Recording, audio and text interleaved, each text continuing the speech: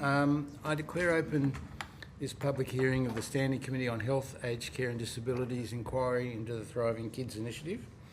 I'd like to acknowledge the traditional custodians of the lands from which we meet today and pay my respects to their ancestors and elders past, present and emerging. I extend this respect to all Aboriginal and Torres Strait Islander peoples and their cultural and spiritual connections to Australia's lands and waters, and also to all the Indigenous people of our own electorates, particularly mine and Ms Stanley's, the Darawal people, and thank them for all their support.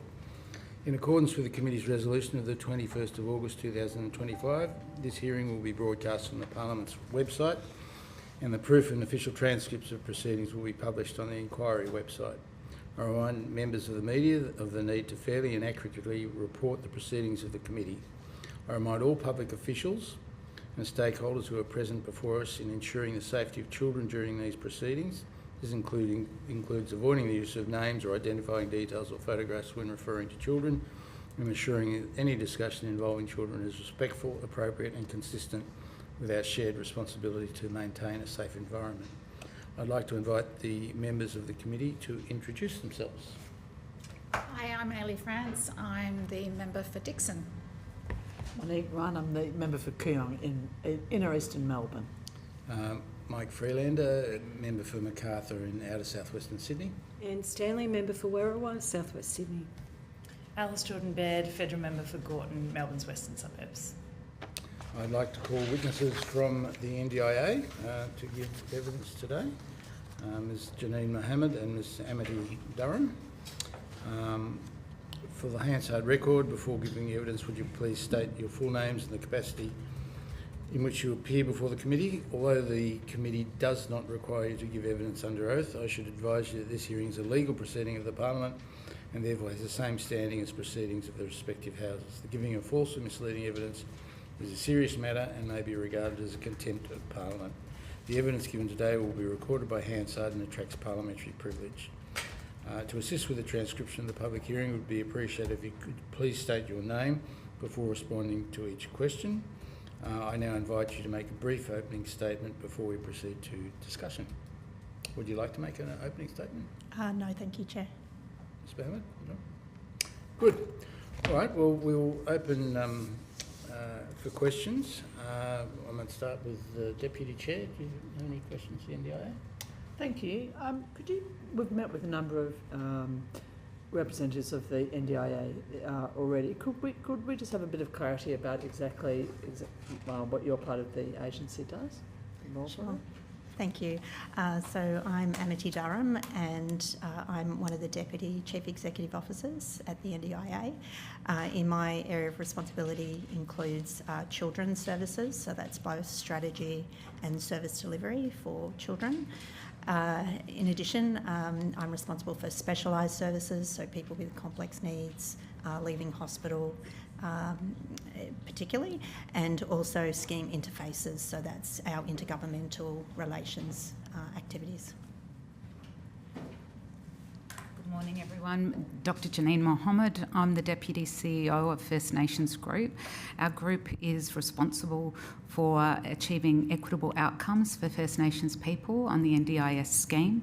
Our work focuses on the implementation of the First Nations strategy, which was launched just this year. Of course, that closely aligns with the Closing the Gap priority reforms, as well as those recommendations from the Disability Royal Commission focused on First Nations people, and of course the NDIS review. Much of our work for this year and for the 18 months since we've been established has focused on policy, ensuring that we have culturally safe policy across the scheme, First Nations pathways, so we're just beginning to explore and discover on children's pathways with our colleagues in Amity's group. Our other work really does focus on First Nations workforce as well. Thank you. Thank you. I might ask about interfaces, if I could please, Ms Durham. We've heard that obviously the Thriving Kids will sort of work in alongside, but I guess interdigitate potentially with the, the plan is that it would interrelate with the NDIS. Do you have any concerns about that, or any thoughts about how best we could make that work by, minimising friction and optimising the relationship between the two? Yes, thank you for the question. From our perspective in the agency, we are, committed to ensuring there is a national system of support for children and families. We see the role of services outside the NDIS is essential for supporting the sustainability and the effectiveness of the scheme into the future. So we are working very closely with the Department of Health, Disability and Ageing in the design of the Thriving Kids program, and we want to make sure that we are then redesigning our scheme pathway for children as well to make sure both work in a seamless way, and that it's clear to children and families about the respective pathways through the system and how they best get the support that they need. So how would you envisage that working? If, just say we've got a child, 2.5, not yet walking, maybe showing some speech delay as well. How do we get that child the services and supports that they need in the absence of a specific diagnosis, let's say? Yes, so I understand that the department's already been with the committee and given evidence on the design of Thriving Kids. It still is early, I think, in the design work, and those matters are being considered right through from access, how to make sure that children are connected early, and I think that will all be subject to those decisions and the ongoing work that they do with the expert advisory group, as well as community consultations. I think at the same time we are also looking at the scheme pathway. So as Minister Butler announced, it's intended that the scheme will still be available for children with permanent and significant disability with high need. So we would, while I guess all of those access arrangements need to be designed alongside the Thriving Kids program, we expect that access will be clear. We'll have the right tools in place to assess level of need and provide that early access where there is a diagnosis, or it's quite clear even from a young child that they would still be able to access the scheme directly if they meet those eligibility criteria. So we're anticipating 2 separate pathways. So child has a clear diagnosis, clearly is going to need long-term supports, goes into the NDIS. Child doesn't have a clear diagnosis, but there are concerns about development, goes into Thriving Kids, but might eventually go into the NDIS. Would that be fair? That is how the department, yes, I think has said. They're still at an early stage, and those are matters, I guess, for government to determine what the access looks like. But yes, we do envisage that there would be potentially those 3 streams or pathways. Yeah. Okay, thank you. Srinj? Thank you for coming today to talk to us. Could you give us a bit of an overview of the experience of children with autism or developmental delays, and also a bit of an idea of the differences around the country, like particularly Ms Mohammed as well in Indigenous communities and remote communities, and what the experience is? Sure. Do you want, I might start Both of and you. talk a bit general about Yeah. the data we can share Yeah. about children with autism on the scheme, and then Janine can speak to First Nations children Thank you. and rural remote. Yeah. So presently the scheme supports 294,960 participants who have autism. So that's all participants. For participants aged 18 or younger, they make up 75% of all participants with autism on the scheme. And participants aged younger than 9 make up 18% of all participants with autism. So they are a significant proportion of participants we have on the scheme. Around half of new entrants to the scheme overall are children younger than 9, and 94% of those enter with developmental delay, global developmental delay or autism. In terms of the experiences of children on the scheme, I can share a little bit of information if I find my data. We do carry out surveys of participant experience, and that includes for children and families. And so from our most recent report, and this is reported in our NDIS quarterly reports, the most recent was in June, we had families reporting that young children aged from birth to starting school did see improvements, I guess, in their outcomes between when they first had their first assessment to then a subsequent assessment. And it looks about 4 or more percentage points across all domains, so 4% improvement of people reporting that they've had positive outcomes for their children. Janine, did you want to comment? So in terms of First Nations children, I'll just give you some data to begin with. We have on the scheme 60,529 First Nations participants, so that's 8% of our participants identify as First Nations. So that raises one of the first issues, is that not all people are identifying on the scheme, and that's a system-wide issue as we understand it.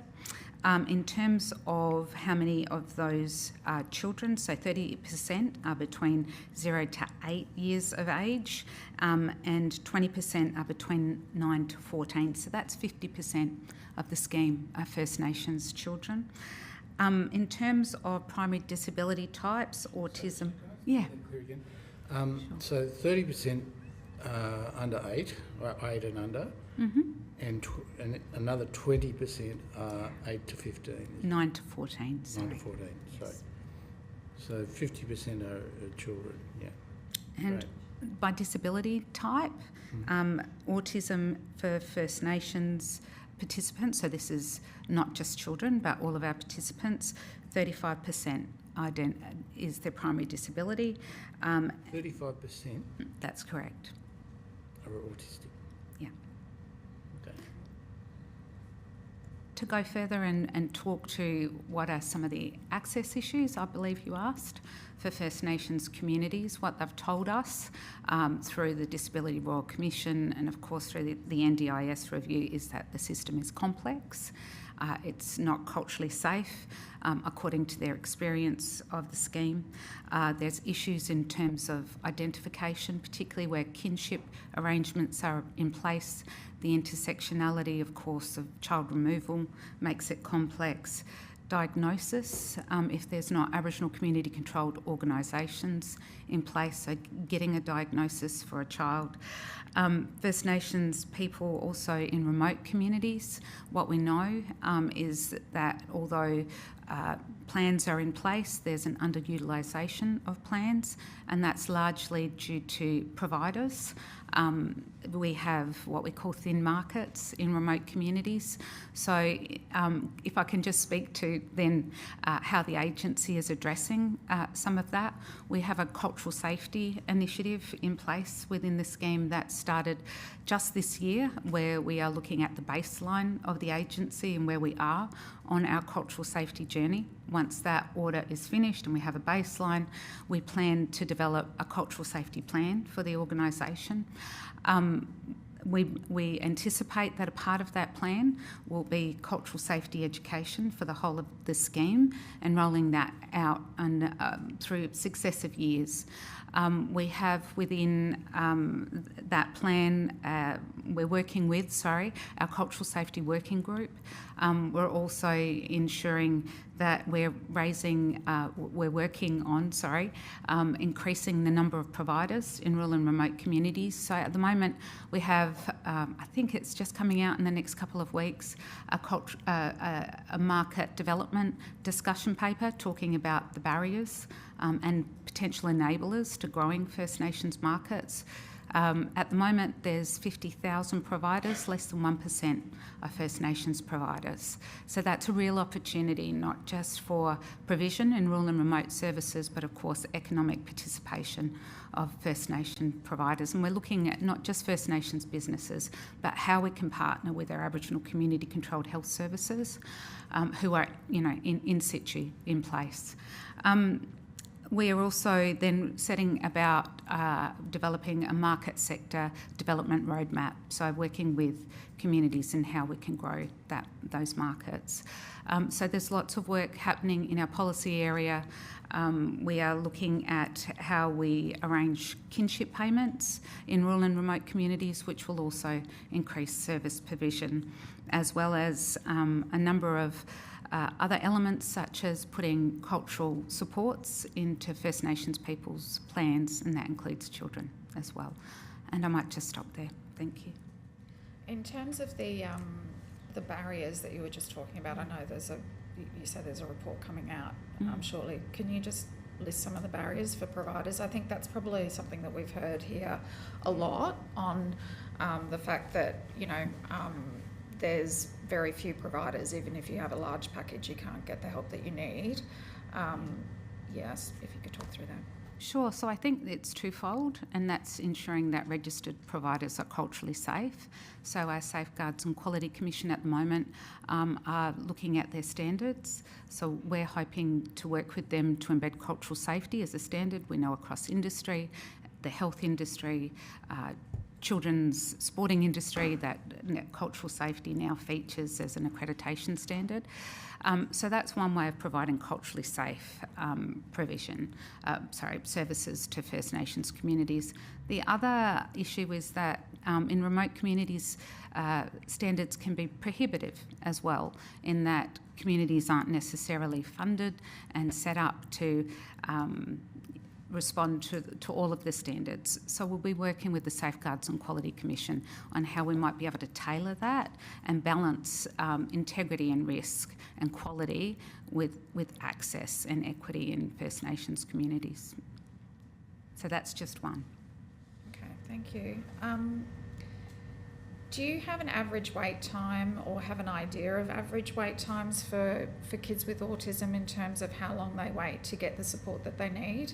I mean, particularly in regional and rural areas, to get access to support. They may have had a package approved, but do you have an idea of whether people are waiting long times for diagnosis or long times for the support that they need? I don't have that data in front of me. I might just check with my colleagues if you would have that. No. So are we able to take on notice and provide you with some of that data? So it's particularly in rural and remote communities. Is your interest? Yeah. Yeah, that'd be great. And just one final question. Could you talk to me, we heard from the Quality and Safeguards Commission yesterday, and I'm just interested in the interface between the two organisations and how we were interested in the number of complaints that are made regarding waiting times or anything to do with kids with developmental delays or autism. How do you two work together on that sort of thing, and do you have any data on complaints regarding the kids? So we do receive, obviously, complaints about the agency's roles and responsibilities. I actually don't have that data for children specifically, but we can take that on notice. That would be great. We also have processes for conducting internal reviews where people seek that in terms of decisions that we've made, and then we also have the role of the Administrative Decision Tribunal and external reviews. So that relates, I guess, to the way we are carrying out our core legislative responsibilities and making decisions under the legislation. In terms of the way and the Commission's work, particularly with service provision and providers, we will cooperate with the Commission wherever we can in terms of providing agency information that supports their work if they are investigating complaints or quality matters affecting providers. So we will share the information, the data that we have to support their role. So, for example, if you had a provider that was constantly coming up in your complaints process, you would proactively contact the Commission and the Commission would proactively contact you. Is that? Yes, we have regular dialogue between the agency, our markets area that's responsible for that oversight, and the Commission, yes. So it's very regular collaboration and engagement. Thank you. Thanks, Ellie. Ms Stanley.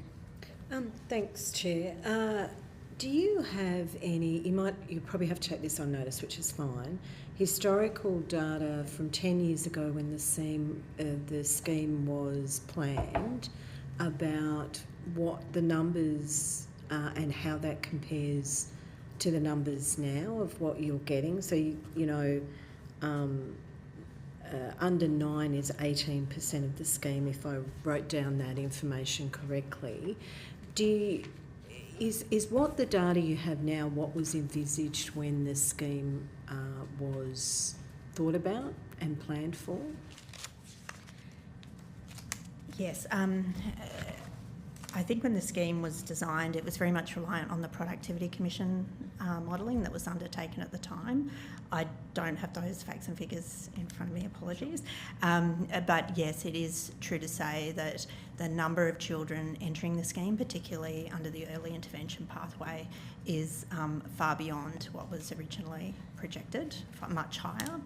And as a consequence, we have a lot more children on the scheme. So when we provide our annual projections, it has been the case for a number of years that the entries of children to the scheme have been even beyond our current projected numbers that we're expecting. So is that because the data wasn't available 10 years ago to give an accurate information, or is diagnosis better now, or does the NDIA have a view about why that's changed? If you don't, that's fine. I just wondered. Look, we haven't done deep research, and I think it would be quite difficult to identify all of those causal factors.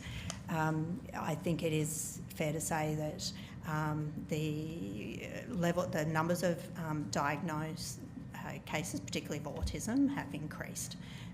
So we do see more children, and those numbers are increasing year on year as a result of diagnoses. Would it be your responsibility to do that sort of research, or would that sit somewhere else in the department to do that sort of research? Look, we monitor, I guess, what we see, and our scheme actuary provides the projections for what we expect. In terms of understanding the broader societal factors, I think, and then thinking about interventions, that's certainly the department's role in their policy role. And I guess that is, it has been one of the drivers for thinking about thriving kids, and is there a better way to deliver more effective supports for children and families than access to the scheme. Thank you. Miss Ryan's 2.5-year-old, the description that she made, what would happen to them in the scheme now? So no diagnosis, but clearly a developmental challenge. What would the scheme do with them at the moment? Like how would parents be supported in your view? Okay. I may ask, we might start with the access process and the way that works, and we'll talk about the scheme now, the current scheme. Cassie, do you want to just I'll invite my colleague Cassie Hammond as well. What we're trying to change, what is it now as to what it's going to be after Thriving Kids? Yeah. I think in terms of what it will be, as I said, that's still subject to the design of Thriving Kids.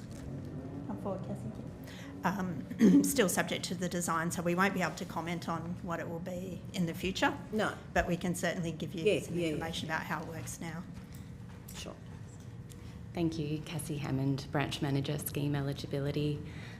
So thank you for the question. Currently what would happen to support the family is that we have early childhood partners who are a partner of the agency. They are staff who are specialised in early childhood support, including those with clinical backgrounds. So they would work with the family to undertake an assessment, including gathering information from the parents, as well as undertaking any standardised or structured assessments that are appropriate for that child, and also undertaking observation of them in their natural settings. So they would gather all that information, and generally what we receive is an evidence of developmental delay form that comes into the agency with the other requirements to confirm age and residence, and then any other aspects of the scheme eligibility requirements. So we might receive, for example, a PEDICAT assessment or an ages and stages questionnaire for children who may require the modified version, the ASQ track, that is adapted to be more culturally appropriate. So that information would then be provided into the scheme eligibility team, who would assess that information against the legislative criteria to determine if that child meets the developmental delay requirements. If they do, then they would become a participant of the scheme under early intervention. Sure. And how long does that process sort of take? Yeah, look, it really depends on the earlier part of the family's availability and time to connect with the partner, to gather that information. What we do know is that our partners operate on a requirement of having 28 days to submit an application to the scheme. Granted, we know that sometimes families might need a little bit more time, and we don't want to place pressure on them. And then once that complete assessment and application is received by the agency, we have 21 days to make a decision on that. So basically, assuming everything goes really well, under 2 months, Ideally. there will be a decision about what might happen next. Yes, yep. And we have been operating within our 21-day timeframes. Sure.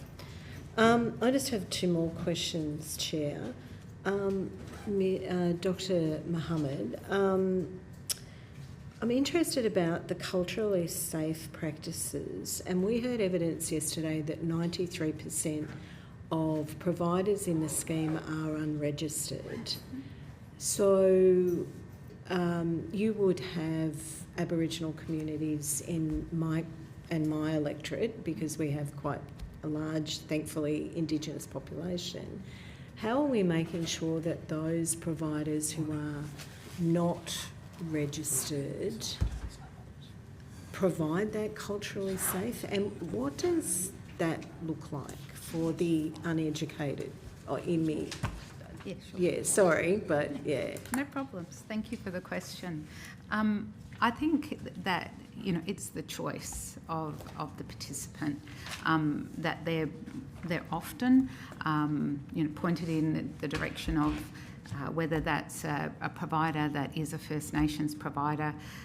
It is word of mouth at the moment, so there is nothing apart from the code that all providers have to abide by, which is providing, you know, good quality to First Nations participants. So that's why we're working with the Safeguards and Quality Commission on the regulation, really, of cultural safety. What does it look like in terms of cultural safety? How we in the agency are looking at cultural safety is by the definition that is in the Close the Gap priority reforms. I can provide that to you, what that definition is, but really, and you pose a magnificent question, is what does it look like? What we know is that when First Nations people experience cultural safety, they're more likely to come back and use the service. There's more likely to be more First Nations people employed in the service. Of course, we can't tick our own homework, so it's really that First Nations people tell us that they feel safe, they feel trusted and respected within that service, and of course the service itself is engaging with First Nations communities. So what the agency has done, particularly in the last 18 months, if I can speak to that, is that we've established an independent advisory committee, a First Nations reference group. So that is a reference group that has direct communication to our Independent Advisory Council and then on to our board. We have now in legislation in the last 18 months included that we have at least one First Nations person on our board, and we have that in place. We've established a formal partnership with NACCHO and all of its affiliates to provide us sound policy advice, as well as being able to give us feedback on the work that we implement into communities. We also have established a First Nations Sector Policy Advisory Committee. Of note on that committee is SNAKE, our peak body for children. We have FPDN, our peak for disability. NACCHO is also represented on there. But importantly, when we know cultural safety is in place is when people are employed in the service. So we're working with in the Indigenous Allied Health Association, as well as the National Aboriginal and Torres Strait Islander Health Worker and Practitioner Association, about how we can grow not only a First Nations workforce, but that we retain them in our system. So that's some of the ways that we know that we have to measure cultural safety is by our partnerships, our relationships and our outcomes, but also in the process of how we develop this scheme into the future with First Nations peoples being valued and centred. Thank you. Thanks, Chair.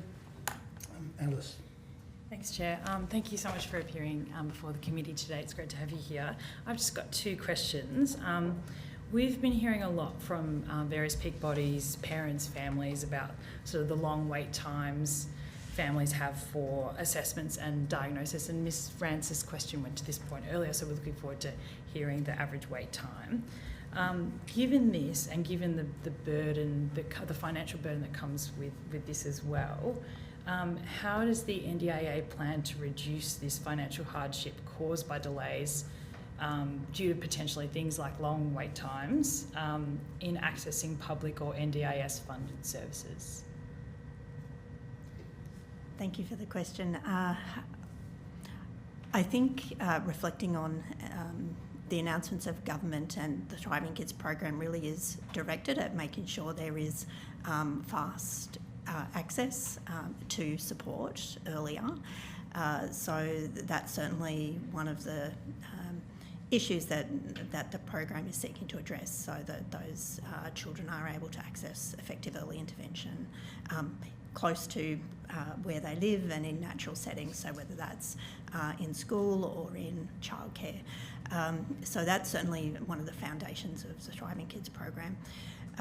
In terms of the scheme and the future arrangements of the scheme, we are also reviewing and looking to reform and improve the scheme's pathway for children, so that will be for children with the highest support needs when these changes commence. I think in terms of that, we are taking a close look at how we assess access. We will be reviewing all of the tools that Cassie spoke about and making sure that we have clear and consistent ways of assessing functional impairment in a way that would meet the criteria for the legislation. And we're also thinking about the process for support needs assessment as well. So once somebody meets access, how that to be able to get their plan and their budget, having a much more consistent way of assessing support needs. So that is in line with the broader scheme reforms that are underway for adults, but we will also look for children for appropriate support needs assessment tools that will enable us to make consistent decisions about need and the supports that are available for children. We're also considering then, once a child has a plan and they're accessing supports, what the ongoing monitoring would look like. That may look a bit different for children who have a permanent significant disability. Obviously, we'd still want to see frequent check-ins, but we'll really need to engage with the community about what's appropriate in terms of that ongoing support and check-in around changing needs, so that we're responsive to that as the child gets older. Great, thank you. I think we heard a bit of that yesterday about that soft entry referral sort of points and, you know, the importance of those community hubs and early childcare schools and that kind of thing for that ongoing monitoring you mentioned, so that's great. Yeah. My next question is just given the vital role that you will play in the Thriving Kids program as your organisation determines the eligibility of the NDIS, where do you see the opportunities and the challenges in the Thriving Kids program to support these kids under age 9? Look, I think our role, obviously we are working closely with the department. We'll continue to do that to provide, I guess, the learnings from our experiences in running the scheme. In terms of, I think the issues and the challenges with the current scheme are well documented. We did have the NDIS review that focused a lot on the children's pathway and what needs to change. And all of those things are being taken into account, both in the way Thriving Kids is designed, so as you talked about, having that easier access in settings that are much more natural and embedded in universal and mainstream services. As I said, for children on the scheme, we're really looking to address the issues out of the NDIS review, which were about consistency, transparency in decision making, and access to support. And I guess that support that the families have in choosing the providers and the support that they need. So we'll also look at what's available to help them with their plan and implement their plan. So the NDIS review recommended around the lead practitioner role, and we're actively considering that at the moment as well, how we would include that in the scheme pathway in the future. That's great, thank you. Ms Mohammed, would you care to comment on that as well from your perspective? What are the opportunities and challenges that your organisation will see with the Thriving Kids program? Yeah, I think there's real opportunity now that we are the Department of Health, Disability and Ageing, and there's some real potential in terms of diagnosis and working with the health sector. There's been some great gains made with Medicare and PBS for First Nations people, so there's some potential work there, as well as collaborating together in terms of First Nations markets. I think that what we have done within NDIS is really improved, as I mentioned earlier, our engagement with First Nations people, and that can only go from strength to strength in terms of the transition of First Nations children. And as I mentioned earlier, that's a large cohort of children. So there's some real opportunities in doing that and doing it well with, for and behalf of community. That's great. Thank you all. No further questions, Chair. Thanks, Alice.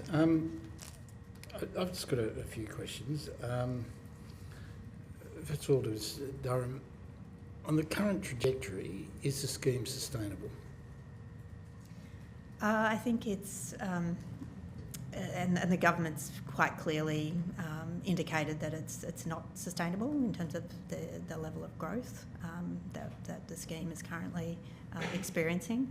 So that is a key focus for government and for the agency in how we make sure that the scheme, its growth is sustainable, and we're able to maintain the support of the community for the activities of the scheme and its size.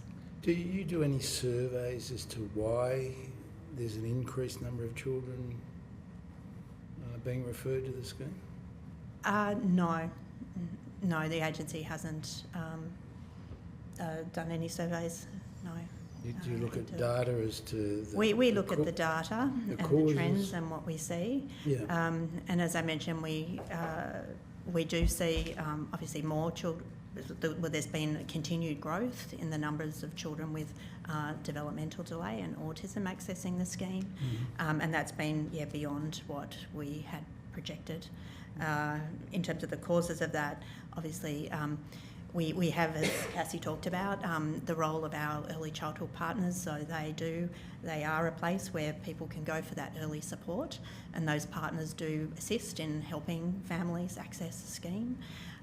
So obviously that does support people to access the scheme in a timely way. That may be a factor, that the pathways in are well supported, and diagnosis is clearly also has increased. The prevalence of autism and number of diagnoses has increased in the last 10 years. Do you look at the sort of levels of autism that are being referred to the scheme, or the level of... Yes, our scheme actually does obviously collect all of that data, and we are able to map that by age of people seeking entry, as well as location and geography, and we have seen an increase across pretty much all of those criteria categories. Do you have any data that you could share with us about that? Yes, we do. I can share, let me just see. In particular, are there particular data points that you like? The age of autism diagnosis, the level of autism diagnosis. The reason I ask that is that we've heard anecdotal reports about the level of autism that people are being diagnosed with, which seems to be out of kilter from what one would expect from normal population.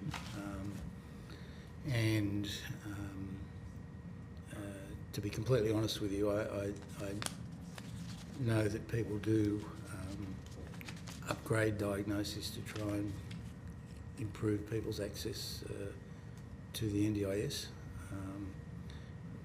which I believe has become all things to all people. And one of the problems we have is that it's very hard to understand how this fits with population data. Yes, so perhaps I could take on notice to provide you with some of that data. That would be good. We wouldn't necessarily have all diagnoses, but we would be able to tell you about access to the scheme of children who have a diagnosis of autism, and we could provide that by age, perhaps location at 2 time points. That would be helpful. That would be terrific if you could provide that for us. Okay. Do you have other diagnoses as well?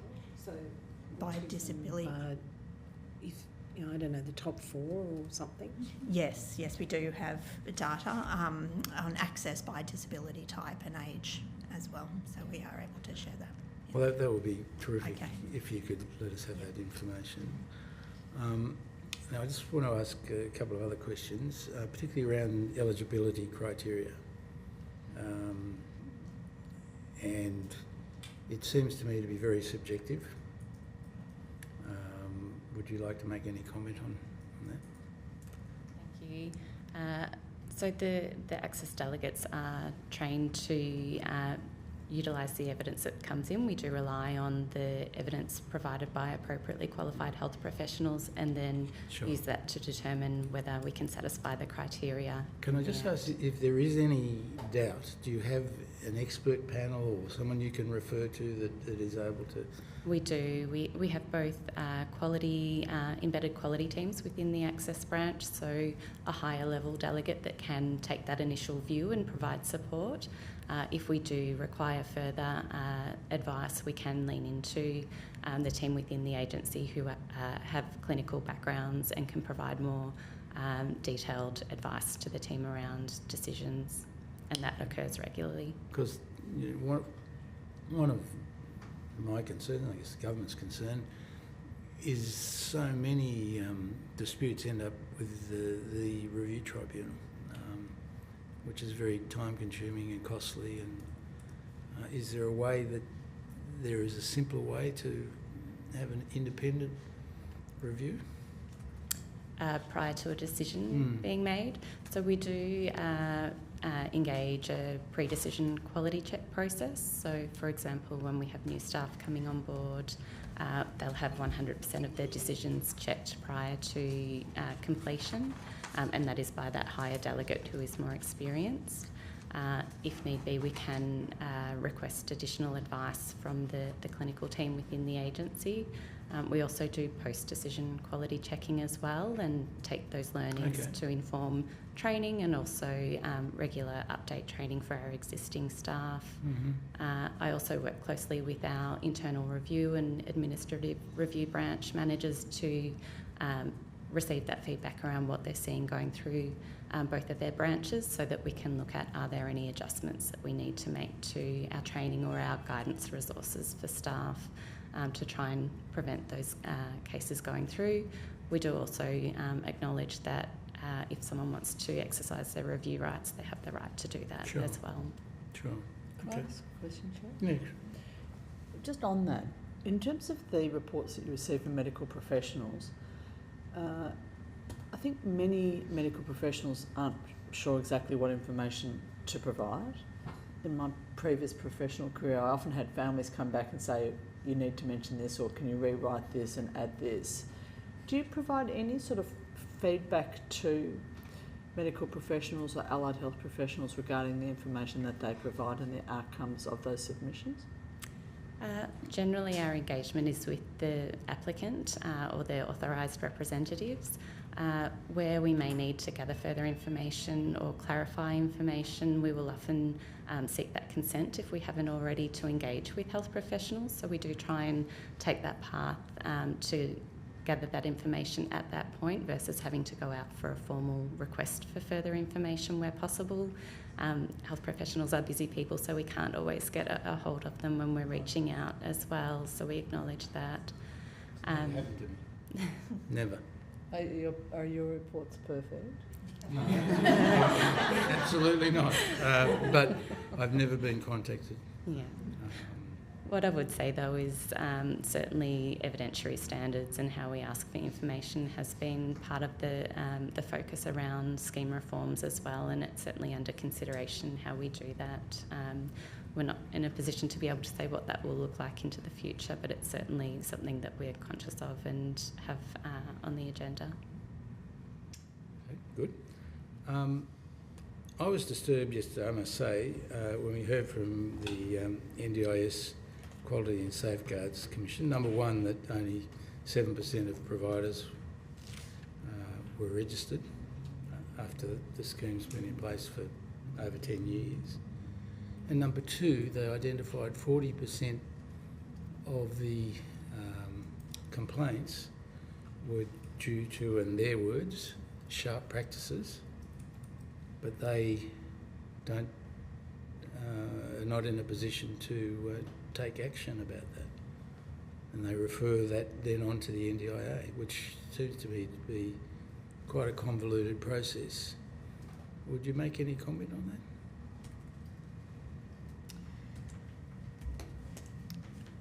I think I would comment that you're quite right. There are a large proportion are unregistered providers. For children, a lot of the support that they're accessing are from health practitioners who may be registered under their own professional associations and have their own professional standards. You're quite right. For those that are unregistered, the scheme is built on that to enable the choice and control of families and participants about how they spend their plans and their budgets. And obviously, the pathway for complaining against providers is the Commission. If there are cases of suspected fraud, to the point where there's poor integrity of a provider, we do have a large and a growing team of people, investigators, that are pursuing cases of fraud and poor practice by providers. And so we are able to then look at the broader data around that provider, different claims, look for poor practice, and then in conjunction with the Commission take action against those providers. So we are significantly increasing our activity in terms of that fraudulent and sharp practice. Good. Do you think the process could be simplified? Could the NDIS Quality and Safeguards Commission initiate that process themselves without having to refer them to you? Look, I think for the future there's a whole range of considerations underway about the role of the Commission, their legislative powers. That obviously is a matter for government. We in the agency will, I guess, deliver and administer the regime that is within our legislation, and we can make proposals and suggestions about how to enhance that, but ultimately that's a matter for government about what the right powers and functions of the agency versus a regulator will be. But it is we're always keeping that under review and making recommendations where we think things could work better. One of the complaints we get to our political officers is people with significant disability not being able to access supports that they need, for example, things like mobility, whatever. Is there an increasing number of those complaints that you're getting, or do you have any data around those sort of issues? Not with me. I can take on notice. The question is it for all participants? Yes, yeah, and around mobility support. Yep. Yeah. Okay. Because obviously, mobility support is vital for people with disability. I mean, just as an example, I've recently had someone contact my office. I don't want to identify them by mentioning the particular problem they have, but they require a wheelchair to access their work, and they've been waiting over a year. Yeah.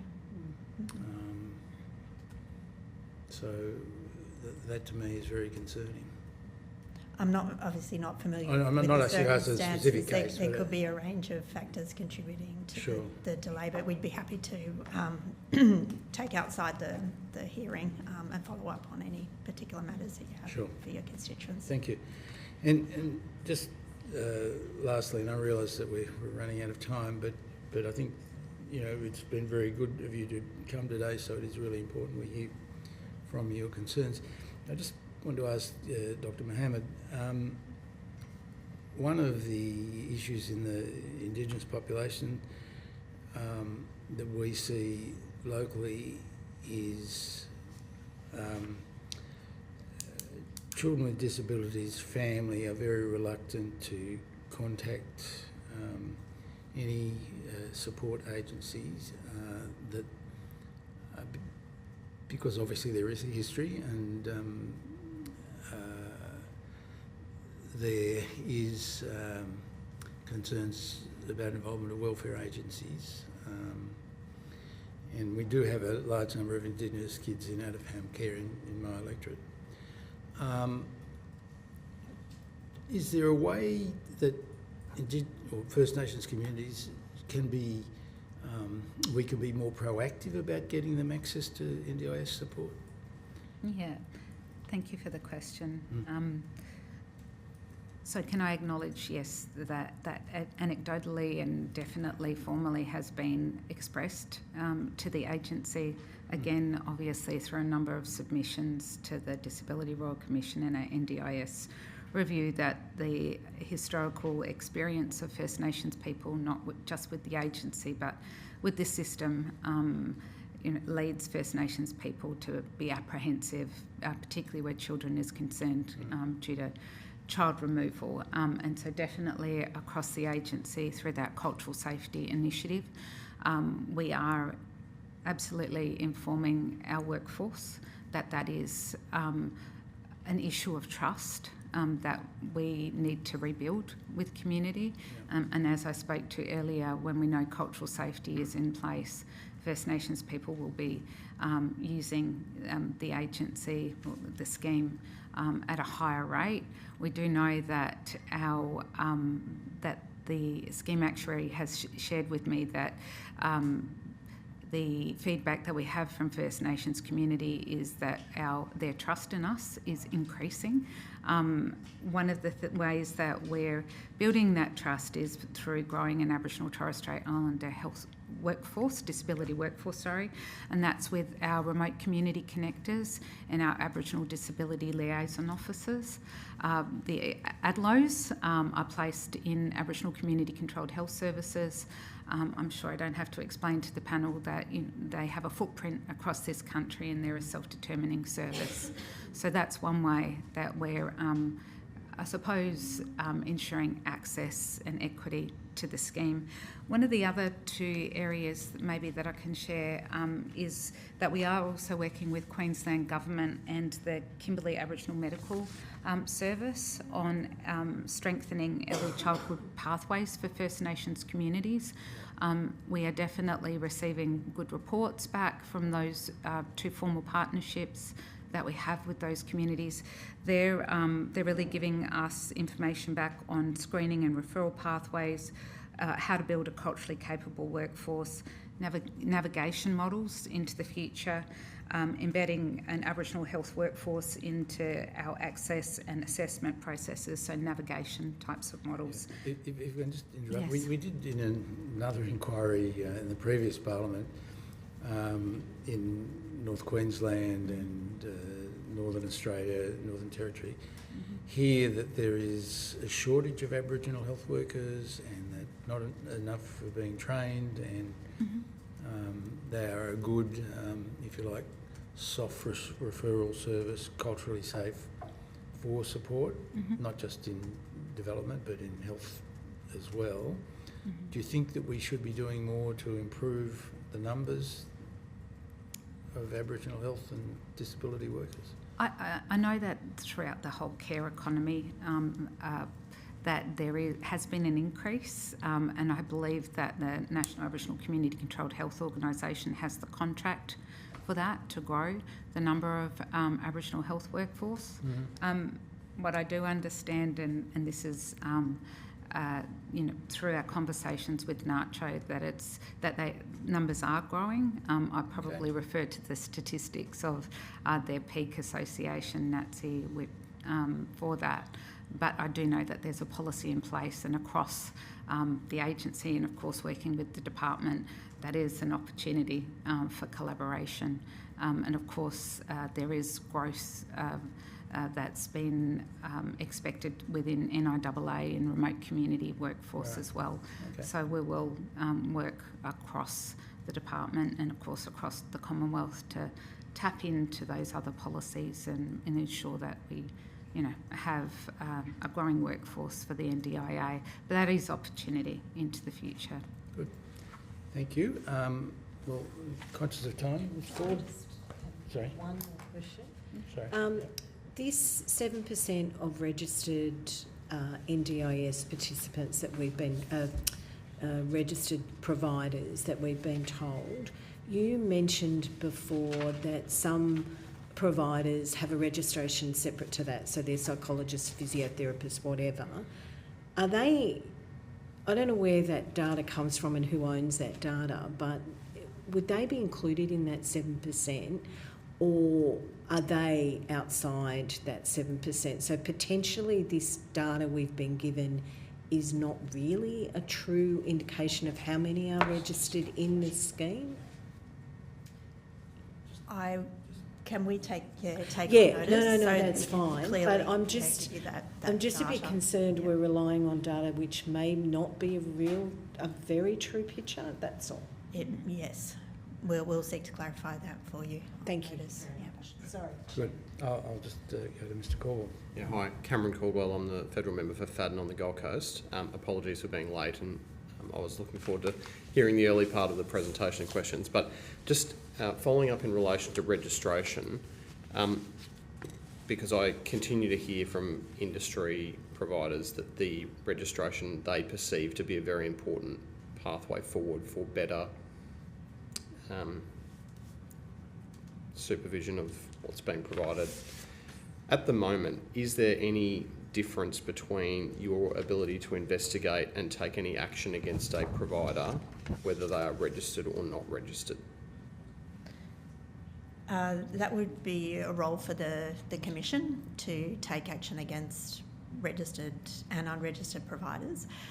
So as I understand it, I wouldn't want to comment on the detail of their powers, Right. but they are able to investigate both registered and unregistered providers. Yeah. Okay. So, sorry, I thought earlier you said that you For undertake fraud. some level of... Yeah. Yes. Yes. Yeah, if we suspect there are issues with integrity and the way that they are, for example, claiming funds from the scheme, Yes. we are able to investigate whether they're registered or unregistered. Okay. Yeah. Thank you.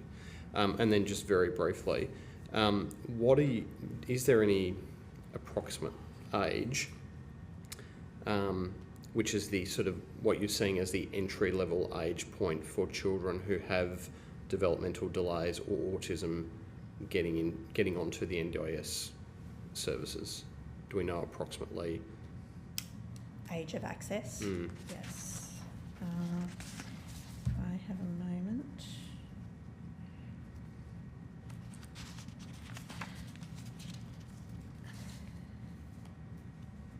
Just think through, Cassie, what would be the best you have off the top of your head? If you don't have access to that now, then perhaps it could I'm be just thinking about the best taken on notice. I'm data just interested to answer in... your question. Yeah, no, that's okay. I'm just interested, I guess, in how soon in a child's life is this beginning to be an issue, and that they're really starting to have serious sort of relationships with NDIS service providers, the whole system. So if you've got some data on that you could provide at some later point, that would be helpful to me. Yeah, I think we would be best to take on notice and provide you with some structured data. What we do know, particularly for those with autism 5 to 7 years of age, and particularly for young boys, there are higher rates of access. So I can certainly share that now, but we'll take to provide you with some more structured data. Thank you. That's all, Mr. Chair. And I think for children with developmental delay, they're generally accessing earlier for children with developmental delay, and supported by those early childhood partners. It's generally around 3 to 4 years old, isn't it? It can vary, yeah. And we'll need to get you the structured data. Depending on the delay that the child is presenting with as well, whether it's picked up through early screening processes or later on. Good, thank you very much. Any other questions? No. Good, well, thank you so much. It's been very valuable. Really appreciate you coming along today. So thank you for your attendance. If you have been asked to provide some additional information, could you please forward it to the Secretary by the 31st of October. You'll be sent a transcript of your evidence and will have an opportunity to request corrections to any transcription errors. So thanks once again for attending. If there's any information you think we should have that we didn't ask about, please feel free to send it through to the Secretariat. And once again, thanks very much for giving us your very valuable time. Thank you. For your time. Thank you. Now, I know we're running a little bit late, but we will suspend now and reconvene at 5 to 10. So 5 to 11, sorry.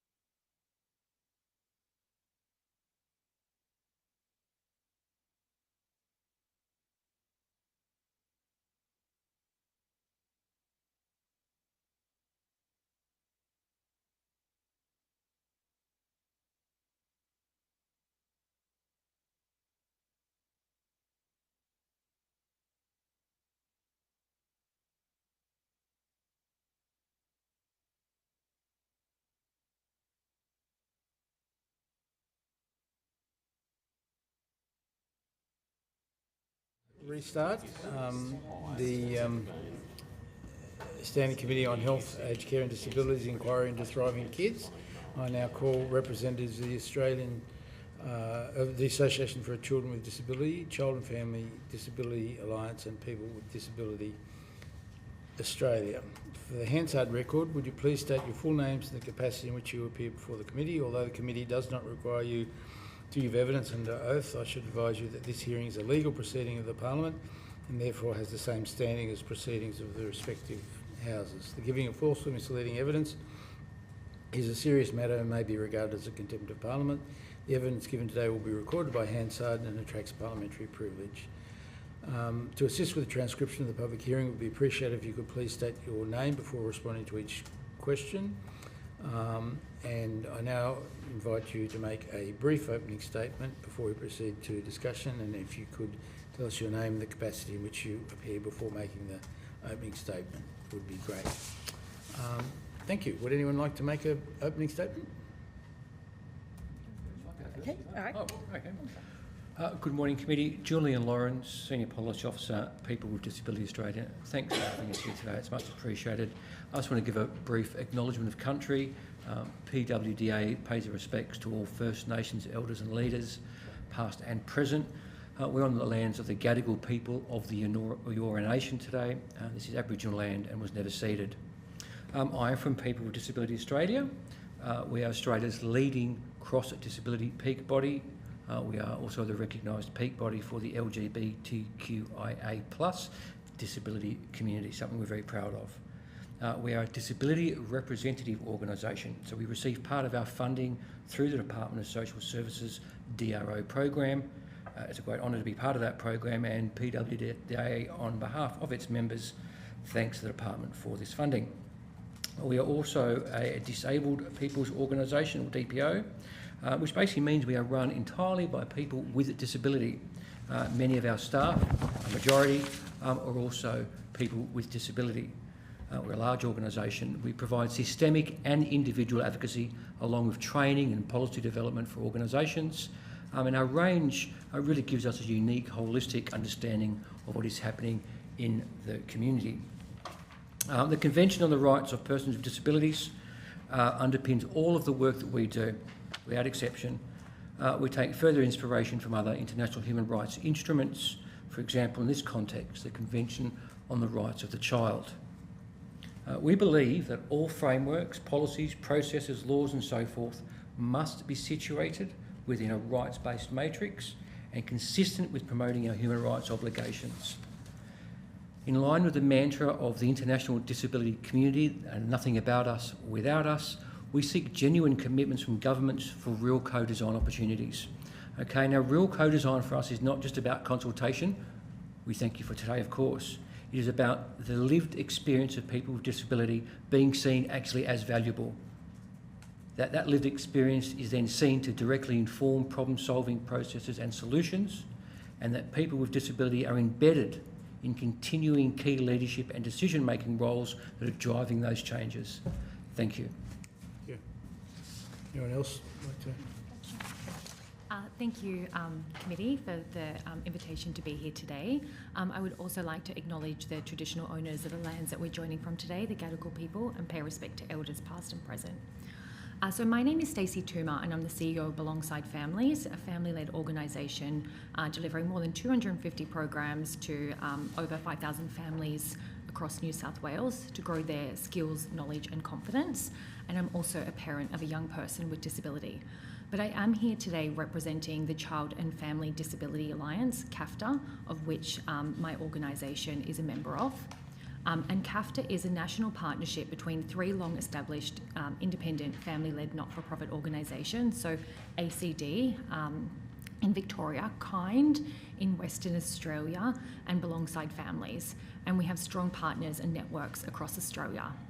Together, we bring more than 80 years of combined experience supporting over 30,000 families of children with developmental delay and disability across Australia.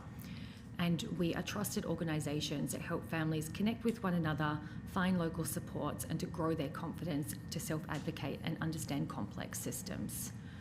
So CAFTA has supported over the past few years the Commonwealth Government to host a range of national family consultations, making sure that the lived experiences inform policy and system design. So these consultations have included foundational supports, National Autism Strategy, the NDIS Review, and the National Best Practice Framework for Early Childhood Intervention. And from these consultations, families consistently told us that they wanted help early in the places their children already are: home, early learning, education, and community. They said that identification needs to be a web of checkpoints, not a single screen, and where a disability is clear, that there should be a direct, uncomplicated pathway to the NDIS. Families told us that they really value parenting programs and peer groups that build their knowledge, confidence, and connection, and really emphasise the benefits of a whole of family approach that also supports the parents, the siblings, and caregivers. On therapy and allied health, families told us that they want support that is coordinated, consistent, and collaborative. So it's professionals working together with parents in everyday settings. They value therapists who coach them and their educators and the other people that are supporting their children, helping them to embed strategies into their daily routines, and that families describe lead practitioners or key worker models as highly effective.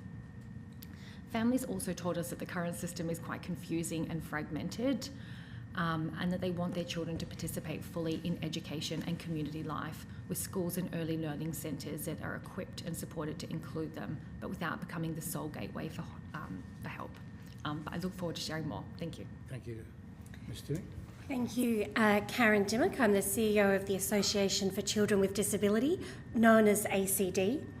We are a family-led, not-for-profit organisation established by a trailblazing group of parents more than 40 years ago. Excuse me. We support families raising children with developmental delay and disability across Victoria from birth to 18. We empower around 15,000 families a year through parent education workshops, through virtual peer support groups, and through individual advocacy help. Our vision is for an inclusive community where children with disability and their families thrive. So a good word to sort of connect on. We work to bring the voice of families to the table, tables like this. We lead a huge range of consultations and support family participation in advisory groups. We recently led the family engagement in the review of best practice in early childhood intervention commissioned by the Australian Government. My favourite part of my job is to sit down and listen to families, and I sit down with hundreds of families across the state every year, and to hear about their experiences and their suggestions for how systems can work better. Families are, of course, a diverse group. They have different opinions. But when we listen, there are three phrases that often just keep reoccurring, three key touch points. The first is a sense of belonging. Families want their children to be valued by the Australian community, by the government, and most importantly, welcomed in every education setting. Secondly, practical support. We're parents. We want to talk about the practicalities. Parents of young children in particular value the role of allied health practitioners and the role they play in building their understanding about their child's development and how to support that. And thirdly, whole of family. Families are trying to balance paid work, caring for all of the kin, and also just having some fun as a family. Mm-hmm. So families have lots of questions and some really important insights to inform thriving kids. Thank you. Thank you.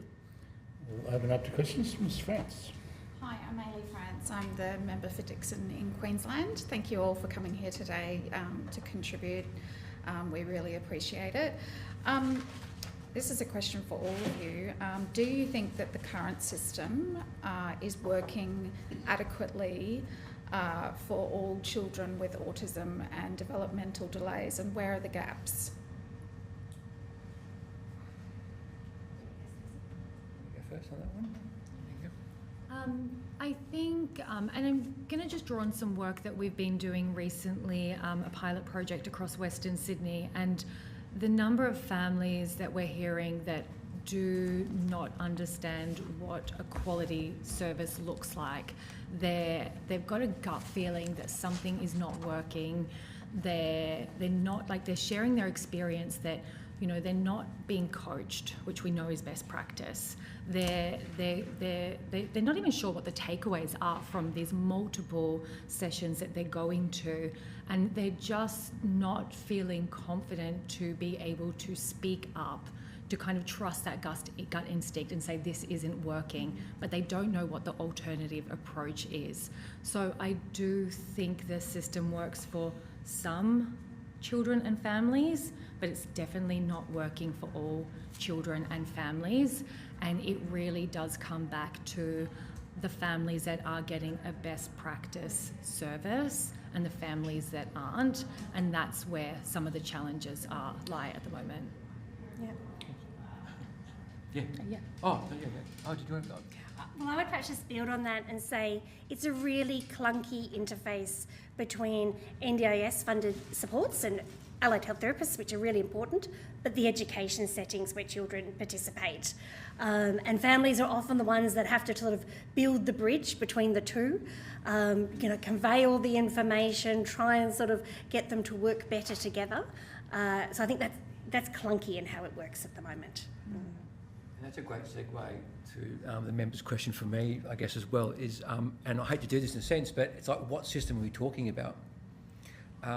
There are multiple systems out there which we like to think make up a holistic system, but it actually doesn't. It does, but it doesn't. And if you're able to transition between those systems, it's good. If you're not, it becomes problematic. There are those pinch points or touch points along the way, whether it's your age changes, school changes, the whole range of them you've probably heard about. So when you talk about the system, is the system working? I'm like, well, what system? What we are seeking is a more holistic system, is a more integrated system in general. So obviously we can do better on that, on a range of issues. I hope that answers that from my perspective as well, particularly as a systemic background. Well, let me just clarify on the system. The NDIS currently, you can be on a large package on the NDIS in a regional or rural community and not be able to spend it. So I'm talking about access. You may get access to the scheme, but you have no place. There's no provider of last resort anymore. States and territories have backed out. So that system is non-existent anymore. We've let that, it's gone by the wayside. Yeah. So, I just wanted to know where the gaps are. Plus, we hear that a lot of kids are waiting too long, even in the cities, to get an appointment for diagnosis and assessment. Yeah. So, do you see those gaps? That's 100%. In terms of the gaps, to see assessments is a well-known ongoing issue. Absolutely, 100%. 6, 9, 10 months to see a professional in some cases, and that's an ongoing problem. No easy fix potentially, but it is an ongoing problem, that's right. There are problems within individual systems as well in terms of how supports are integrated, like schools, for example, we've brought up as well, which may be outside of scope today, but they're possibly not. Well, given that Thriving Kids has been mooted to be a settings-based process, how's that going to work within a school environment, for example? Which is a good question to have. We can have later. Yeah. I just wanted to add to that as well. I think in terms of if it's working and addressing the point of there are wait lists and markets where families, particularly in regional rural communities, can't get one-on-one. But there has been a shift over the years to one-on-one being the best type of support. And we do know that group-based programs can be so beneficial for children and families. But families are often seeing these as second best to one-on-one, and we do know there's programs. I know so many families many years ago that participated in programs like Hannon, an evidence-based program for 3 months. You're coached with a speech pathologist, with other families, that is building your capacity, providing lifelong strategies around communication, social communication, that these are not second best. These have evidence, and there's many other programs, and it is really being able to help inform families that these are really valuable, that there are, in terms of gaps, it is about how we can kind of raise the awareness as well about this. I think there's a real gap in that sort of key worker lead practitioner approach, where you're sort of working it with a strong relationship with one professional that's bringing in the sort of skills and information that you need from others, and bringing that to the everyday settings where the children and families are. I've just got one more question, Chair, if that's okay. Leading on from that, what do you see in particular in schools some unintended consequences of the NDIS? As a person with a disability, I'm really concerned about the fact that we're taking kids away from those mainstream settings and they're having one-on-one treatments and has there been, like, anecdotally for me, in my electorate office, schools are more reluctant, and I don't know whether this is, since the NDIS has come into place, are more reluctant to take on kids with a disability, basically saying that they don't have the supports. Do you think there's been some unintended consequences in terms of integrating kids into mainstream settings? Great question. I guess through our advocacy support line, where families ring us, and they ring us when things are going wrong, obviously, we have seen a rise, particularly for young children that we're talking about, so our Prep 1-2s, in modified timetables. So this is where schools are saying that the children can come for 2 to 3 hours a day, and that's in place for a long time. And I think that for us is a really concerning trend, and it's, I probably can't comment on the time frame in relation to the rollout of the NDIS and that, but it is that is definitely a trend in itself. Yeah, I'll just add to that. So we do, this comes up a lot with families that we talk about. Actually, they're wanting, now there's been a real shift where schools aren't allowing any allied health into school because of this. They've got so many therapists coming in, class withdrawals. We're hearing of some schools charging for a space.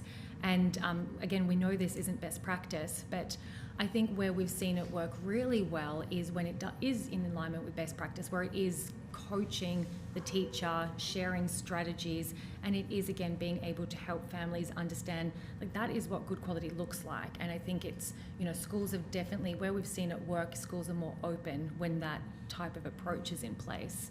I've also personally, I've lived in Queensland for a few years, and it was quite interesting, the difference, because the Queensland Education Department do employ allied health practitioners, which they then are able to work with the schools and to share strategies. And I think that is so beneficial. I saw many families that benefited from that, but then also it just means you don't have that continuity between home and school. So there's definitely some different models, but there definitely has been some unintended consequences, but again, can't talk to the timeline. Public education is a state-based matter as well, so how this is dealt with in Queensland may well be different than New South Wales. And I'm in New South Wales, and I participate in a number of inquiries in New South Wales. Look, there's an interesting question here, whether it's an unintended consequence. I don't see it in that way. I mean, on one hand, we've long argued for more supports in schools, more general term teachers' aides, for example.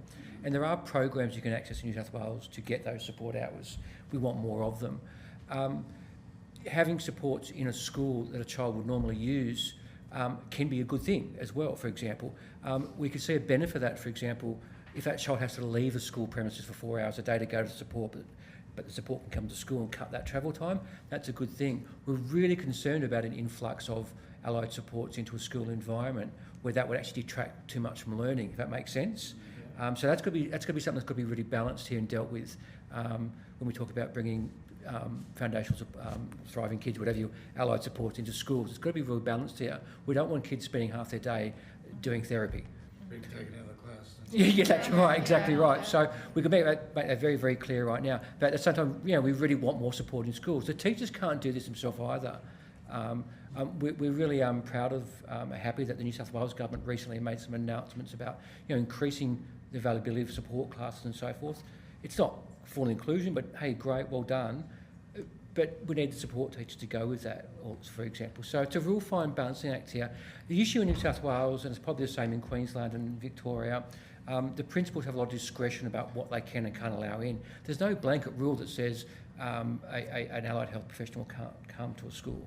It's up to a discretion of the principal quite often as well. But unintended, I just think it's tweaking the balance here a little bit, yeah. Okay, thank you. Good.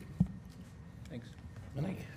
Thank you very much for your time. I'm Monique Ryan from Melbourne. I'm interested in the concept of nothing for us without us.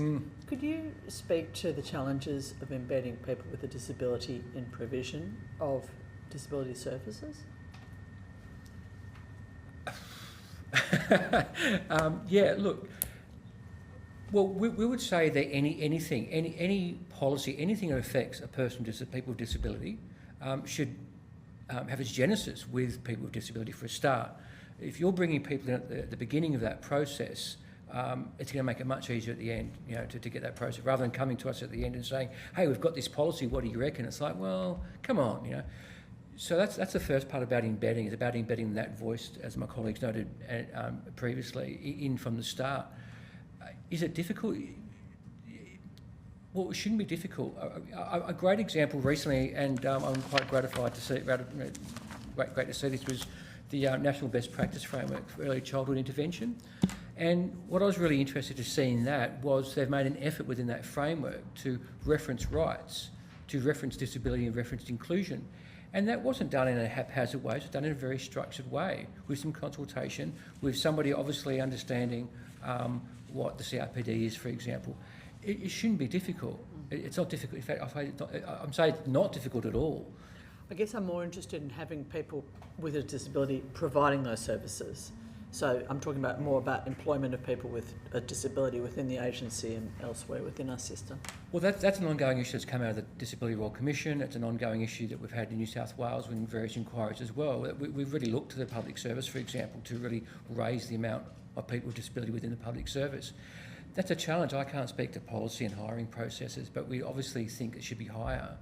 We know it's underreported, but for example, people are very afraid sometimes to come out with disability in the public service. So we'll definitely be advocating for more people in the public service. So you're saying that people with a disability are afraid to self-identify as such within the public service? This has come out in a number of reports that they actually suggest that the amount of people with disability in the public service is higher than what is actually reported because of a general culture that maybe they feel that if they do come out as being a person with disability, they will have some kind of label put on them. This is a thing across a number of organisations, unfortunately. Look, again, it shouldn't be hard to hire people with disability. I mean, we are obviously talking about merit-based here as well. We're not saying put a person with disability into a role simply because they've got a disability. That would be tokenism to the max. But we are saying give people with disability a chance. Like don't exclude them because they have a disability.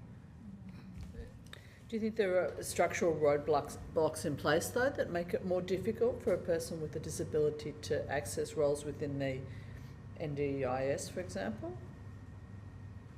Well, we would also always want to be calling out inherent ableism within the current structures that we have, and we certainly hear that and see that and read about that.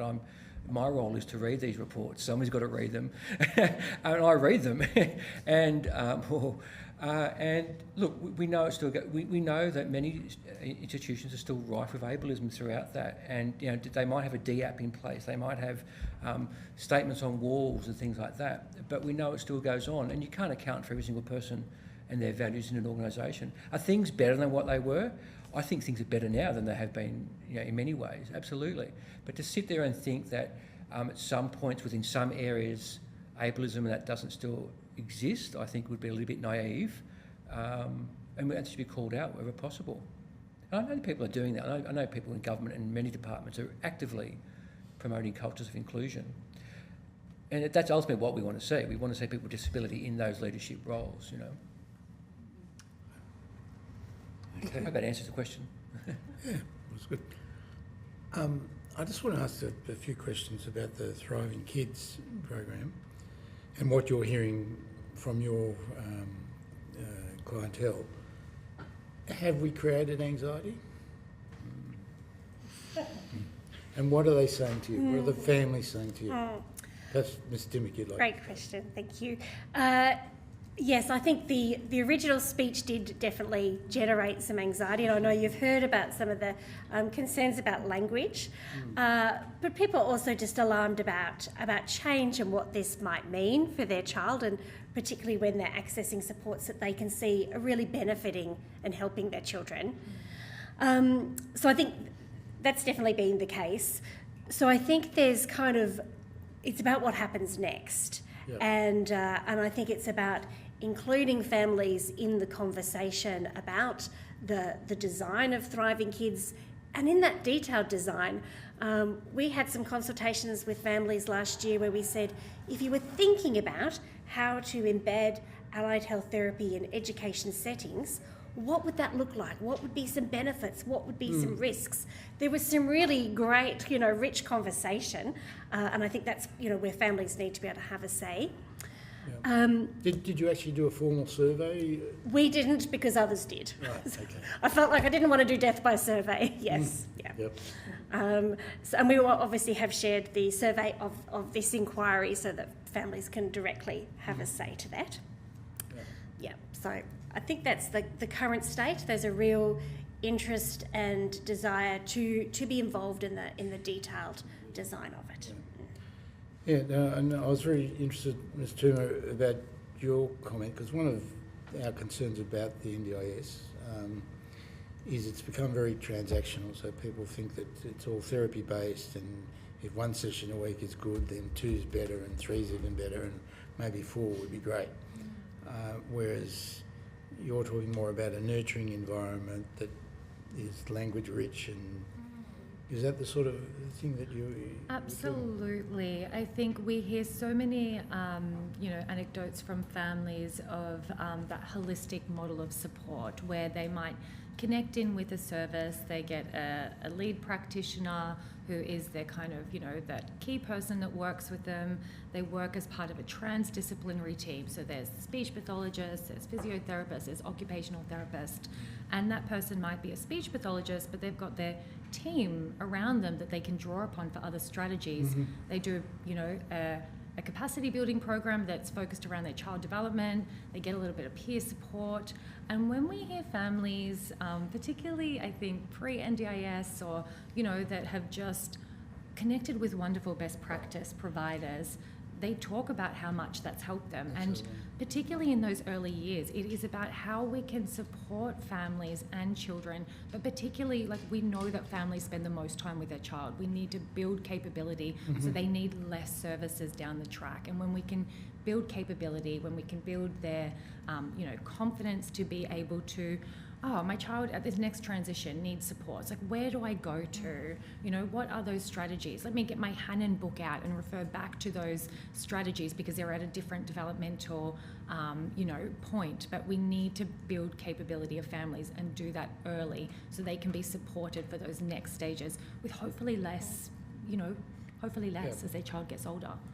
Now, tell me if you think I'm wrong, but my concept of the Thriving Kids program is that really everyone who has concerns about their development could be part of that. Some obviously maybe from day one need NDIS support. Some may need NDIS support and some won't, but they're all part of the same program, if you can see what I mean. Is that the sort of thing that yes, I definitely do think that is the starting point for many children who may not have really profound needs, but we do need to make sure that we have a really clear pathway for if concerns, or maybe there's a new diagnosis, or higher support needs are identified in that Thriving Kids stage, that there is pathways to further support. Yeah. Absolutely. But the child doesn't need a diagnosis. No. Yeah. No. Did you want to? Yeah, I think it's really important that it's, access to these things is based on identifying developmental delays, not based on a diagnosis. And and the being able to access, whether it's the peer support, the group programs, the lead practitioner, that's all there. Families have raised with us concerns about navigating that path, and I think a few people's questions have gone to that already in the previous session around, children are unpredictable, and a child here at 18 months and then where they're at 2 or 3, it may not be immediately clear what their lifelong support needs are going to be, and the need for there to be able to be checks, no-cost checks that can indicate actually this child is going to need support from the NDIS, and these children will be supported by Thriving one Kids. big roadblock there, which is cost. Obviously, that's an issue. Chair, if you don't mind, Chair, you did mention something I just want to pick up very quickly. You talked about that transactional feeling that's come about. Now, what I want to pick up from my colleagues and from others, and my own feeling, is the concept of Thriving Kids, and I'm not talking about the reality of it at the moment, seems to be at its heart, and I'm using the government, maybe helping the government out here a bit, getting back to a bit more about a focus on community engagement. That's what the words I want to use there. And 100% right. Sorry? You're 100% right. Right, that's wonderful. And that's something we can get behind, obviously at a general level, and I think it's a really good thing, and I think being able to stay on Thriving Kids is going to be a good thing. You don't have to get off it just because you go on the NDIS, for example. I think there's a lot of benefit there. That part may need to be a bit more sold, I think, the community about this idea about bringing it back to community. It's the community and sold to the state. But thanks for that, I appreciate it. Yeah. I just want to add 2 points as well, and one's just a quick personal anecdote. So my son is just started high school, and we've had many people say he needs more therapy. Like, we don't do therapy. He's 13. We've done lots of therapy. I'm quite confident now in supporting him, but or he needs to go and do some social skills programs. But we are at a youth centre, a local youth centre in our local community that have got incredible staff to be able to support him. I know that's not the reality for everybody, but it's about investing in community as well to welcome and support our children, because it just blows my mind that I would sit in a social skills program when I've got a youth centre that's like welcome and able and wanting him. So, and the second point has gone. Well, I think, we think all of us are very positive about inclusion being part of the journey with families. They need to feel included rather excluded than excluded. Absolutely. Sorry, I did recall the other point. It was just about dipping in and out. And I think where there's a lot of angst at the moment with families is that, many families will say to us, I actually don't need to be accessing services at the moment. However, I'm really worried that when I go through another transition, if I don't use it now, I'm going to lose it. Yeah. So I will maintain this level of service so I've got it when I need it. And I think that's, we need to be able to address that. Sure. Well, look, I'd love to talk more, but we need to move on. I'm aware, Mr. Birrell, are you online?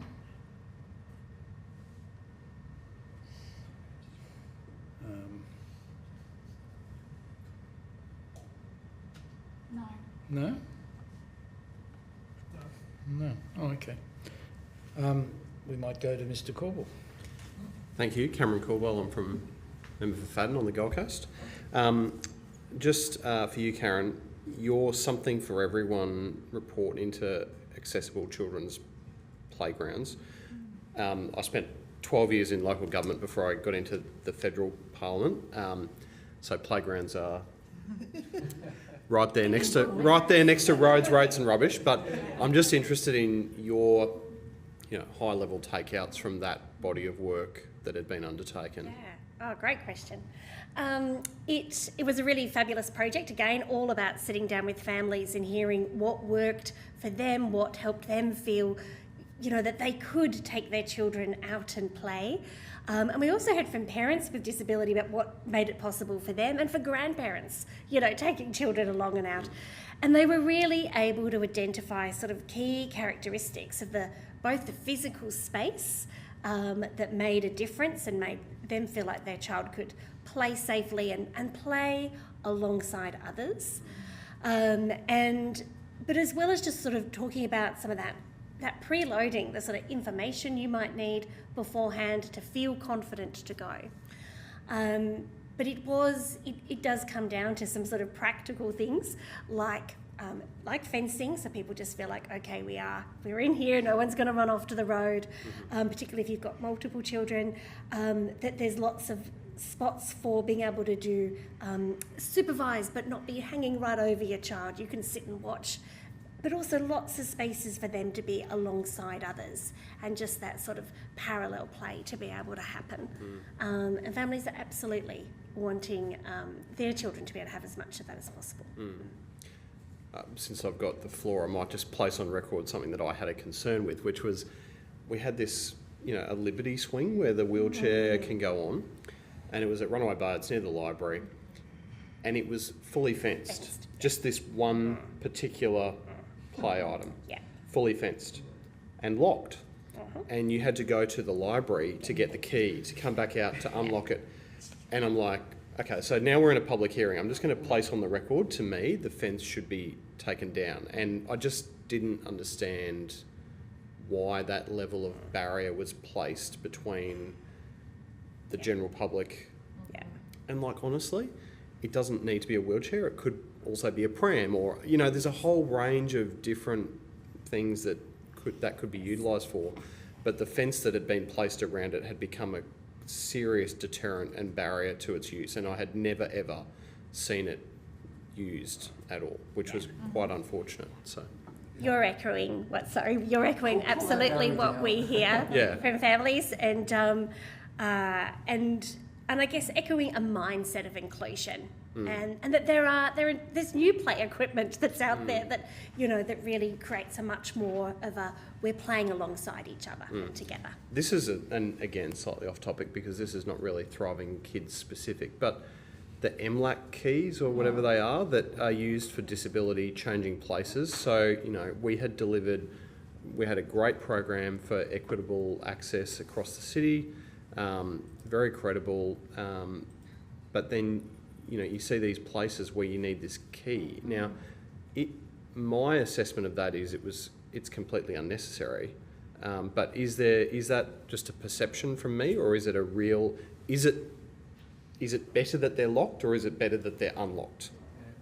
We just had a public inquiry in New South Wales into public toilets, right, which we're a big part of. So it's a live question. Yeah. Should they be locked or not? Well, obviously we would say no. Yeah. But some councils go vandalism, other issues. So there are a few considerations, but still, there's got to be a better system than we have now. So I mean, that's the question, isn't it? Who has those keys? You can apply as a family member. You can apply and get it within a matter of days. Yes. Okay. Yes. Yeah. You do have to pay. As a person in a wheelchair, almost every time I go to use a disabled toilet, there is a able-bodied person in there, and that's why the keys. Okay. And in the UK, they operate on a key basis, yes, especially for big sporting events and things. Like if I go to the Broncos game, almost certainly everyone is using the disabled toilet. Okay. I can never get into it. Yes. Plus the fact it just turns into a, multiple people go in there. So the way it works in the UK, like I went to Wimbledon years ago in my chair, and the way it works is that they give you a key, you have access to all the disabled toilets, and no one else does. Okay. Okay, good. So there are reasons for it, but whether they're the best reasons is debate still, isn't it? I mean, we had a lot of issues around when Vivid was on, when we're getting a lot of complaints of people ringing us up going, particularly older people or mobility impaired people who don't really see themselves as disabled and don't even realise they need an MLAC, who ring us up complaining about toilets being locked. And so it was a terrible situation down there for people. Yeah. Good. That's all from me. Thank you. Ms. Stanley? I would like to tease out how you are describing family supports and parent supports. It has been my view for a very long time since the NDIS came on board that first year of support would be helpful if parents have their hands held about the changes of their life, because you have kids with a view that they're going to be an astronaut or a doctor or whatever, and that sometimes reality is not what is going to happen. And that doesn't mean that that's not, you know, your child and you are not going to find a wonderful place in the world, but that initial revision of what you might feel and the overwhelming guilt that comes with, should I have done something different? What am I going to do now? All of that would be... I just wondered whether you thought there would be better outcomes for children in this space if parents were better supported to make decisions. Because often the people who come and see me are so distressed by the whole system, they are accepting advice from people who shouldn't be giving it or are not doing it for the right reasons, just because they're overwhelmed. And are there, do you know of any supports that are available anywhere in Australia that help with that? Should it be funded, you know, even in that initial period? Such a fantastic question. I think we could speak about this one all day. I think we deliver peer support, and we ran a survey about 18 months ago and to find out, and families said on average it was taking 6 years from that kind of point of, you know, identification that there was a delay or disability to connect with other families, and 100% said that they wish they connected earlier. So we do need to improve that pathway that, you know, quite often it starts like your child needs support, here is an allied health practitioner. At that point we need to be saying, actually you need support, you are so valuable, you make the biggest difference, you know your child best, connect in with peer support, you know, capacity building kind of organisations that can support you to better support your child and family, and we definitely see better outcomes. I think a really good example is Kind in Western Australia, which I think for decades they've been based in the Perth Children's Hospital, and I love when I hear them. They talk about there's like, I don't know, diagnosis day within the genetics clinic, and they walk the families down to Kind to their family support worker and connect them at that point. Like, we need to have models of support like that and establish referral pathways, and we do have those very ad hoc. We work a lot with health, a lot with, you know, genetics and other teams, but they need to be more formalised because it's not one or the other. Families need access to both. Thank you. We really heard about this through our consultations on the National Best Practice Framework and also around targeted foundational supports for children last year. And, you know, families really highlighted programs like My Time, which is a national peer support group with both place-based and virtual options. Obviously play groups and the role that they play. I know, speaking from Victoria, there's some culturally specific groups, particularly within the Vietnamese community and the Chinese community, that they've established to support one another and come together. We run workshops around some called First Steps, and it's all about just those little bits of support that are there and understanding the sort of the various things from getting your MLAC key through to what the carer card might help you with. One thing that previously ran and doesn't anymore, and interestingly got referenced a lot in those consultations, was Early Days. And that was a program that was led by some of the autistic organisations, helping families understand autism. And they really felt that people, by either both parents or grandparents being able to come along right from the start and sort of as a family have a sense of, okay, this is what having an autistic child means and how we all work together to support them, how helpful that was, and that's definitely missed at the moment. Thank you. Thanks, Jim. Alice. Thank you all. My name's Alice Jordan-Baird. I'm the member for Gorton in Melbourne's western suburbs. Thank you all for appearing today. It's really valuable for the committee. I've just got a few questions. Ms Toomer, you used the term web of checkpoints, which I think is really powerful in terms of ensuring that, you know, we don't miss those important milestones, and, you know, if needed, families can look at, you know, the most early interventions possible and supports needed at that time. And Ms Dimmock, you also mentioned family and child hubs could potentially be one of those avenues. Would you mind expanding on how you're envisioning these hubs working in a way where children no matter which school they go to, can access the services. And also, we're also aware of, a number of children that a school refuses and they don't attend those sort of main education settings. And do you have a view on that as well? Lots of big questions in there.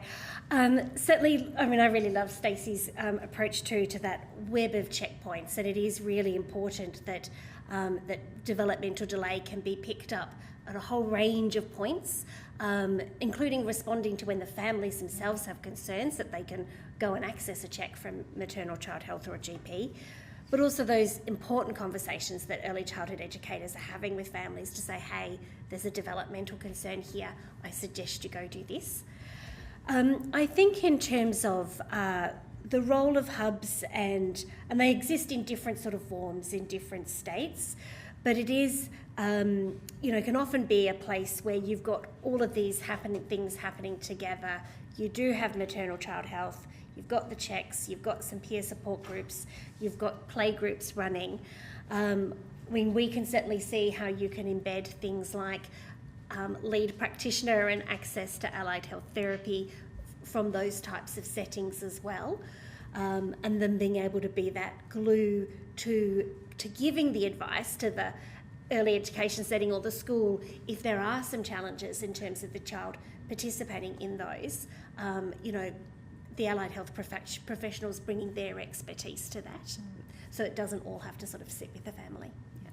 I'll just briefly add, so the Alliance supported the Commonwealth consultations for foundational support. So we attended all of the national online consults and then held some in our respective states. And one thing we did hear quite consistently from families was how much they value their early learning services. So being able to, I guess that point of being able to identify the concern, but to get information, to understand, oh, well, what do I do? And then what we've been hearing a lot from the early learning centres is just they reach out to our organisations and what do we do? We've got this family that we just know that there is some developmental concerns, but we're not sure what those next steps, it's a complex system for, even us to be able to understand and navigate and keep across the changes. So it really is important that we build capability of the early education sector to understand how they can support families in that pathway, because they're really critical in a family's journey. Most definitely, thank you. My next question is for Mr. Lawrence. Building on Dr. Ryan's question around sort of involving people with lived experience in systems that affects them, how do you suggest, through our role as the committee and the work we're doing in this inquiry for Thriving Kids, how do you suggest that the perspectives of both children and their families are accurately represented and listened to? Given that we've heard the genuine need for co-design for this program, and you've made that, a number of other people before the committee have also made that very clear. How do we best involve these people? Well, I think we're doing all right now in the sense that you're at least holding a consultation. Again, we would have preferred you have come to the community before the announcement was made by the Minister, for example. But we say that when they made announcements to changing the NDIS as well, we're like, what the heck, and then foundational supports, what the heck. So we're talking before about anxiety. It's an extraordinary amount of anxiety has been going on for 8 or 9 months now. And at the same time that's been occurring, that we know that people are being subject to NDIS real eligibility assessments and being kicked off. The site is, there's a lot of anxiety out there. And one of our principles is no one should be worse off under Thriving Kids. What more you could be doing? Well, I don't know exactly what everything's been done now. I know there's a working group, for example. I know that this committee's got members on it who are people with disability, for example, which is amazing. And again, Ali, love your work. Sorry, just chucking that out there. That's really important. Look, it is, and that's not just tokenism. Sorry? We love a work too. Yeah, look, it's really gratifying for a person representing my community to see a Member of Parliament with disability, I'm sorry. And it's not tokenism, as you know, it's just wonderful and there should be more of it. So that's a good thing, it's a good thing you're having this inquiry. It's a good thing you've got a committee going, in a working group in the background, we know about that.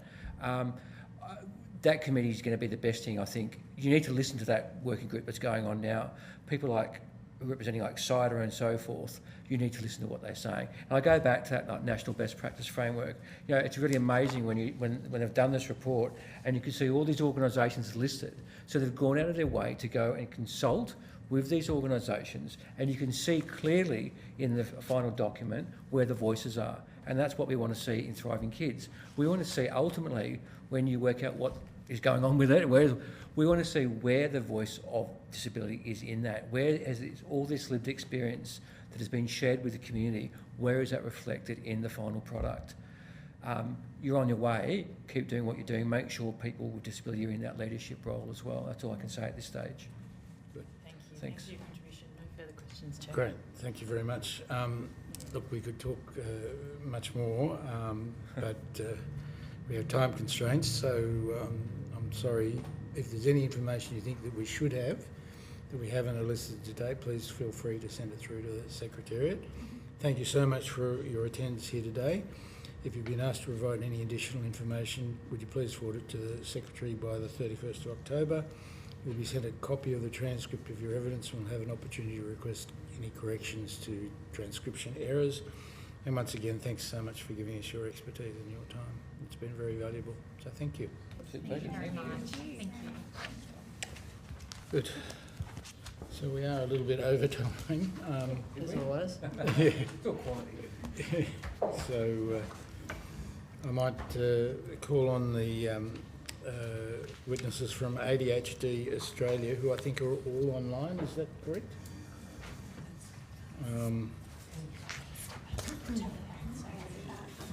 Yep. So we have ADHD Australia and ADHD Foundation online, and for the witnesses, for the Hansard record, before giving evidence, would you please state your full names and the capacity in which you appear before the committee? Although the committee does not require you to give evidence under oath, I should advise you that this hearing is a legal proceeding of the Parliament and therefore has the same standing as proceedings of the respective houses. The giving of false or misleading evidence is a serious matter and may be regarded as a contempt of Parliament. The evidence given today will be recorded by Hansard and attracts parliamentary privilege. To assist with a transcription of the public hearing, it would be appreciated if you could please state your name before responding to each question as well. I'd now like to invite one of you to make a brief opening statement before we proceed to discussion. So, do you want somebody from each organisation to provide that statement individually, or? Well, if possible, it would be good if we could have just one person giving an opening statement, just in the interest of time. Otherwise, opening statements can be forwarded by email to the Secretariat. I'm happy to go ahead and do that. Would you please state who's speaking? This is Matt Tice. I'm the chair of ADHD Australia. Okay. Would you like to give us an opening statement? Can we turn the volume up a little bit? All right. Can you hear me okay? Yeah. Yes. Okay. So first, thank you very much for making this opportunity available to all of us to share our perspectives with you today. It's much appreciated. And on behalf of the ADHD community, we're grateful to have an opportunity to share the voice of this community to this esteemed panel. I think the common ground here really fundamentally is that we believe very strongly that Thriving Kids should include ADHD as a key part of this program, and it's an essential community that needs to be looked after, and certainly in terms of the breadth of impact for Thriving Kids, the ADHD community can't be ignored. So joined with me today are Melissa Webster, the CEO of ADHD Australia, and Kelly Dargan, one of our directors, and some of the team from ADHD Foundation. Collectively, we represent I suppose over 1 million Australians with ADHD, their parents, their carers, supporters, and individuals providing resources to those with ADHD. It's worth mentioning that the autism community and ADHD have a lot of overlap. There's a number of studies suggest that overlaps as high as 80%. So for the most part, we are talking about a collective community where these aren't necessarily discrete conditions. So when we talk about autism and we talk about ADHD, they often come hand in glove. So I think our opportunity today is to share with you our perspectives on why ADHD is important as part of this work, and hopefully to be able to convey our thoughts on some of the details around the submission itself. Thank you. Good. We might start with Sam Burrell. Are you on the line?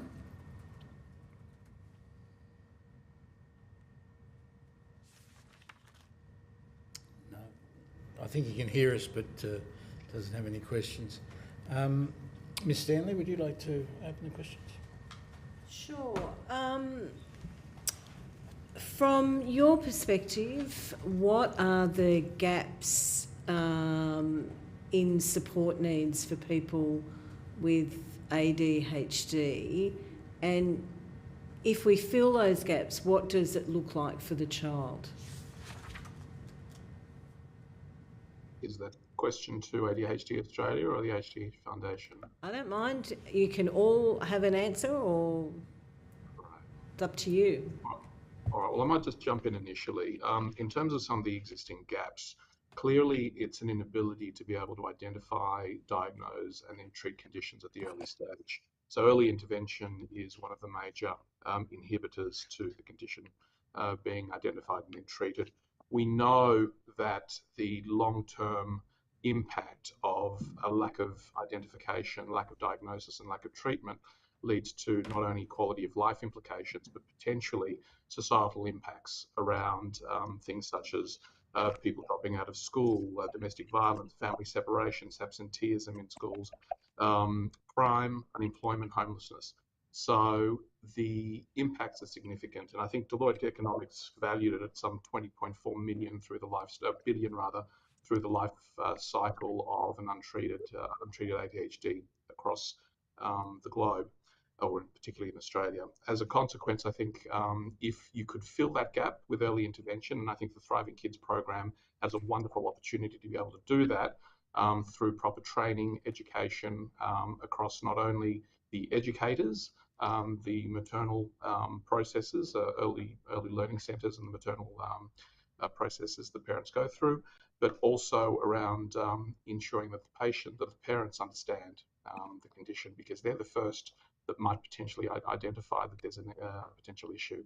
So that's something that needs to be addressed, and I think that's probably the single greatest thing that we could do: early detection, early intervention, early treatment. Did anybody else want to contribute? No, you may need to unmute. Okay. You can have the... Thank you. That's my question. Mr. Corbin? I'm fine, thank you. Apologies. Here? Yes? Oh, sorry. Melissa Webster from ADHD Australia. Sorry, there's a little bit of problems with the mic. But just wanted to add to that. I think for us, and thank you very much for highlighting all the information before. I think for us, just to echo what has been said, but also to add to that, it's some of the gaps is actually it's really around listening to the individuals and recognizing individuality with ADHD. So one of the big things for us is around everybody is individual, everybody needs to receive. I'm going to say whether it be an early educator, whether that be looking at medicals or others, every individual as a person needs to be recognised for their individuality. Often what happens, and we get from the community, challenges are ADHD is often not diagnosed, particularly in females, till later on. There's a lot of misconceptions still around ADHD. Individuals as a whole, as a collective, often organisations are not receiving the right supports or training, but also as well, one of the biggest things that we're seeing is that individual piece. It's the individuality and recognising the individual work that needs to happen, whether that be with children of a younger age or whether that be as they're moving through to school. But what often is happening at this moment in time is generic training is being provided, generic education is being provided, and therefore what's happening is individual needs are being missed. And we're still seeing at ADHD Australia a huge amount of families calling up where there's challenges not only around diagnosis or misdiagnosis, but where we're seeing actually young children failing because their individual needs are not being recognised. Okay, thank you. Questions? Thank you. Could I ask you, obviously there are overlaps, I guess, between the behavioural patterns of young children who don't have ADHD and young children who are beginning to evince signs of that condition. Could I ask all of you, in turn is fine, around your thoughts around how we best facilitate early identification of people who are going to go on to have attentional deficits? Look, I might just jump in there, seems we're going in order. Yeah, absolutely. There's unfortunately a significant lack of training and development. If you have a look at the university curricula for psychologists and psychiatrists, the content that's dedicated towards neurodiversity, ADHD in particular, but general neurodiversity, is very, very minor. It's not mandated that these professionals actually have to do in-depth or detailed training in this area. It's just touched upon. Hence, as a consequence, we've already got a lack of psychiatrists in the community, and even fewer of those specialise in this area. The key is just to ensure that the curriculum moving forward contains a much, much larger component where these professionals are properly trained in this area. But secondly, whilst, I think because of the supply and demand equation is currently unbalanced and the demand is far greater than the ability to supply, and I'm talking about medical professionals, there was a recommendation that was put forward around possibly training GPs in the area.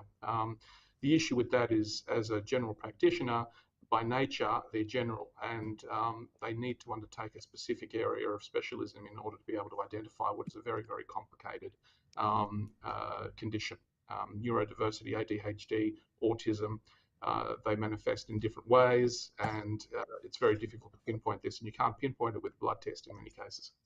So I think the key here is making sure that the healthcare community, psychiatrists for a start, are mandated to actually undertake specific neurodiverse and ADHD training. Psychologists need to run a particular program around this, around the whole detection piece. Obviously, they can't prescribe medications, but they can certainly help in the diagnosis phase. And the third stage is, because there are too few psychiatrists, then we need to upscale our doctors and our GPs through an area of specialism. And I think it probably should be mandated because the demand is so great in the community.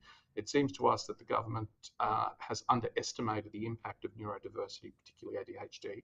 And, it should be a condition that is held with equal importance as, other chronic conditions from a training and development perspective. So I'll hand over to ADHD Australia. Yeah, hi, it's Dargan from ADHD Australia. I'll just add, so yes, I think you were referring to the sort of differential diagnoses of ADHD versus other things that might be causing a child to show some similar symptoms or behavioural challenges in their early years. And I think that off the back of the Senate inquiry from 2023, there is a lot of work going on. You would have heard from the colleges, the GPs, the psychiatrists, at a state-by-state level, and also at a national level, there is quite a lot of work going on in that clinical space in terms of diagnoses and assessment and treatment for children with ADHD. But I think more broadly, it's also important from a systems perspective that the workforce upskilling and training and education and awareness raising that we have is also in those touch points in the communities where children and families are already engaged and connected with and trusting with services. So those early childhood educators, childcare, schools, community health, hubs, other community service sectors where, it might be more prevalent for children to be neurodiverse or to have ADHD in certain cohorts, like, for example, maybe children in out-of-home care. So I think ensuring that young children, where there are concerns about developmental delays, behavioural concerns, whatever that looks like, challenges for young children, I think if we can, as part of Thriving Kids, ensure that all of those parts of the community and social and care sectors where those children are already being, monitored, those are the parts of the community, in addition to their parents, who will notice challenges and developmental delays, and then giving those sectors and that workforce and the parents the resources that they need and also the pathways to work through.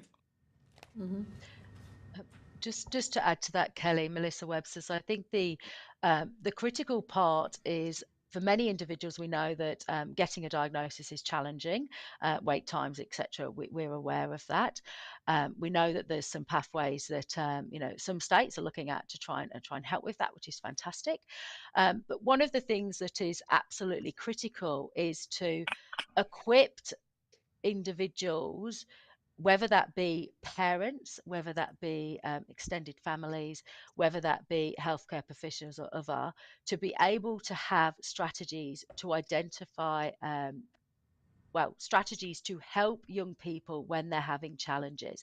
It's not necessarily focusing on all of the areas of diagnosis. And yes, absolutely, diagnosis is a critical step, but it's strategies at the stages when individuals may not have a diagnosis. So, for example, it's confidence a family member has in being able to go to an educator and say, my child is not able to sit still.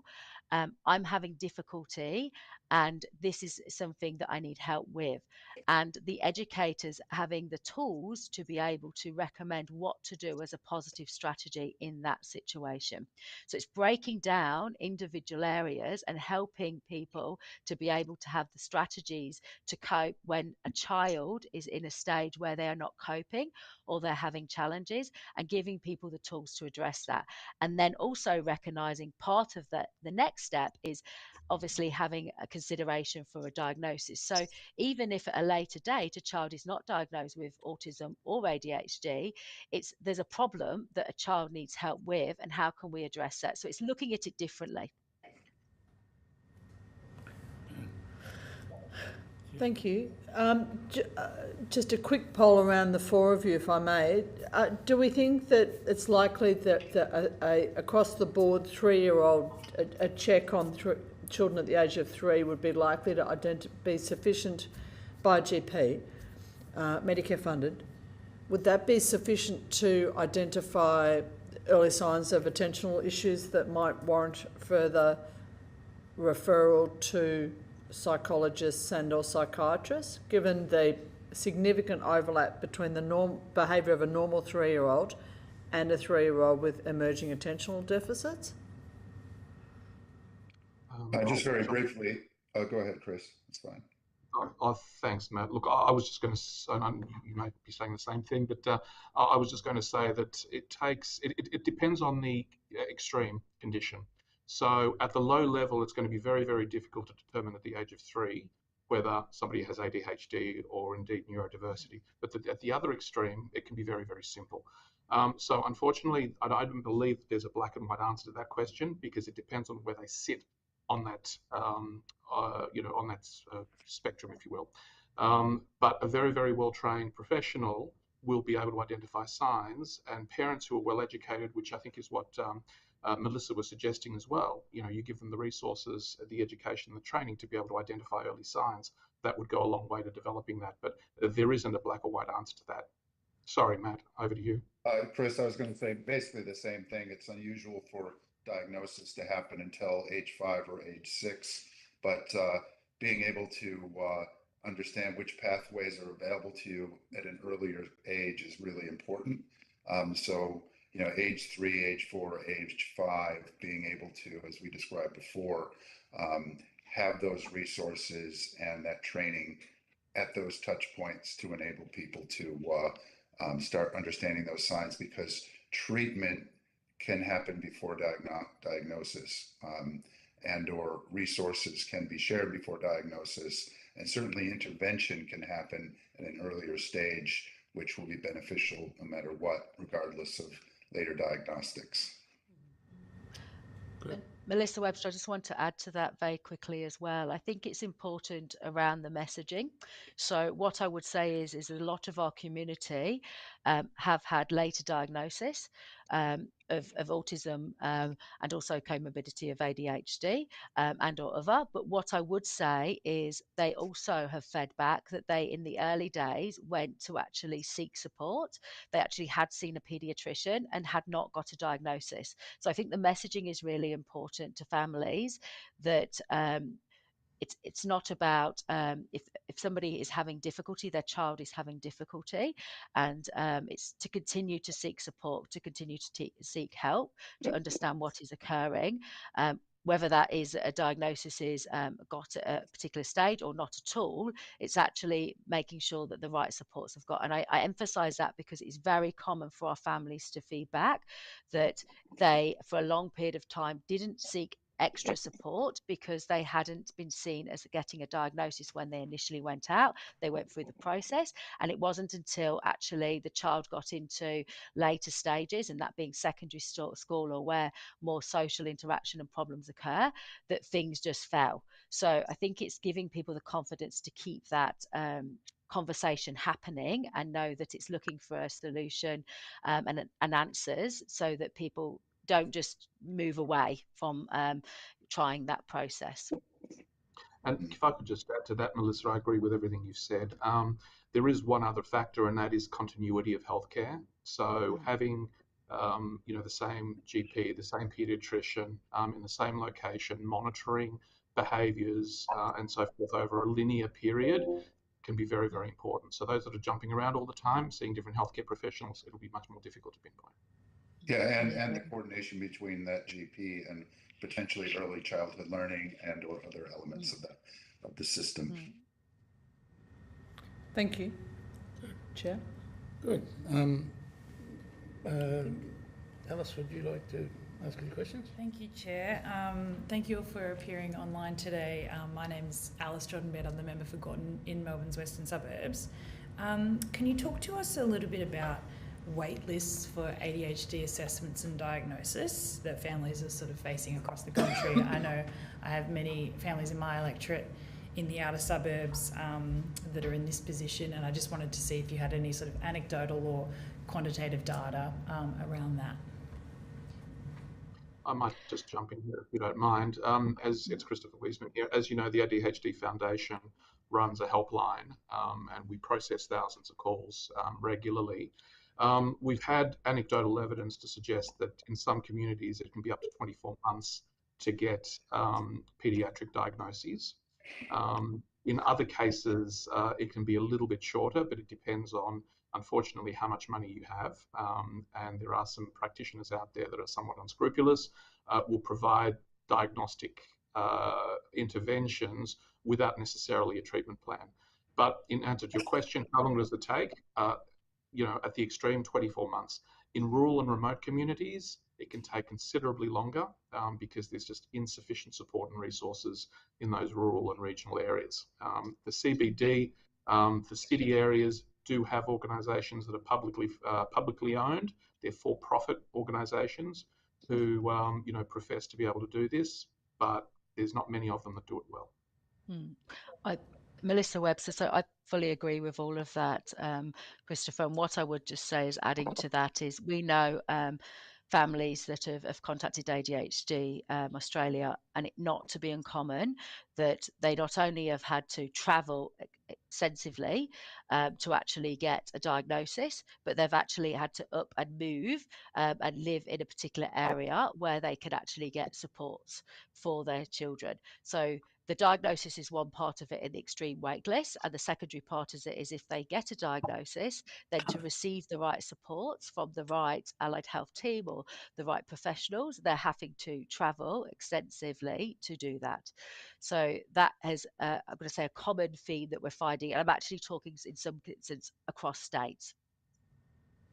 If I can just add something really quickly, I think it's a great question, and I think it points to the fact that there just isn't sufficient funding for the kind of research to sort of really pull out the nuance on some of these key issues. So, for example, I think we collectively have a strong view that the wait list is highly correlated to socioeconomic status. But what we don't have is, hard data on that, which ultimately would help us with that hard data, would help us target resources and education and even advocacy to help get more resources into these communities that really are struggling. It's absolutely not acceptable for a rural, remote, Aboriginal, Torres Strait Island community or socially disadvantaged community to wait 24 months for access to diagnosis. I think we can all agree on that. For sure, I think there's a huge inequity piece there. Obviously, I'm just talking about my own electorate in outer Western Melbourne, but obviously it's compounded when you're in regional or rural areas as well. My next point is just around parent support. Many of your recommendations to the committee explicitly outline ways we can better support parents, particularly in recognising sort of early signs of ADHD and the differences between boys and girls as well. Obviously, there's a lot of literature on diagnosis of ADHD for boys, but obviously some of these symptoms look differently in girls as well. What are your sort of three priority areas for better support for parents? I'll jump in there if yeah. So look, the better support for parents comes at the very early stages. So at the maternal stage, at the early learning centres and so forth, that's where it needs to come into play as part of the standard education process. I think when parents decide to have a child, they try to do as much research as they can, to try and make sure that their health can accommodate the birth of a child. At that point, there should be some resources available, but it's not until you actually have the child that you start to be exposed, if you will, to the medical, to real-time community medical people at the early learning centres. And it's at that point that I think we should introduce that education. But the information that's provided is very sparse. There's not a lot of good information out there. And I think investment needs to be made in literature for CALD communities as well as the English-speaking communities and to some degree also the First Nations community. So tailored information needs to be provided. It's not currently available. The second part is GPs. They need to have access to information that they can provide to their patients, and that's not happening at the moment because there just isn't any information. So the best we can do is to refer people to the ADHD Foundation or ADHD Australia or the ADHD Professional Association, and we do our best to compile best practice information, but it is incomplete. Sorry, over to you, ADHD Australia. So Melissa Webster, just want to add to that. So I'm going to talk from a personal experience now. So I'm a lady with ADHD and I have a child with ADHD also as well, and additional challenges. What I will say is that we know that there's a significant amount of parents like me with children with also disability and those children that are neurodivergent. And the challenges that I personally face and some of the experiences as well that our community has expressed is that we also learn differently as parents that are neurodivergent. So some of the strategies and some of the educational support that is out there, it just doesn't necessarily work. If I talk personally about some of the experience, for example, on telehealth, having difficulties, for example, being able to concentrate, having difficulties being able to take large sums of information in, or, it's, so my point is that what we need to think about when we're looking at resources and education for parents is there's a significant amount of us, and including myself, that need additional supports to also educate our children and to support our children with ADHD. So it's recognizing that parents also have difficulties at times themselves, and how do we make sure our resources when we're supporting families accommodate for that. Thank you all. Thanks for your contributions. Good. No further questions, Chair. Thanks, Ms Stanley. Mr Cole. Thank you. All right. Thanks for your evidence today. It's Mike Freelander here, the Chair. I'm just interested how we can empower families because, clearly we don't want to over-medicalise child behaviour. at a very young age. And I do have some concerns around, people labelling very young kids. But how can we make parents aware of what is normal childhood behaviour, what is the normal spectrum of childhood behaviour, as well as development? Because we don't seem to be doing a very good job in many communities at the moment. Have you given any thought as to how we can do that? Happy for any of you to answer that. It's Christopher here from the ADHD Foundation. Look, the current assessments are quite complicated. So it's not about filling out a form, answering a few questions and then getting a diagnosis. With children, it needs to be done at a longitudinal level. There needs to be 360-degree assessments and so forth. It's a serious issue. ADHD is actually a bona fide medical condition, which, depending upon how extreme it is, will in most cases require medication. Not all cases, but most cases require medication. So no different to diabetes, where, depending upon how severe your diabetes, you will need insulin. But the diagnosis process is complicated. And as I said, it requires a 360-degree view of that particular individual. And once again, there's no magic bullet here that, we could recommend to say that a parent can easily diagnose it by doing, a particular assessment. If if they suspect that their child has a particular condition, a neurodiverse condition, ADHD, and they speak to the healthcare professional, and that healthcare professional is properly trained, they can then do the diagnostics. But that involves talking to the parents, potentially involving the educators, the schools, involving other people that are engaging with that child to accumulate the evidence necessary to be able to determine whether there's a condition. And I think Matt was right when he said earlier that it's a difficult condition to identify, at an early stage. It's not until you've reached a few years that that it can probably be accurately identified.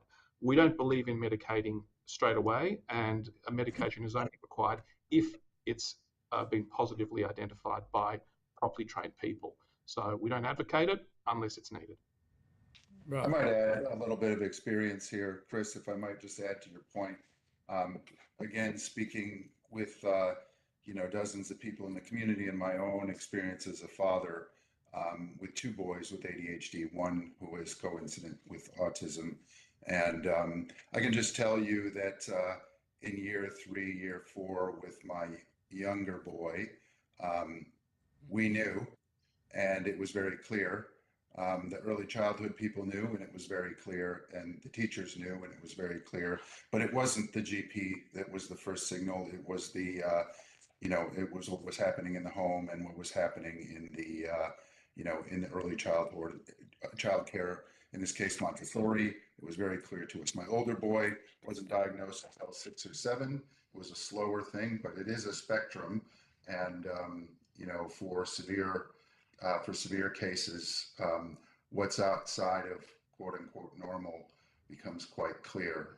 Obviously, there's nuance here, but I think the point is that often the first point of contact is not the general practitioner.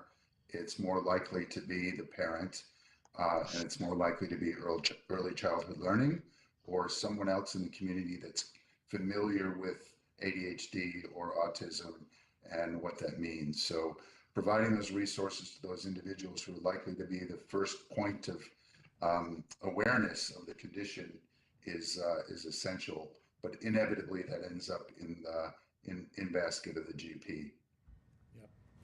Good. All right. Well, I think no further questions. Any further questions? No. Nothing wrong. Good. Well, thank you for your attendance today. If you've been asked to provide any additional information, would you please forward it to the Secretary by the 31st of October. You'll be sent a copy of the transcript of your evidence, and we'll have an opportunity to request any correction to transcription errors. And once again, thanks very much for attending. Thank you for having us and giving us all the opportunity to share our perspectives. Thank you. We will now suspend the meeting until 1 p.m. Chair, can we grab a very quick photo? Yeah, of course.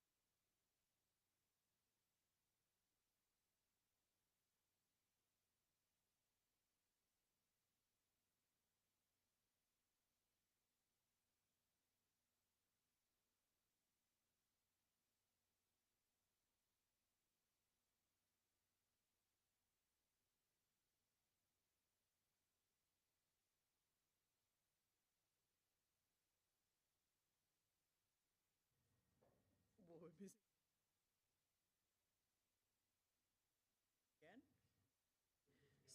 thank you. Welcome to to both of you. Just to let you know, there's a number of members of the committee who are a little bit delayed, but will be joining us again in a few minutes' time.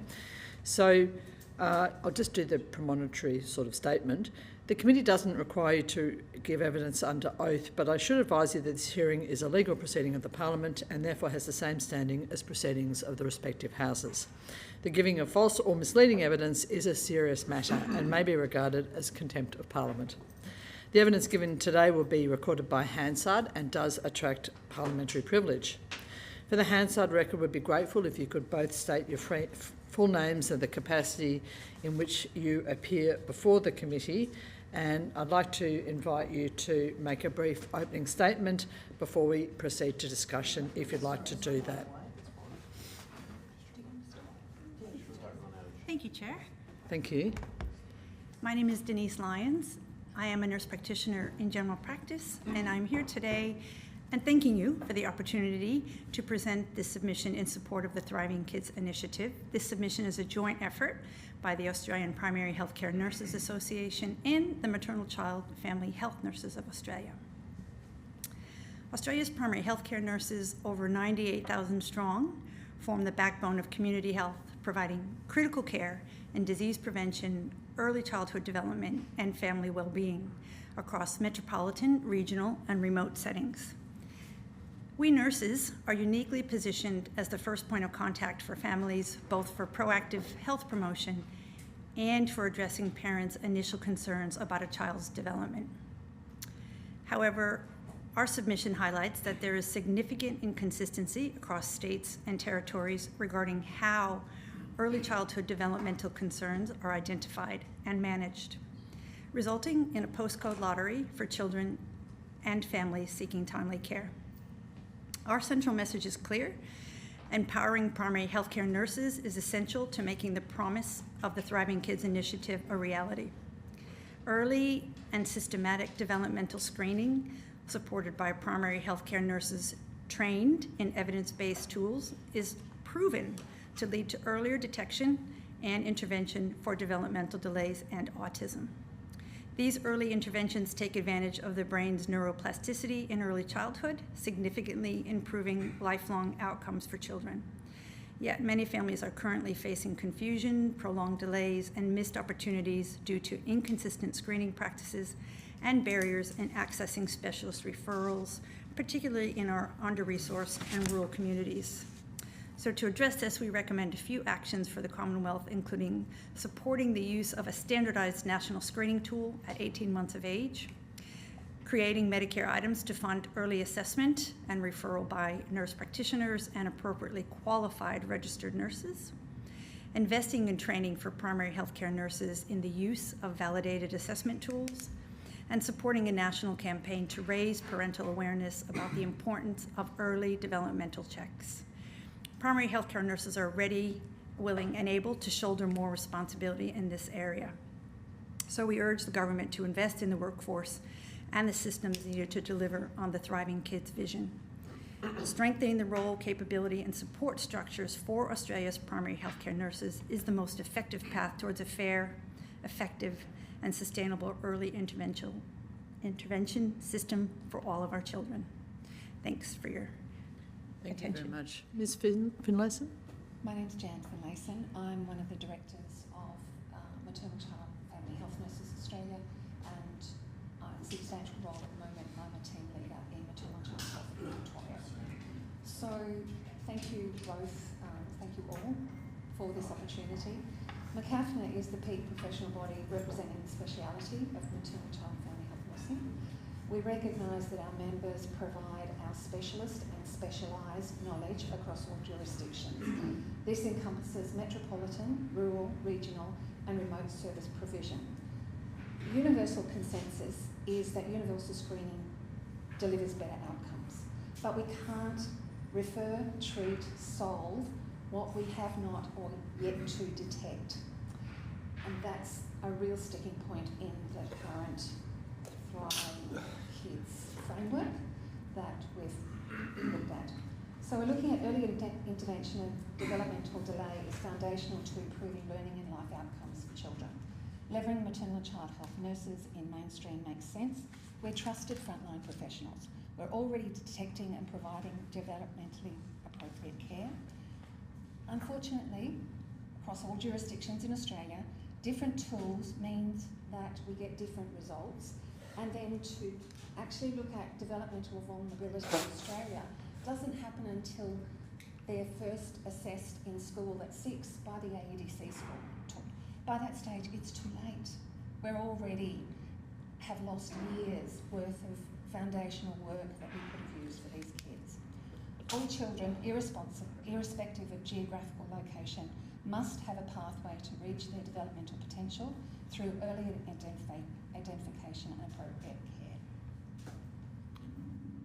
Thank you very much. Ms. Downey, did you have any questions? Sure, I'll go first. Is there a model in any jurisdiction in Australia which you could point to that would be something we could build on for the whole of Australia? There are many models. But one that's going to work. It depends by what you're asking about models, and I've got to say, I've got to let you know that I do have a somewhat slightly Victorian. No, it's actually not Victorian. My slanted verse is because I wrote them both, and I transposed one from Murray-Darkey region of New South Wales into the Northern Territory because it worked. And so it's the current child health program that the Northern Territory government across all jurisdictions currently runs. So yes, the answer is yes, they are out there. But again, we get stuck in this jurisdictional quagmire of different health departments want to do different things with the bucket of money that they've got. Some health is run by the government, some is by local government. In Victoria it's local government, in New South Wales it's state government. So you've got different people wanting to do different things, but nobody having a really deep dive into the evidence to say, you know what, we know that this works, so why don't we produce it? And I can't answer why they don't, but I'd love to get into health ministers' ears and ask them. So when I had my children a very long time ago, you went and saw the nurse at the local primary school, and I assume that back then they were doing those tests. So back then they were the ones that did the hearing tests, or the first sort of screening for hearing, and resent you other places if necessary, whatever. It's probably a different, 30 years ago, it's probably a different lot of tests that they might consider doing these days. But is that a model that you think would work now, or does it need to be complicated? Does it need to be complicated, or can it be easily rolled out? Screening doesn't need to be complicated. And I think it's interesting that you're mentioning school nurses because they are part of the primary healthcare workforce. And some school nurses would have additional training to make them specialists like maternal child family health nurses are. It's interesting that Principals Association just released a press release calling for more funding for school nurses. So they, as educators, are recognizing kind of a new burden on educators to manage this intersection of health and education, medication management, screening.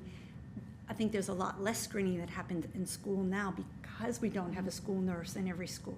It would be great if we did, and they could play a key role in so many facets. There are unique problems. I'm aware of programs. I'm aware of a few in New South Wales and the Western Sydney where you've got school nurses embedded in those educational institutions, and drawing together all of the resources, because so much of this is going to be about care navigation, right? It's not necessarily that this person has all the answers or this person, but when it comes to holding the parents, providing parental support, navigation, nurses are brilliant at that and probably more accessible than much of the healthcare workforce. Very much so. Very much so, thank you. We are a huge, there are 98,000 nurses working in primary care. They would all have different levels of skill in relation to screening, early intervention, coaching and supporting parents, but certainly a trainable workforce with the right supports and certainly an accessible. I've listened to some of the previous testimony around the challenges around rural and remote, Monash 6, Monash 7. There are nurses there. So this is a workforce that is embedded in communities, has those relationships in communities, and we think we should be utilized. So who used to pay for them? Was it health or was it education? And except in Victoria, where we did go to education for some years and now we've gone back to health again, it's always been through health departments. And your experience in Victoria, how does that interface work? Is there any breakages, challenges, like if you're in a school and their education? Oh, okay. So we're looking at the zeros, the birth to maybe 6. So we in Victoria we call it birth to school age, because school age can encompass anything from 5 to 8. Yeah. And that depends on the child and whether they've newly arrived or whether they've got learning difficulties, etc. So our cohort is somewhat different. I think the critical thing for us is that it's the detection of whether there is an issue is always going to be the key component of any screening, of any developmental assessment, of any occasion of service. From our experience, parents don't know what they don't know. Some of them, from experience, don't want to know either, and that's a journey that you walk with them until they're ready, if they ever are ready to accept a referral. I think that what Denise has talked about is that we've got this massive workforce that is either trained or trainable in specific tools that we already have in Australia, and one of which we've just developed ourselves with Aboriginal communities, and so it makes it translatable to any non-English speaking family with non-English speaking background, because it's full of pictures and plain English, and it's brilliant and it's so easy to use. And yet we've got no way to collect that data. So you were saying before, can we translate? Yeah, we can, but where do we send the data? How do you know that your bucket of money is being put to good use when we don't have any common way of collecting that result? So we can do AEDC, and we know the AEDC scores, and we know the levels of vulnerabilities in different communities and different jurisdictions, because we've got a common tool with a common way of collating that information. There is nothing in Australia that is a way of commonly capturing developmental assessment data. And then you've got paediatricians that eventually get these scores, and we know the evidence says that if we've screened using particular tools that have been recommended under the framework, then paediatricians don't need to rescreen, they can go straight to diagnosis. But there's a delay getting kids to paediatricians, because as a qualified maternal and child health nurse with 4 qualifications sitting behind me, I have to say to the mum, now you need to go back to your general practitioner and get the general practitioner to refer you to the paediatrician. That depends on the general practitioner actually believing the score. There's also a cost imperative. And yeah, there is a cost. A lot of GPs, though, are really good, that they will bulk bill, but there are some that don't. And that means that not only do we have this geographical divide, but we also have a monetary divide. Who can afford it? And of course, the parents that can afford it would go straight to a paediatrician anyway. They wouldn't worry about the referral pathways. And if we go straight to a paediatrician, then the mother doesn't get the Medicare rebate. She has to get that by going through the GP. So we know there is already an inequitable access to specialist care under the NDIS funding arrangements. People who could afford to pay privately for a specialist would get access, get a diagnosis, and get access to services. But we know from our work in primary care that we've got a whole population of children whose parents can't afford that access, and then who sit on a waiting list. And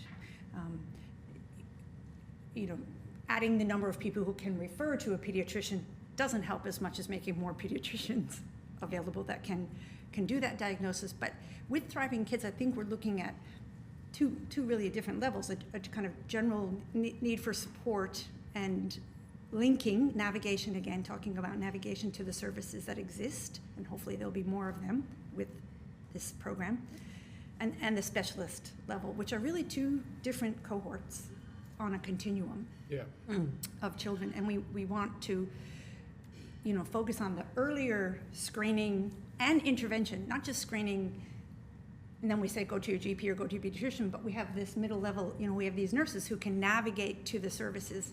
And yes, that relies on good service directories and good, people who are aware of what's the right support service for that child and that family around parenting, education, and peer support, all the different programs that exist in different arrangements and different funding bodies, kind of bringing that all together in a place where it can be navigated by someone who has that relationship with the child and the family.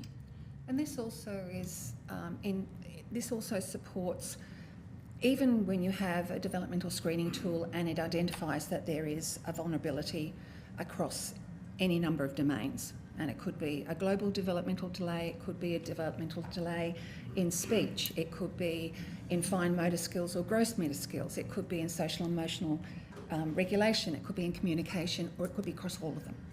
So even with that, and I do have a preference on tools, so this is going to come out. With the right tool, you can then hold the family, give them strategies that they can employ while you're waiting for the referral pathways to go through.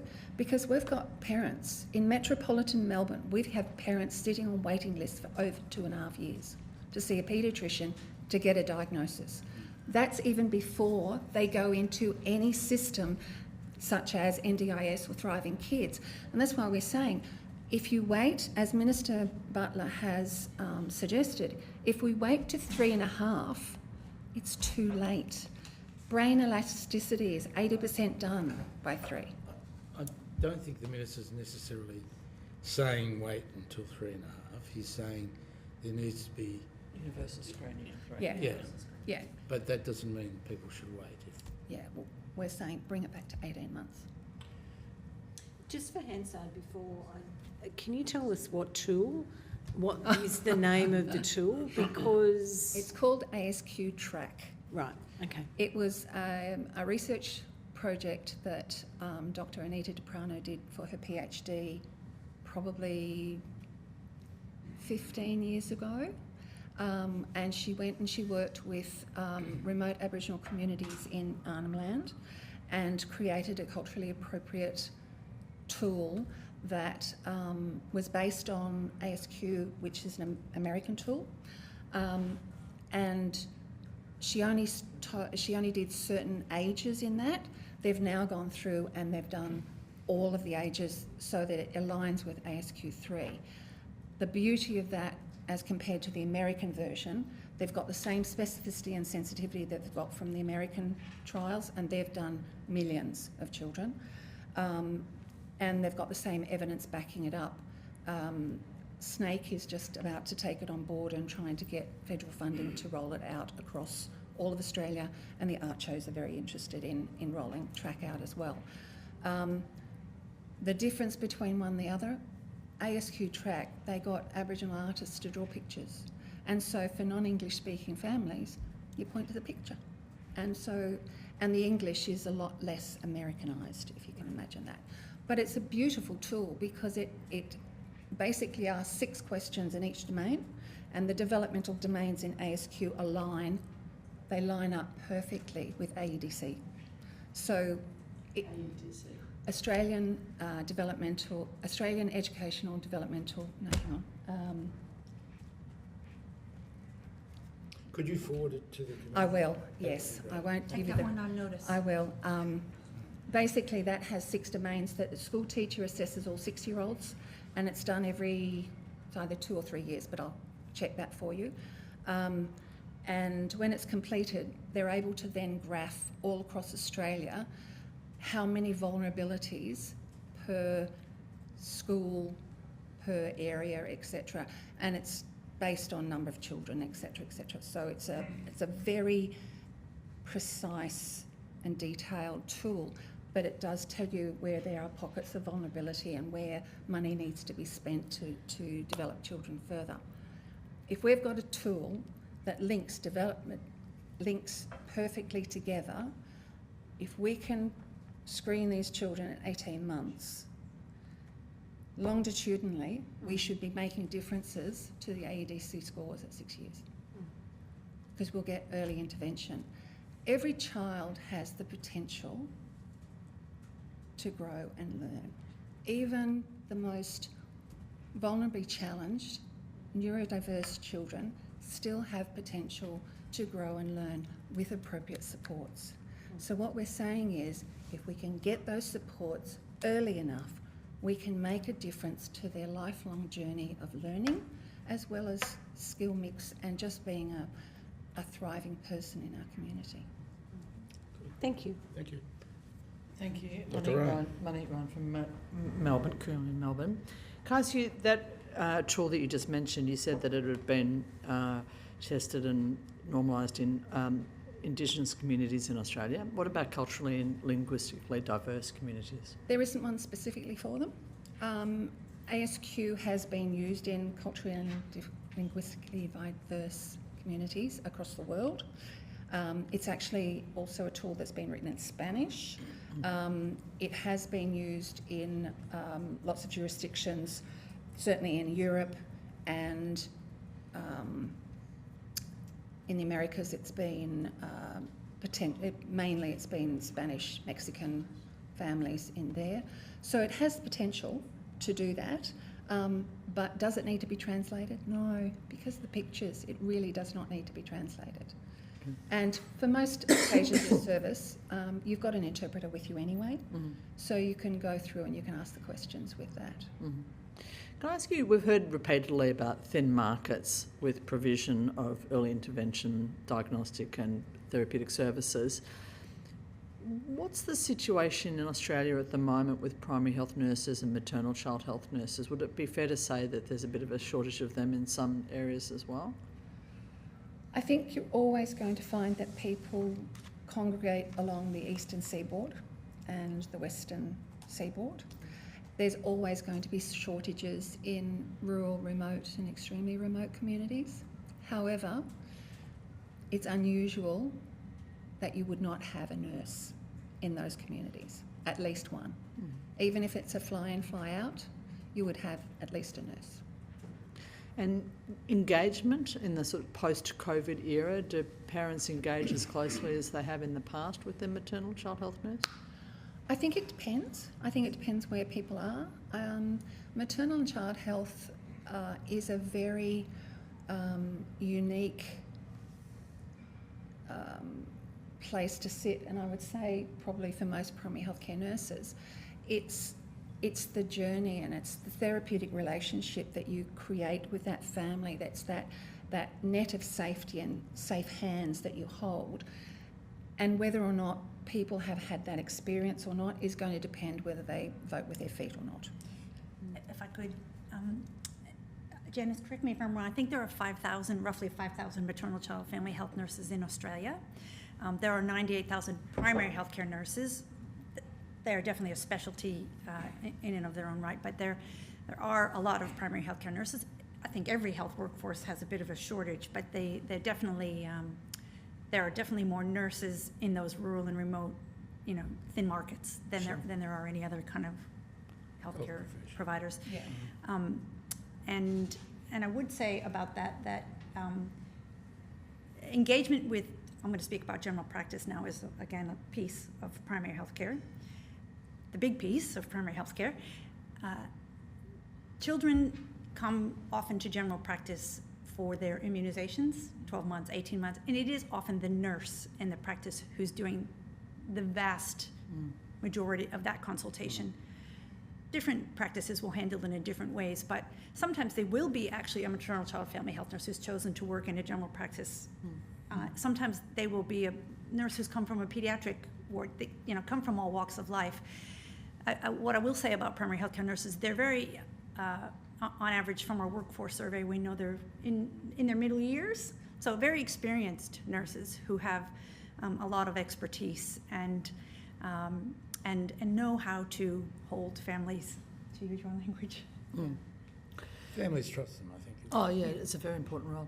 So just one more question, I guess. So you've touched upon the fact that there's a bit of diversity in terms of people's access to or contact with maternal child health nurses or primary health nurses. We've talked about the fact that in some instances, some cases, those services are provided at a local government level, sometimes at a state government level, and sometimes in other settings where they're funded by the school or whatever. Is there any existing program right now where every child in Australia undergoes a specific test or assessment at a certain age?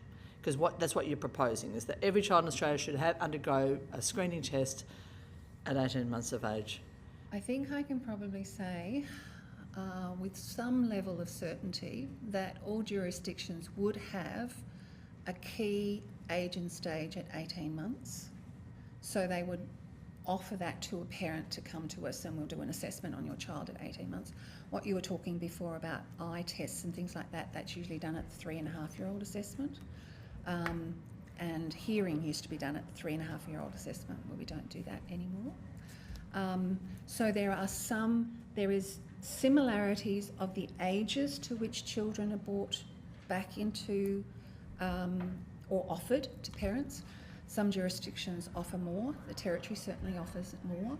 Some offer less, and I know Western Australia has cut down the occasions of service that they offer. So you probably need to start with that, is at what point do you bring back. 18 months is also key because it's also a key immunisation. And if you can link something with immunisation, you're more likely to get people attending. Thank you. Thanks, Chair. Good. Mr. Birrell, online. Thank you, Mr. Chair. Thank you for your presentation and the work you're doing. I'm the member for Nichols in Northern Victoria, so it's a regional and rural area, not so much remote. But I hear what you say about the fact that most communities do have a nurse or nurses, but you will be aware there is a shortage of nurses as well as other medical professionals. And a Thriving Kids program could, as you describe it, could put more of the workload onto the nursing community in regional areas. Can you tell us what you think the major cause of the nurse shortage in regional areas, and whether there's a way that when Thriving Kids is implemented in regional and rural areas, we can ensure that the workforce is there to be able to deliver it, and we don't have so much of the postcode lottery that you described? Oh, that's the $64,000 question, isn't literally. it? Is that all it's going to cost? I don't have probably a good answer for you, Mr. Birrell. I think that, like most health professionals, nurses are a mobile workforce. We do tend to travel, sometimes for strangest reasons, but we end up in places that we never thought we'd be. I don't know that there's a simplistic answer for that, but I do know that there is a workforce out there that is currently being underutilised for the purpose of this specific program and this specific initiative. And I would also like to speak to that, though. I think the primary care Nurses Association does an annual workforce survey, and we ask specific questions about how long people intend to remain remain working. And we also hear from our members, and one thing that has been a long-term source of angst has been the pay discrepancy between nurses who work for a local health district and nurses who are employed outside the hospital, outside of a local health district, in community. On average, make $10 an hour less than nurses who are employed. So you work in a hospital, you make maybe $10, $12 an hour more on average than a nurse who's working in the community doing the same really hard work of nursing. So I think the pay discrepancy goes a lot to workforce recruitment and sustainability. I think I'll leave it there. Certainly in maternal and child health, depending on where you work, depends on the salary you get too. So there is a discrepancy even between, say, New South Wales and Victoria. If I could just follow up on that, also some of the anecdotal evidence that I'm getting is that people with nursing qualifications are working and earning more as carers in the NDIS program, where their qualifications aren't required for their job, but it is cannibalising a bit of that skilled sort of professional workforce that we need or will need into the future. Are you seeing that as well? Yes. Denise here. I would say that definitely we are hearing that anecdotally. I can't provide you with any evidence around that. If we just though look at the award, these are industrial issues, of course, which are the nurses union are well across, but the wage discrepancies between different workplaces is an issue. You need to only look at the awards to kind of see why is it if you're working in this environment as a nurse, this is your hourly rate, and your work over here, it's a different hourly rate. It's difficult from, again, recruitment and retainment of a skilled nursing workforce outside of hospitals. It's an important element, but I'd also caution it's not always about money. Right. And so we need to be very cognizant that even if you give somebody a massive salary, it doesn't mean that you will either recruit them or retrain them. Yeah, thank you No, I completely understand that. It's an element as what sort of work people want to do and where they want to live, and that's something that we're cognizant of here in regional areas.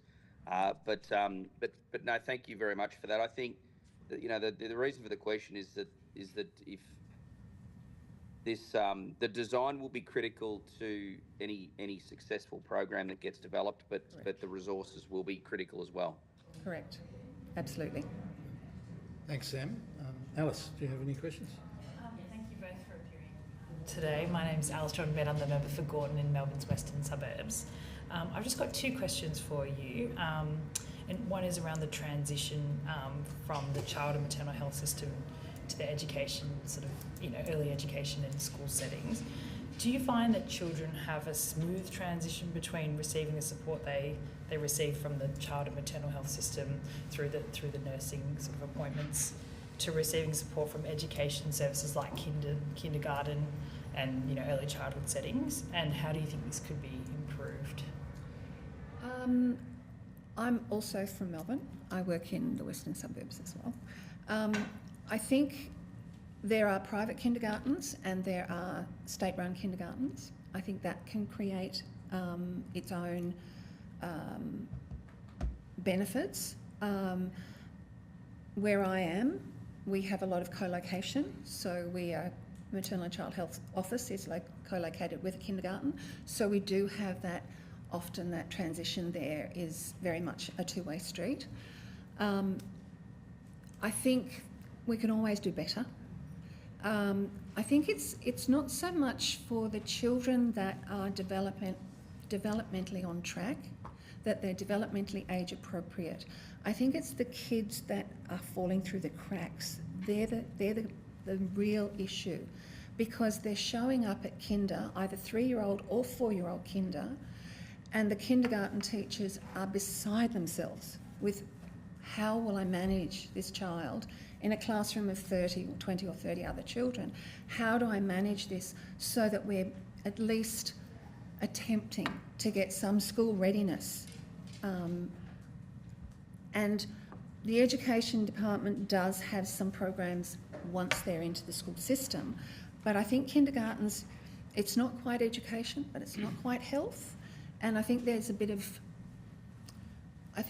a blur in the lines as to who does what and who's responsible for what, that I think we could do better. But if we were identifying the children, the neurodiversity early enough, to then put some interventions into place, by the time they got to kindergarten at 3 and 4, they're already on track for just continuing the programs that they're already on, continuing with the sports they're already on. They're already going to be ahead of the game. So you would hope that obviously the kids would be identified much younger than Absolutely. school age. Yeah. Absolutely. And then the kinder teacher can better identify who's there and accommodate their needs accordingly. The evidence tells us that a skilled practitioner, and I'm not just talking about maternal and child health nurses, I'm also talking about GPs and PEDs, can pick up a neurodiversity in children at 8 months.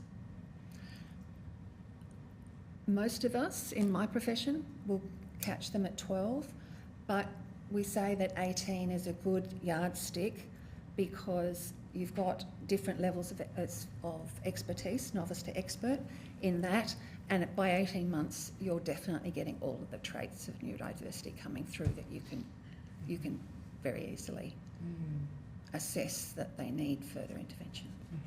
For sure. No, thank you. My final question is just around allied health referrals that are currently made in the child and maternal health system. How do you think they could be improved? So in terms of if a nurse has an appointment with a child, how they can refer on the child to wherever they need to go. It is interesting. So Denise again, in our region, in the Hunter, because the maternal child family health nurses are employed by the local health district, they can do sort of internal referrals to a physiotherapist, to a speech therapist, and I think that doesn't exist universally across Australia, and so I can't speak to that, but that is what happens. So, Janice was referring to maternal child health nurses being able to make referrals directly to, for example, that higher specialist level of care like a pediatrician.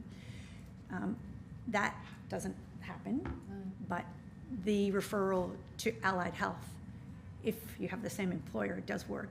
However, if I'm a nurse practitioner working in general practice and I want to refer to allied health, I must refer privately, and there's no Medicare, no provision in Medicare for a nurse practitioner to refer to allied health the way there is for a GP, for example, to refer to allied health under, for example, a chronic condition management plan.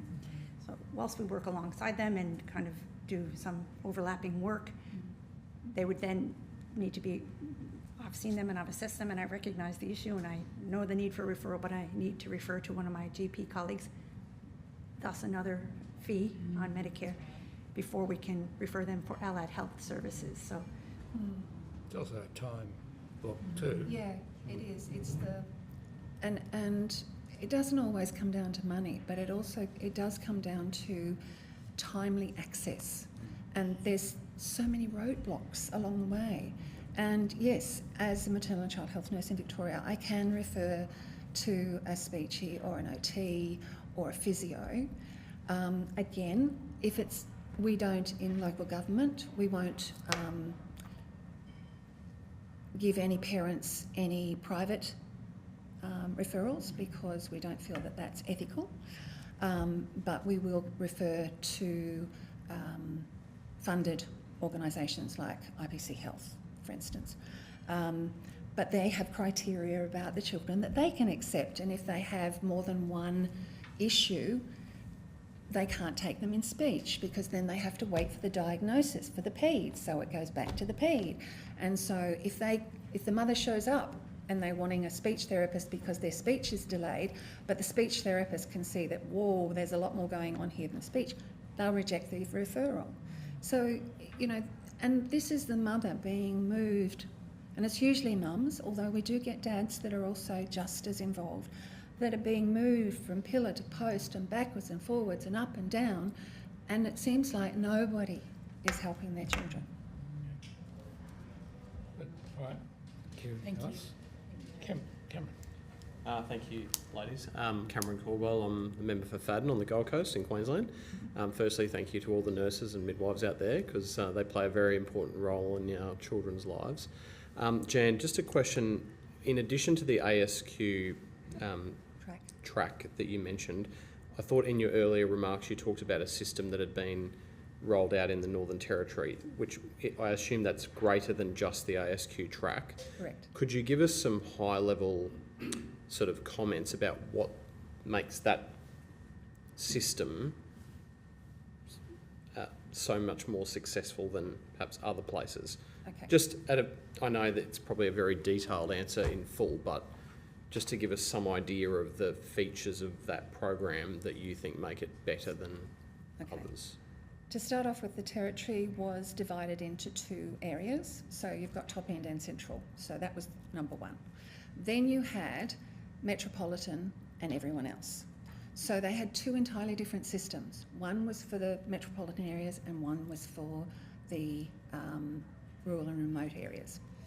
The metropolitan areas had a system that was very similar to other jurisdictions along the metropolitan seaboard, which were staffed by child and family health nurses with qualifications. The rest of the territories worked with either FIFO, child and family health nurses, or RANs that operated.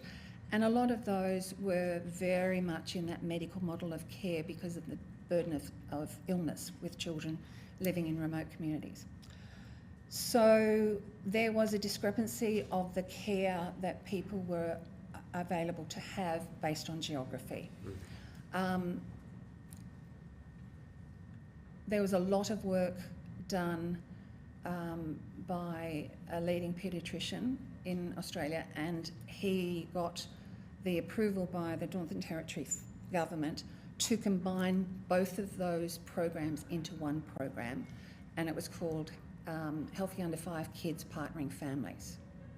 That was rolled out in the Territory as a pilot program in 2017, and subsequently it was rolled out across the whole Territory, that program.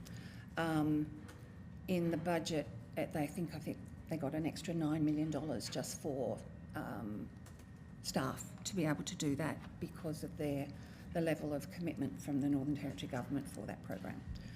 Yes, developmental screening is only a portion of the whole program, and when you're looking at outcomes for children, it's difficult to actually to quantify if I do A, do I get result B in most areas. Developmental screening is one area that we can, because it's a tool that says if your score is 7, this is the pathway you go on. If your score is 20, this is the pathway you go on. And so you can actually do that with a good evidence-based tool.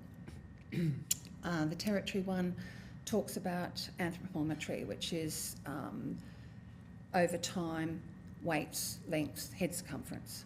It talks about physical assessment of ears, skin, and if you think of all the different conditions that children can have, and that's what we're doing that look at, developmental assessment of hips and making sure that we're not missing hip dysplasia. It's eyes, looking at eyes to make sure that we're getting kids that are seeing properly, so that when they're going to school, we're seeing that. So there's a number of components that are built into that program. And the program, each of the occasions of service, from memory, it's been a while, I think was an hour. Now, if you go back to your own jurisdictions and ask how long is a maternal and child health occasions of service, you will not get anywhere near an hour. So the Territory had a commitment. I'm not saying that they didn't also have a burden of illness and disease of those children, and some of that is well known, like suppurative otitis media, and how do you get that out, because when you've got mucky ears, that affects all parts of the body for little ones. So it's also reorientating, and it goes back to Mr. Burrell's question before, it's reorientating the workforce on the ground in those rural and remote areas and regional areas to come away from a medical model of care. So stop looking at the illness and look at the whole family, look at what's going on in the family. How do we actually stop that? And so partnering with families and Healthy Start, which was the Marama model in far west New South Wales, that's still going. Both of those were trying to reorientate not only the health service but also the community around looking at kids as healthy little beings that occasionally got sick, not sick little beings that occasionally were healthy. And that was a real shift in how the community then looked at engaging with our workforce, but also how the community also saw their children. Thank you. Good.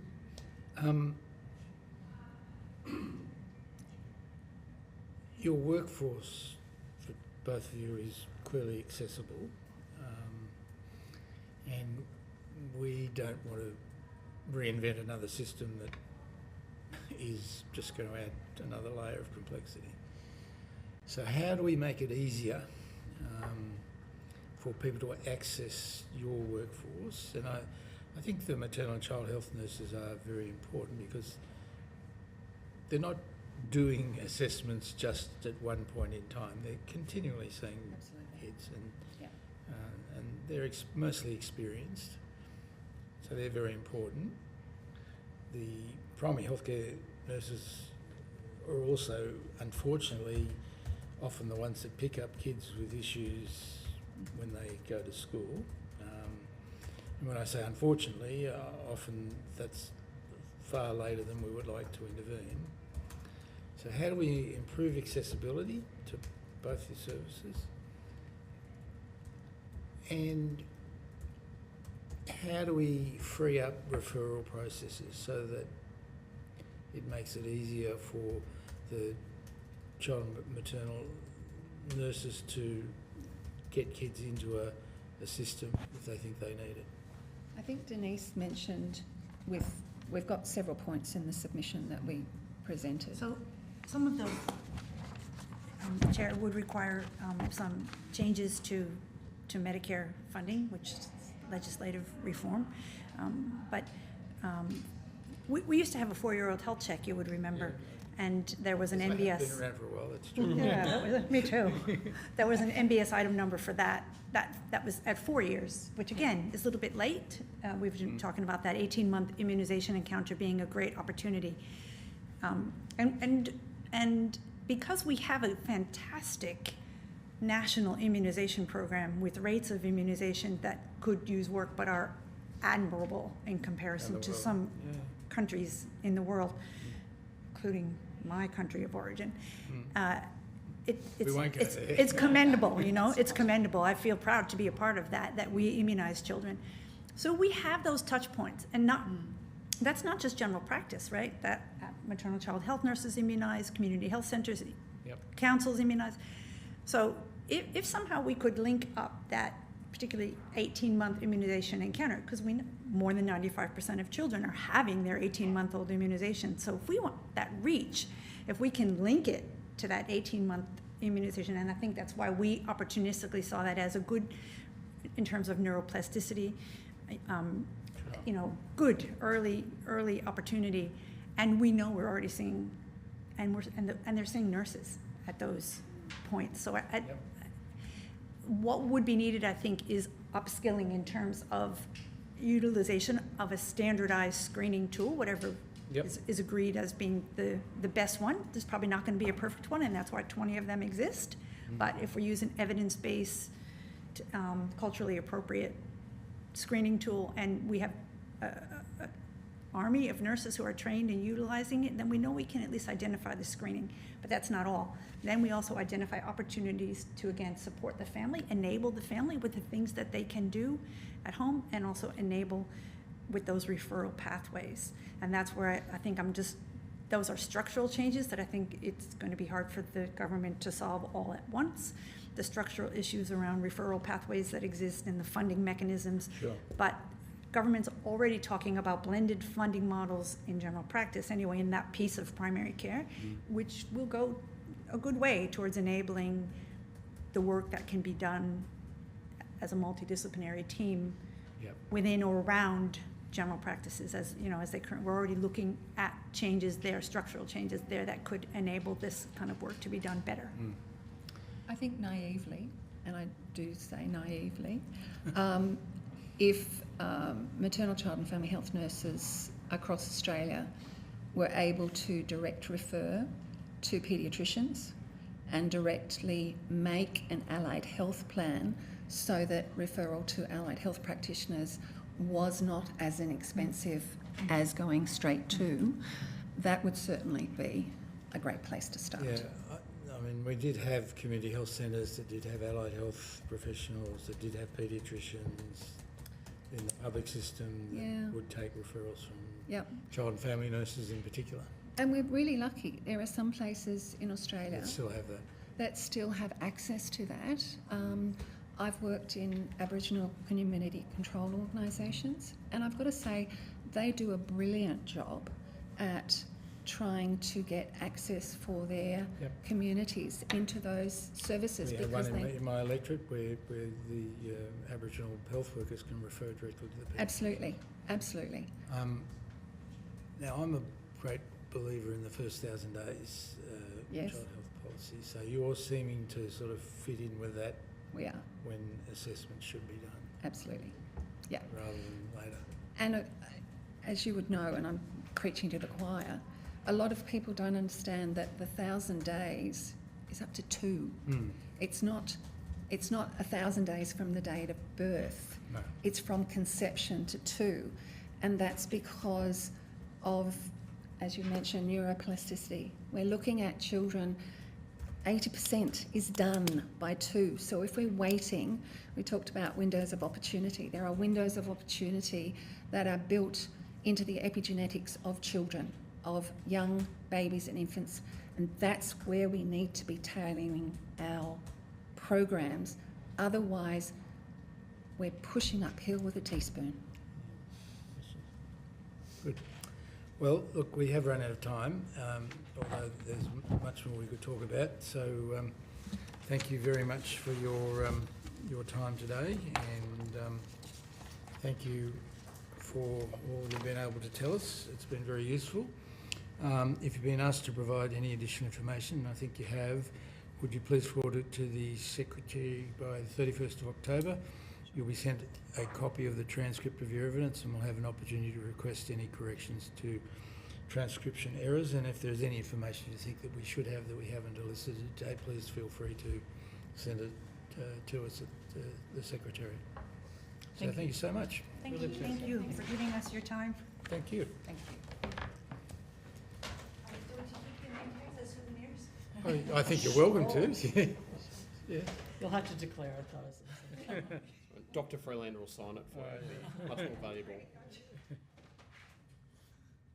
Thank you. I now call representatives of Autism Spectrum Australia, Autism Awareness Australia, Australian Advisory Board on Autism and Eating Disorders Neurodiversity Australia to give evidence today to us.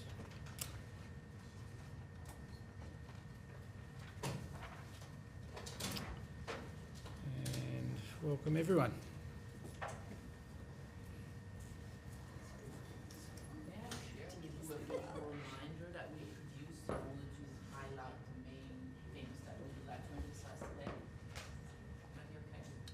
Sharing a handout. Some documents. Oh yeah, sure, sorry.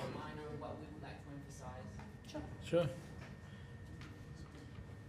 Thank you. I think I've printed enough for all of you.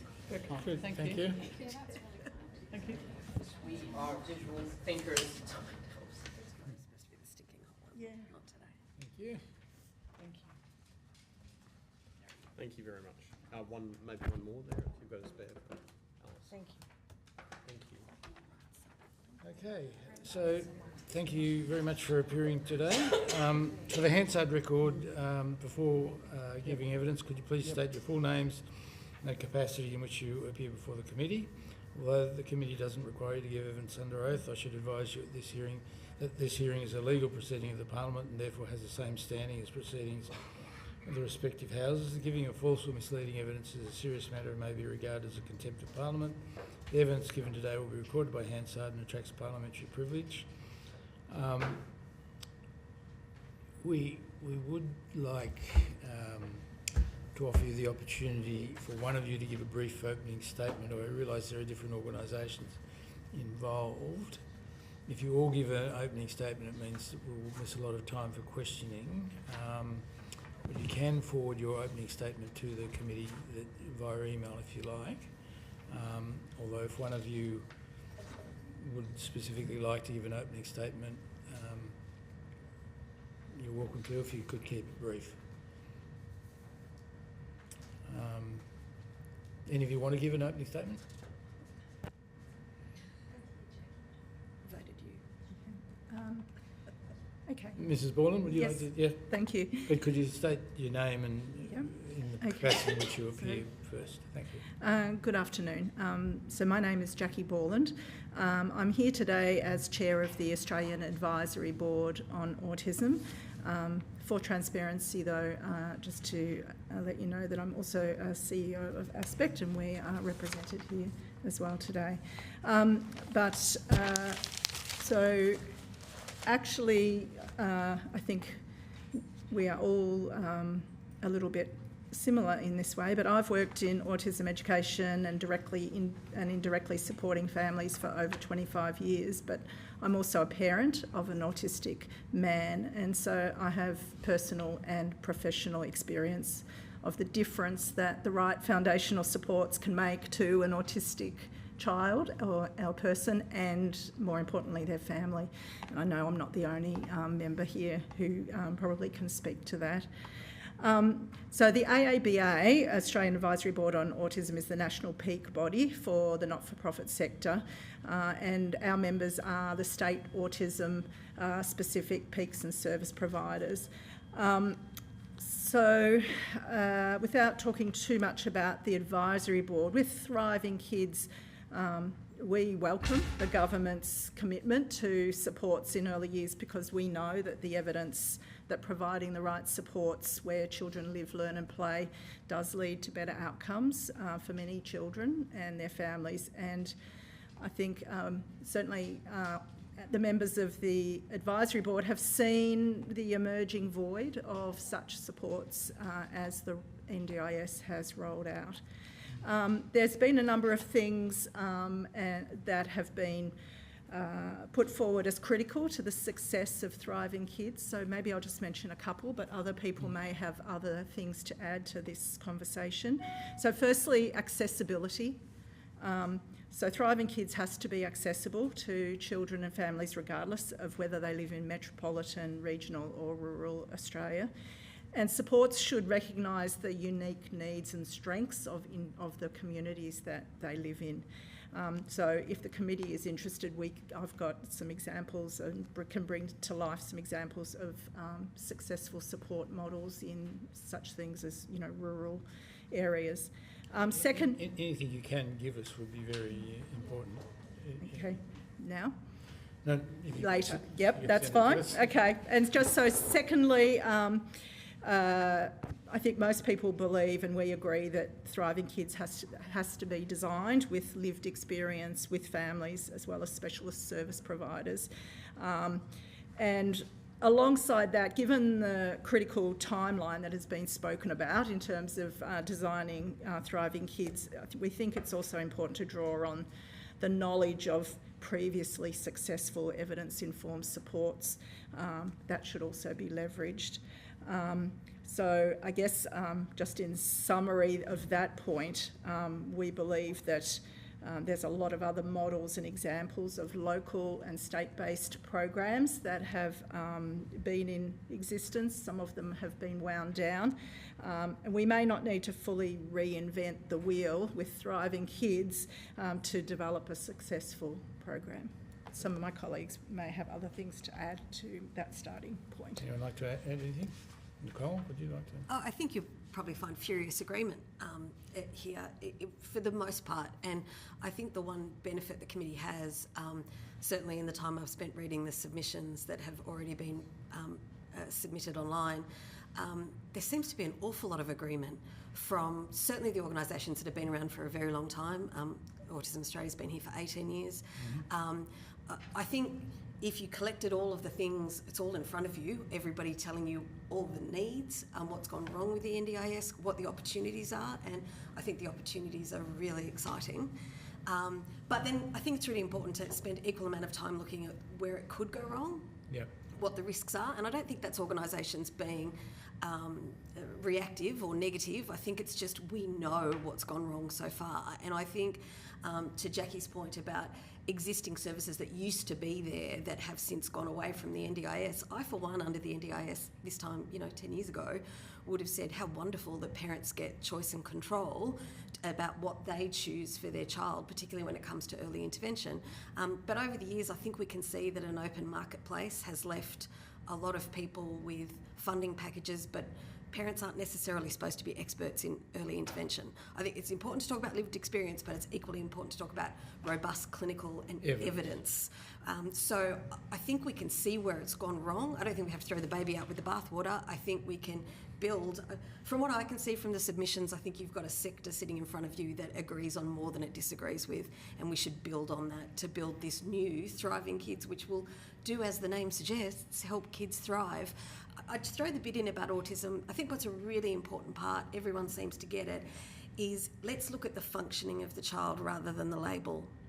We can see what the NDIS has done, which has potentially got an awful lot of children in autism diagnosis who may or may not have needed one. I think if we go in early, we're supporting the children who are not reaching their developmental milestones. That's really important.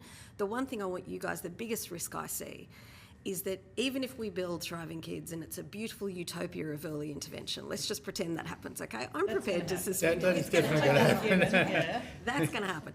Even if all the children are doing really, really well, at some point there will be a Johnny and Susie who have more moderate to profound disability who won't be able to get their supports from Thriving Kids. And it's the mechanism in which we identify those children and get them into the NDIS, into individual packages with specialist services is really important. No, I think we do recognise that, and there will be some kids in Thriving Kids program who will definitely need NDIS support from day one, and some who later on will need it. We do recognise that. Absolutely, and that stepped care approach just seems to be a really sensible way of looking at that. And I think whatever we suggest is put in place, we do need to have some way of reviewing it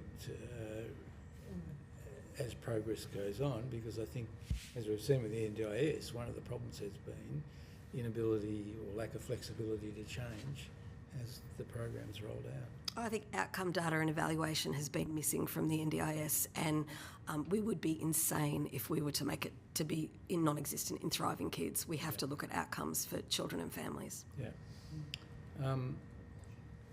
Just before we start to further questioning, I've got one question to ask all of you. What are the other dangers you see with the Thriving Kids program, just so we get that? Personally, so I'm Laurence Cobart. I'm the chairperson for Eating Disorders University Australia. I'm autistic. I have lived experience of an eating disorder. Our organisation is mainly about promoting neurodiversity affirming care in eating disorder care. So I see a few issues with what is already available at the moment, is that there is an emphasis on behaviors more than there is on well-being. For example, I see a lot of academic publications from clinicians, and I see behaviors, the word behaviors or behavioral problems mentioned 20 times, 30 times in one single paper. However, the word well-being is nowhere to be seen. I want to see practices from clinicians that are based on well-being rather than just behaviors. We are not just behaviors. We are human beings as autistic people, and we would like to see practices and clinicians worrying more about our well-being as a whole in a holistic manner rather than just focusing on us being fragmented set of behaviors. And so that's where my criticism towards some of the practices used today, such as applied behavior analysis and the Lizard Center, for example. So I just want to emphasize that these practices carry risks of mental health trauma throughout the lifetime, which has been documented in peer-reviewed academic research, qualitative. And so I would like to see more co-designed and neurodiversity-affirming care, especially in the context of eating disorders, because I've seen clinicians, for example, practicing removal of food or withdrawal of food in order for the autistic person to behave in ways that are acceptable for them. There are publications where autistic children are told that they cannot access their preferred food or their food at all if they do not say the words that are required or behave in ways that are required. So I would like to emphasize that eating disorder care in the context of neurodiversity affirming care cannot be compatible with applied behavior analysis. I just want to emphasize that very clearly.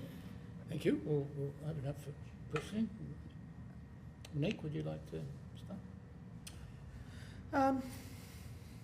No, thank you, Chair. I don't have any burning questions right now. Ali, Sorry. would you like to? Yeah, I do have some questions. I was interested in your comments on the thin markets, and also the focus on individualised funding has taken away that community-based support. And I guess that's why we're all here, but it's nice to see it all written out, so thank you for that. I'm interested in the exclusion, the stats on exclusion from school. Do you think that, I'm concerned that we're moving, you know, we've moved into a space in which kids are more being excluded from school, and it's an unintended consequence of the NDIS and more individualised supports.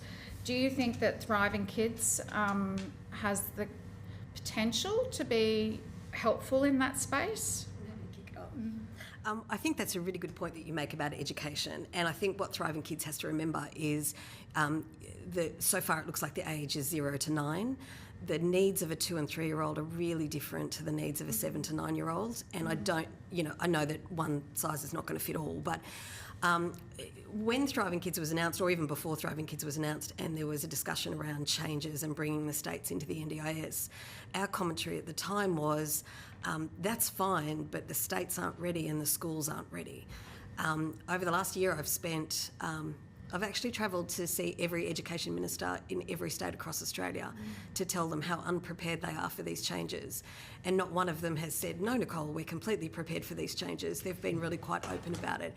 So I think education is going to be an area where we would be silly to overestimate how ready they are. That's not a reason not to do it, but school expulsion and children not being able to attend school is a real issue.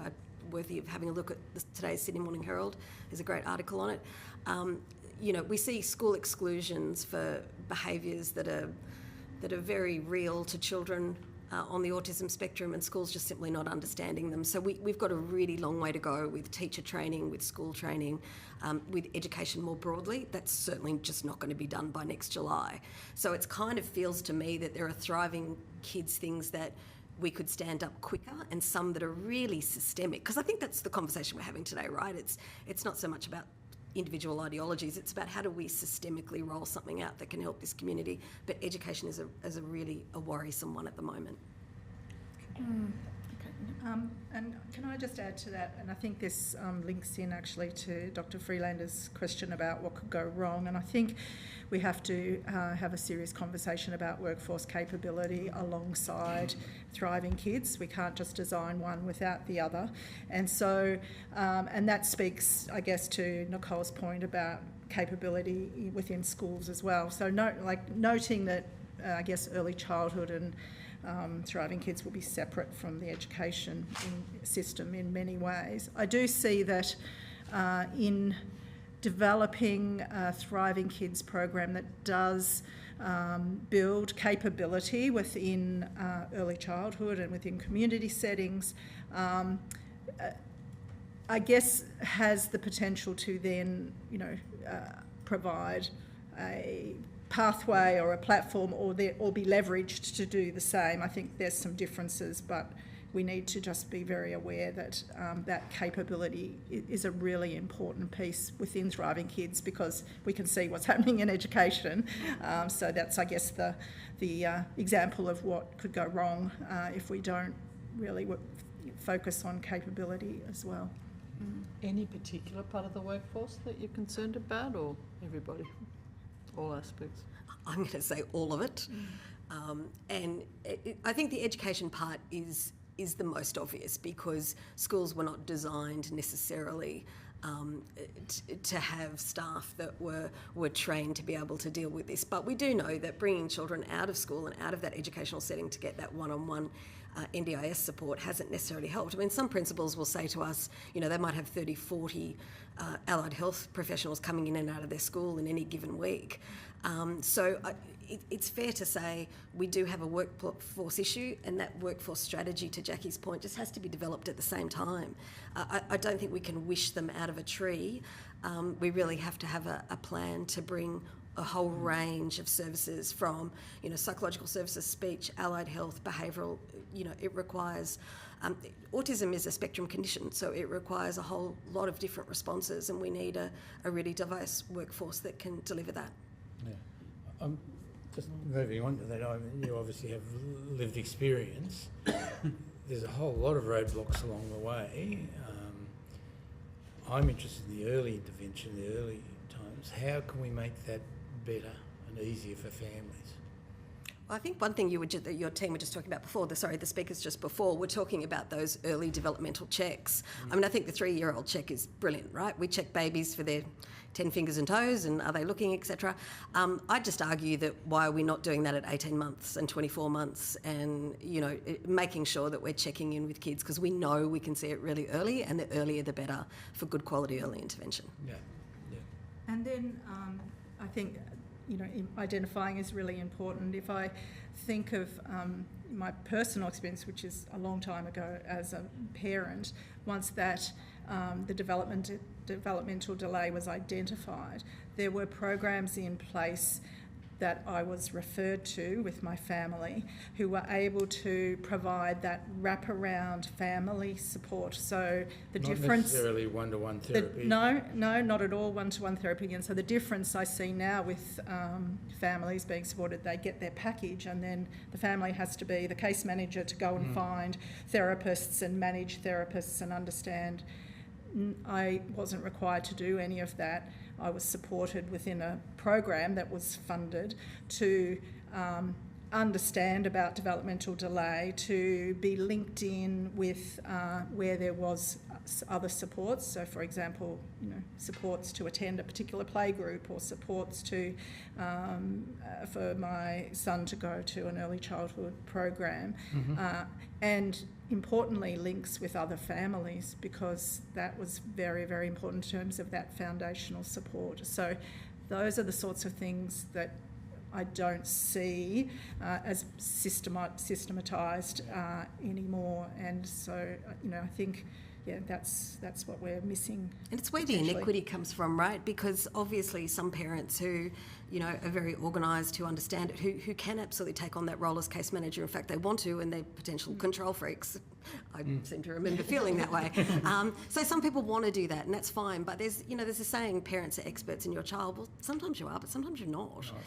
Just having a child doesn't necessarily mean you understand what evidence is behind what truly is quality. And I worry under the NDIS that parents have been given funding for all sorts of things that they could go and do, but I don't know a lot of areas of public health do we just say, off you go and good luck with that. I think we need to help those families. So if we do that in better systemic ways, and then eventually if we look at those children who are going to need more, intensive services, well, then their parents will have a pathway to help them navigate that process.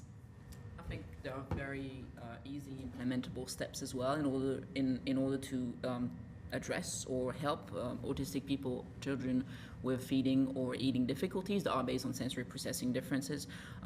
Just simply empower parents to be able to address those sensory-based feeding needs in the home environment. For example, go to an occupational therapist, assess whether there are sensory-based needs, and then based on that assessment, maybe say, for example, if the kid has difficulties with auditory sensitivity, maybe allow them to eat alone in an environment that is quiet. That might help with meal anxiety and food refusal, because anxiety obviously diminishes ability to feed oneself.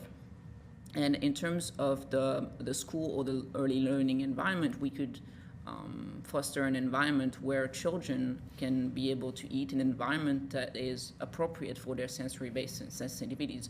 For example, as a child at school, I would avoid eating altogether because the environment was so crowded, so loud, so bright, and that created a state of extreme fight or flight reaction, almost like traumatic reaction, where I just couldn't eat.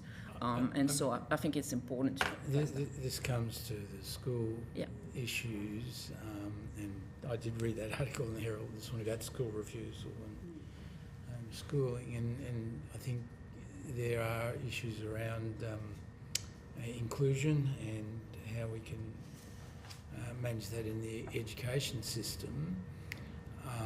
And I don't think you can separate the early childhood to primary school and so on. There are roadblocks all along the way, and we need to somehow make them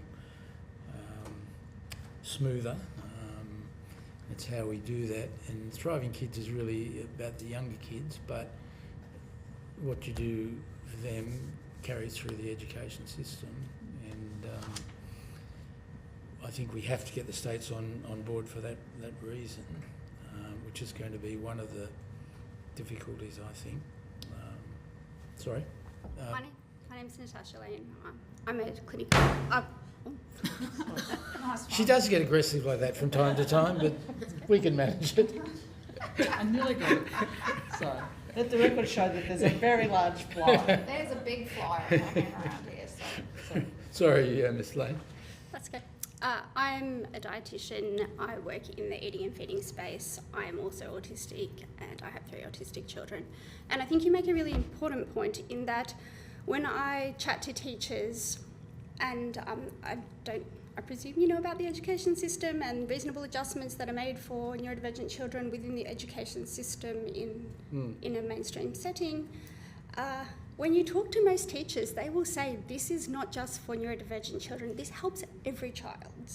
But we are asking teachers, not me personally, but teachers have to document for neurodivergent children in a special plan and have that as evidence for their parents, which is creating a lot of extra workload for teachers, right?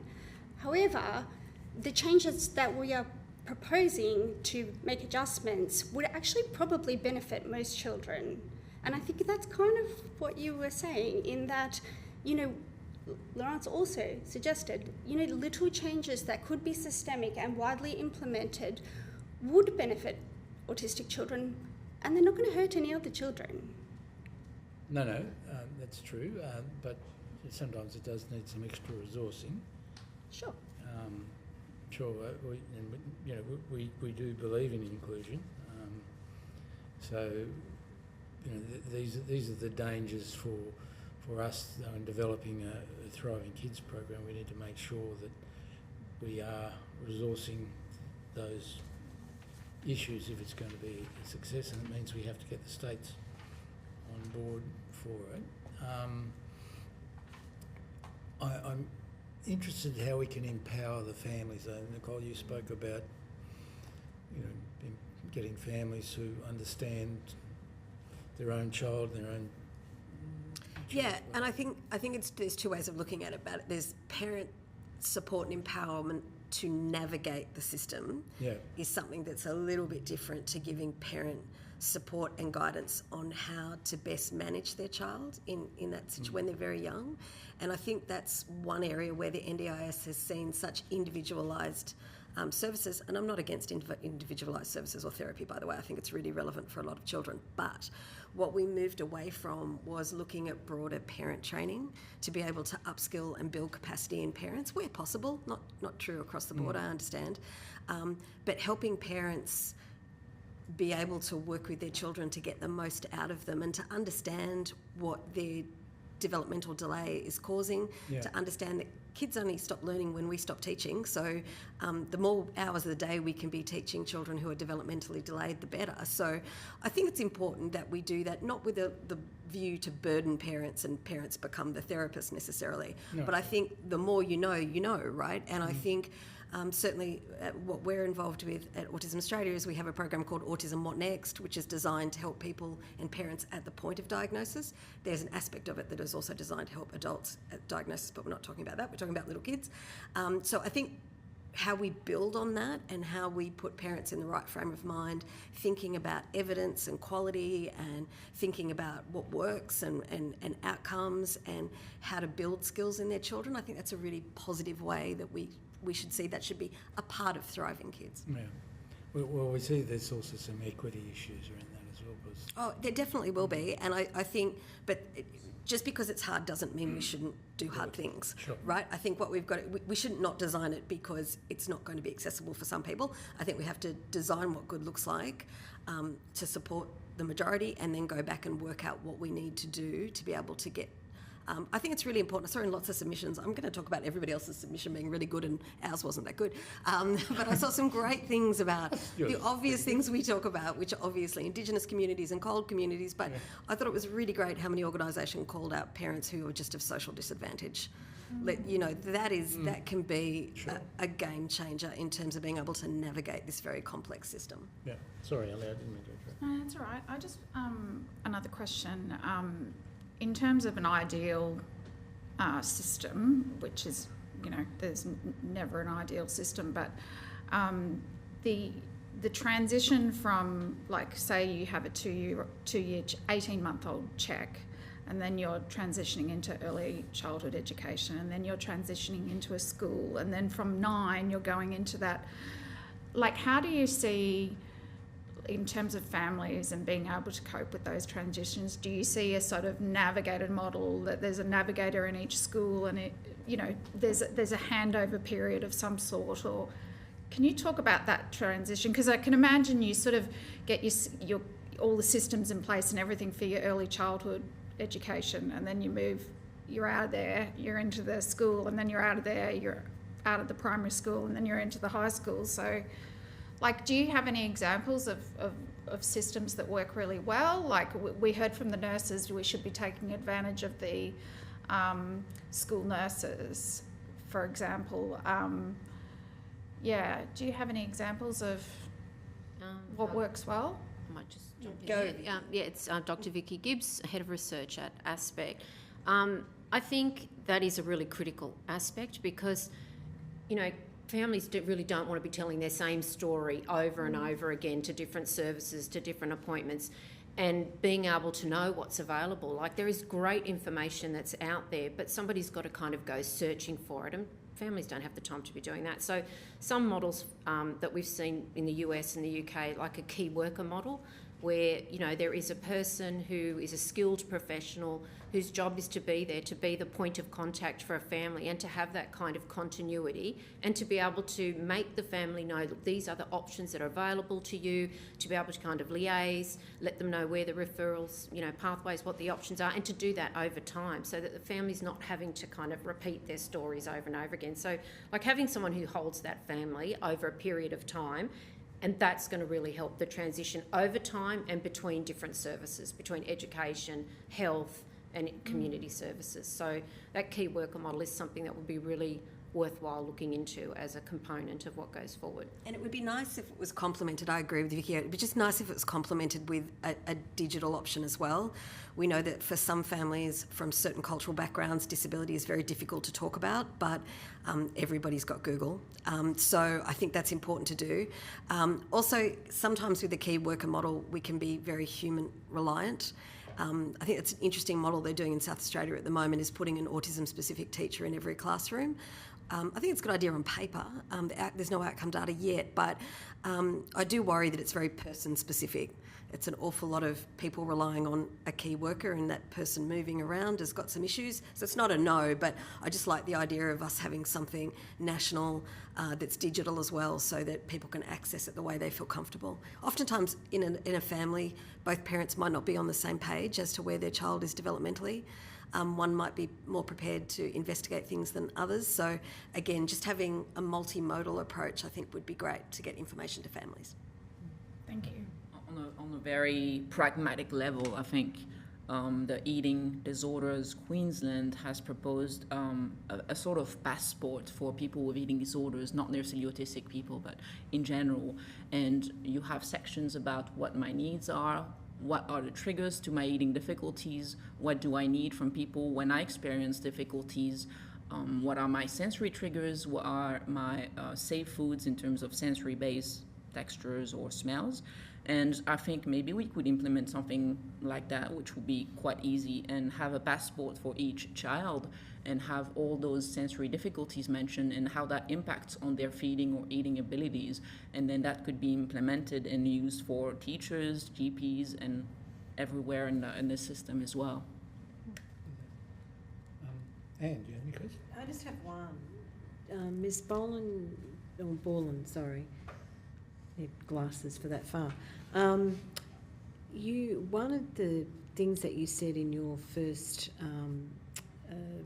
information to us was there was an emerging void of supports. Can you tease out what you meant by that? So I guess, with the NDIS, which, I think overall is a great thing, but the support system under the NDIS is that individual, you get your package and you get individual therapies.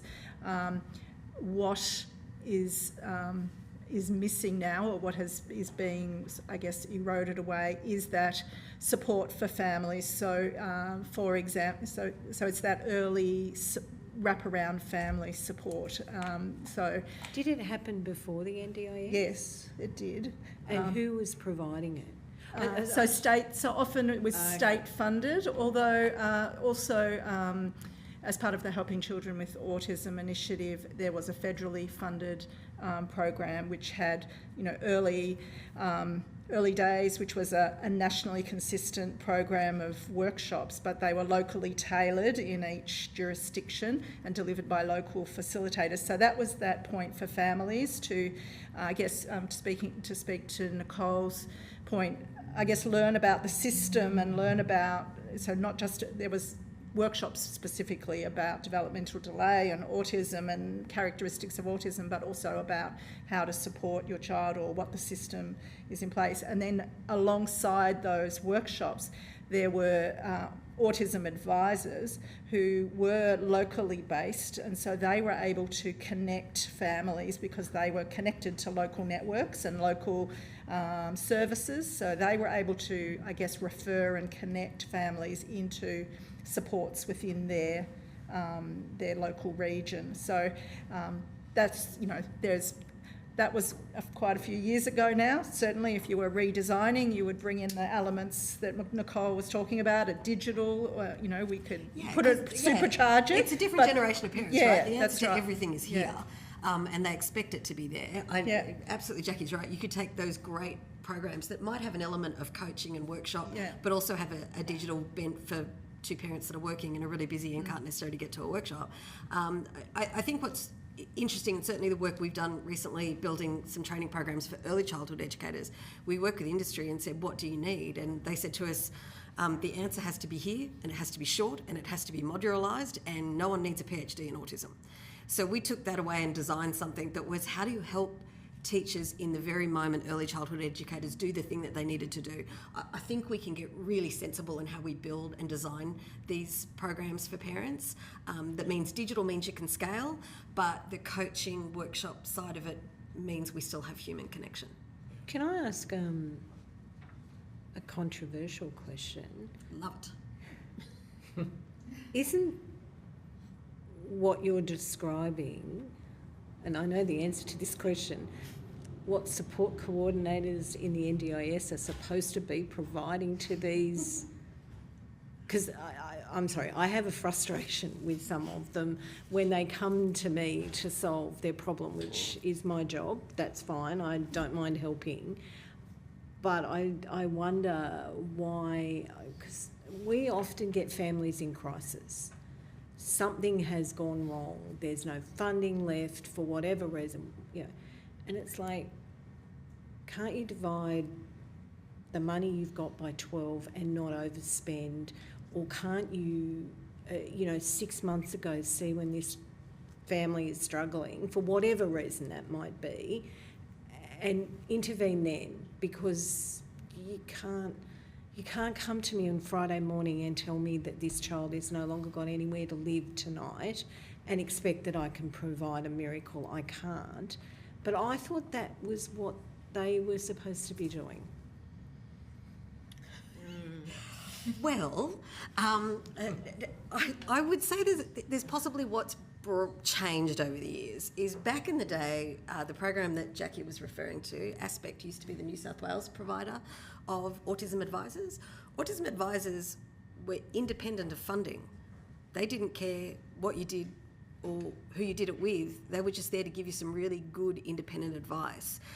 I suspect, and I have no evidence to say it, is that support coordinators being very much the person that is within the NDIS system attached to helping that person work out what that funding is going to be.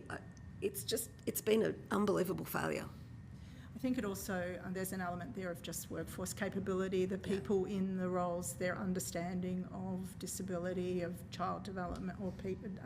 So I think, that's, we just know that there's a huge workforce, shortage in terms of people who understand that. And so, there seem to be plenty of them. You just don't think that they have the skills that support your, the people that you support.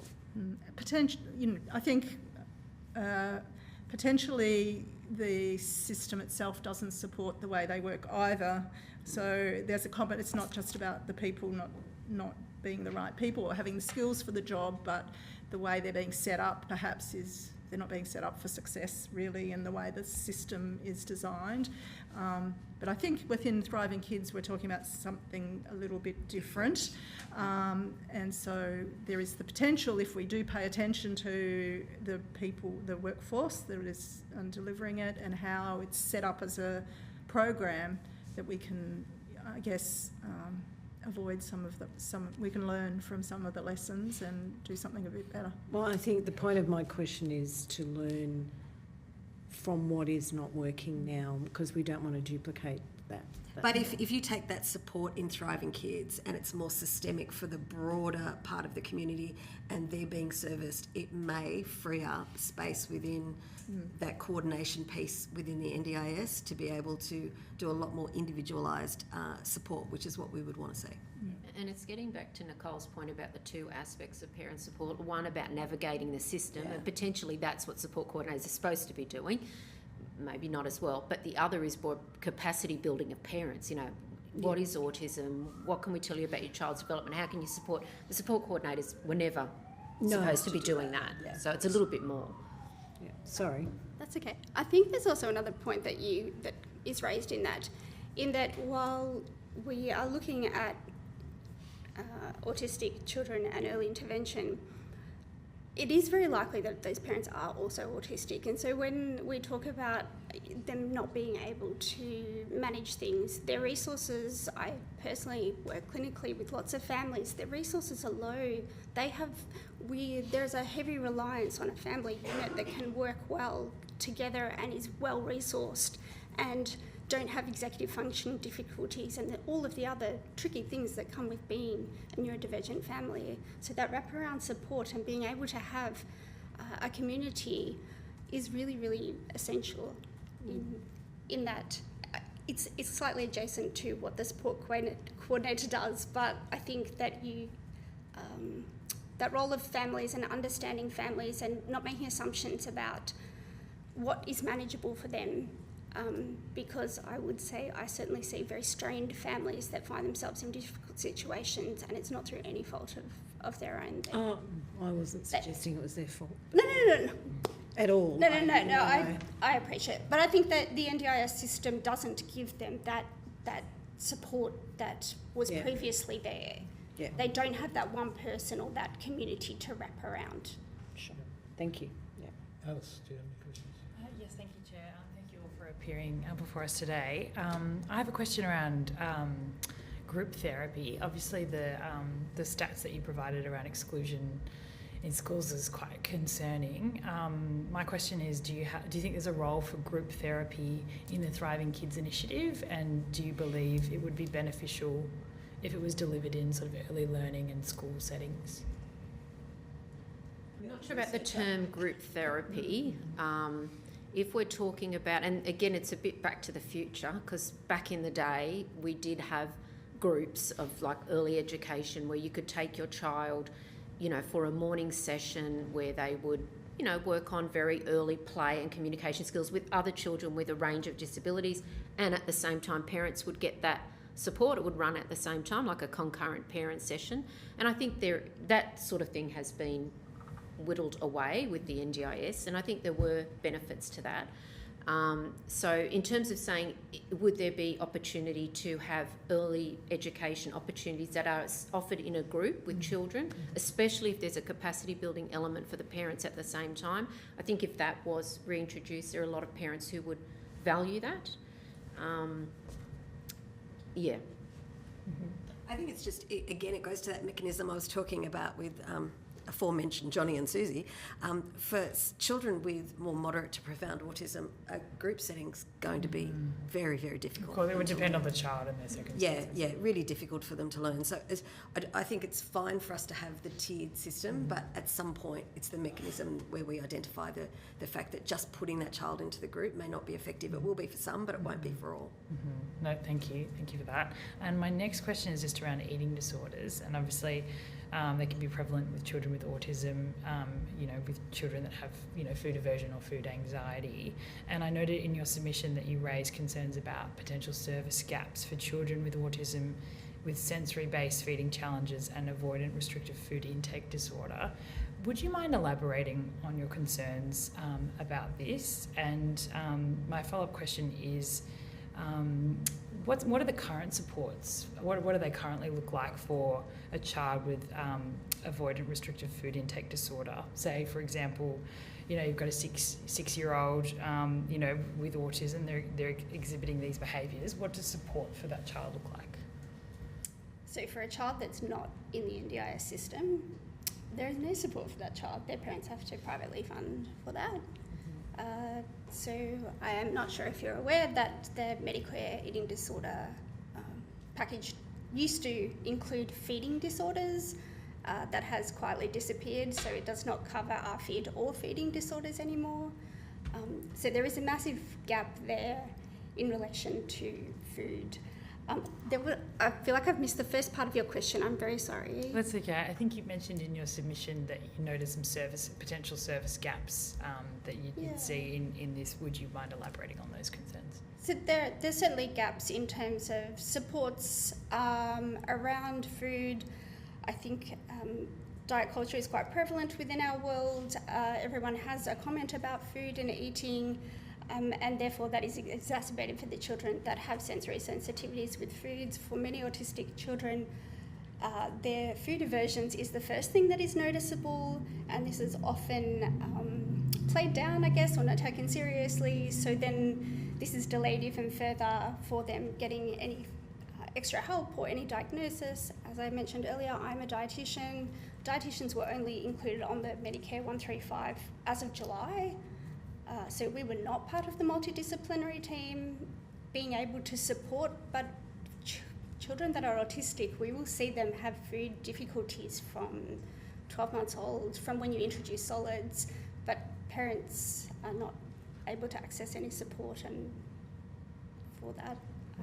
And there is a very big correlation between the autistic community and eating disorders. So certainly ARFID, which is avoidant restrictive food intake, Laurence can, I'm sure, share some statistics, but also other eating disorders. And I guess if we had the opportunity to intervene early and educate families about neurodivergent eating, hopefully we could reduce the amount of eating disorders that occur in this country, because the rates are very, very high and the mortality rate is also very, very high.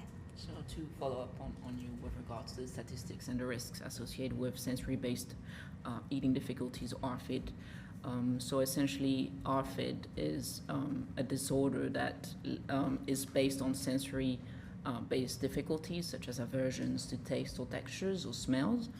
But that's not the only part of it. There are also fear of choking or fear of vomiting as well associated with it, or a complete lack of interest in eating, which is usually associated with interoceptive awareness, which is essentially our awareness of our bodily needs or signals. And autistic people are shown in research to have difficulties with interoception. So we don't feel that we're tired, we don't feel that we're hungry, or we don't feel that we're full, or we feel hungry all of the time or not of the time. And there's little nuance in how our bodies process interoceptive awareness signals, and that can lead into ARFID. And those eating difficulties can lead to obviously health issues associated with malnutrition or nutritional deficiencies. As I've put in the submission, that can include electrolyte abnormalities, including potassium deficiency, hypokalemia, which can lead to cardiac arrhythmias and death as well, or lack of vitamin A for a prolonged period of time can lead to permanent blindness.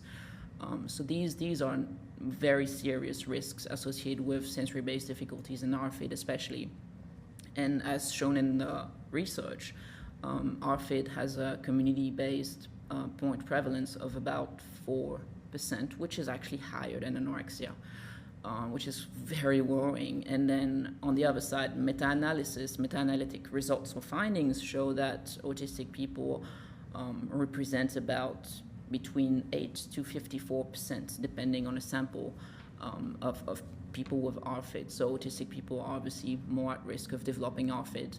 And I think that if we address very early in life those sensory-based eating difficulties, and we teach parents to teach their children, to help their children to develop a healthy relationship with food, considering their difficulties rather than trying to suppress their difficulties, which may lead to eating disorders down the line.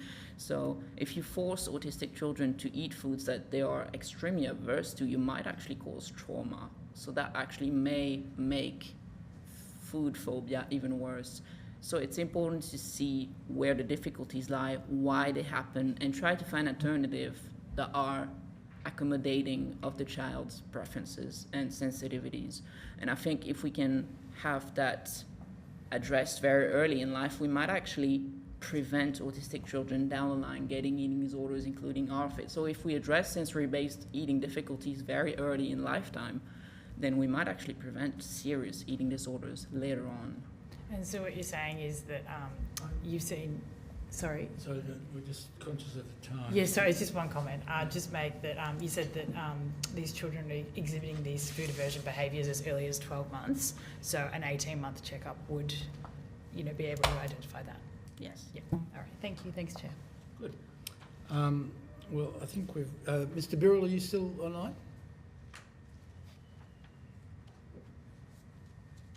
No? Well, look, unfortunately, we have run out I am of time. online, Oh, Chair, but I don't have any questions. But thank you. Okay, thanks, Sam. Thank you all for coming today.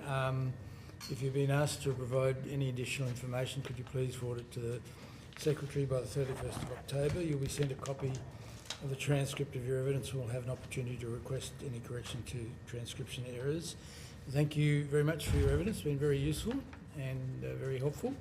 If there's any information you think we haven't elicited that we should have, please feel free to send it to us.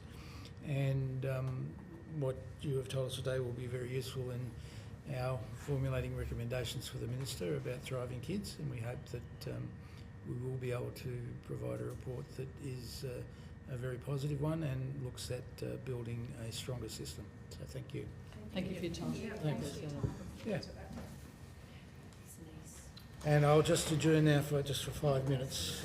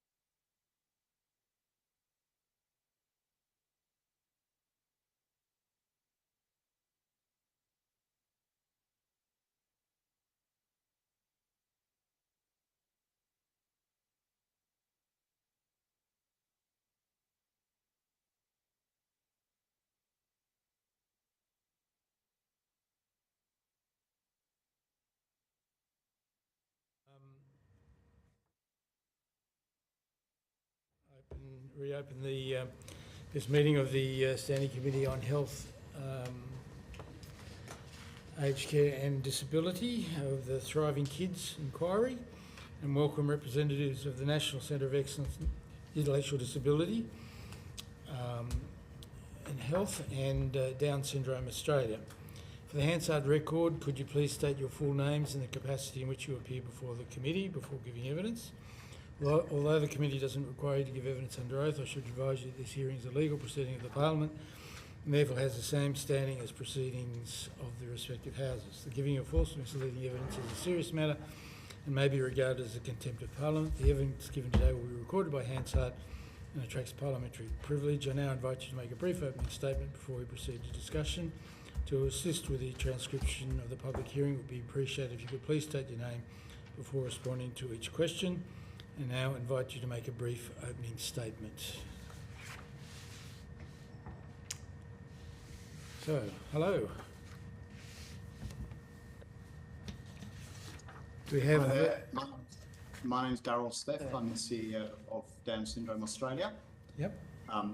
Thank you, Chair. Great to be with you today. I'd like to acknowledge the traditional owners of the lands we're all coming on from today. For me, that's the lands of the Jagera and Turrbal people up here in Brisbane. As I said, my name is Darryl Steff and I'm the CEO. I'm also the parent of a 15-year-old girl with Down syndrome who is a NDIS participant. In terms of an opening statement, Down Syndrome Australia is the national peak body for people with Down syndrome and their families in Australia. We're one of 12 national disability representative organisations, and in that role we lead a consortium of organisations that represent people with intellectual disabilities and their families and supporters, with a focus on intellectual disability caused by chromosomal variations. We also have state and territory member organisations across Australia. Overall, DSA is supportive of the development of a Thriving Kids program that operates along the lines recommended in the NDIS review in providing targeted supports for children with developmental delays outside of the NDIS, which therefore allows the NDIS to focus on the core purpose, I guess, of supporting people with lifelong and permanent disabilities. Obviously, it's important that the program is implemented properly to get these intended outcomes. And so I would like to just briefly share a few key points from our submission. We endorse the submission by Children and Young People with Disabilities Australia and support their comments, in particular around providing adequate time for genuine co-design and evidence-based evaluation, about the need to leverage programs that already exist and that work in this space and to use them to inform the design of Thriving Kids, and in particular around the information and support needed for parents and carers, and acknowledge that there's an overlap here with general foundation supports. And as the NDIS review said, foundational supports all need to be done together. So we'd be keen to see, targeted supports such as Thriving Kids implemented in tandem with general foundation supports that provide that information for parents and carers and are delivered by trusted local organisations who have those connections with their communities. Good. In terms of specific feedback related to the cohort we represent, we're really keen to see that there's a clear pathway out of Thriving Kids onto the NDIS for children at an appropriate point that's needed to ensure they get supports that they need relating to their disability. And just to give you an example, whilst most children with Down syndrome are generally diagnosed prenatally or soon after birth, and therefore we'd expect them to have access to the NDIS early intervention supports, given they have a lifelong permanent disability, there are other chromosomal variations that aren't diagnosed so quickly, and therefore those children may well be part of Thriving Kids. Yep. But then upon diagnosis or the need for higher level of supports, there needs to be that clear pathway where they can then get that NDIS individualised plans and supports. And then finally, we'd be keen to see that the NDIS early intervention pathway obviously gets redesigned in conjunction with the Thriving Kids program so that the two are ensured to complement each other and no one falls through the gaps. And in particular, that early intervention remains available for children with Down syndrome and any other children with disabilities prior to there actually being a developmental delay when you go through a diagnosis that there will be such delays. Yeah. Good. And then just one very brief final point, apologies, Chair. We're really keen to see where there are children who are on the NDIS early intervention pathway, that depending on the final design of Thriving Kids, it may be appropriate that children who are on that pathway still have access to some of the Thriving Kids supports, and that their NDIS supports are seen as being in addition to that. We feel that's important if a lot of these supports through Thriving Kids end up being delivered as community-based and even group-based supports, where the benefit and the importance of those family and peer connections should be available for people who have an NDIS plan, as well as those who are in Thriving Kids. Thank you, Chair. Excellent, thank you very much. And do we also have Professor Jenny Downs online? Yes, you do. Can you hear me? We can hear you. Super. Would you like to make any opening comments? Thank you. Thank you, I would. My name is Professor Jenny Downs. I'm the head of Child Disability Research at the Kids Research Institute in Perth, Australia. We're from Whadjuk country, from the Noongar Nation, which is a very large expanse of land in the southwest of Western Australia. I'm here representing the Centre of Excellence for Intellectual Disability Health, which is a body of 9 consortium members from across Australia. We were set up in response to the roadmap for intellectual disability health.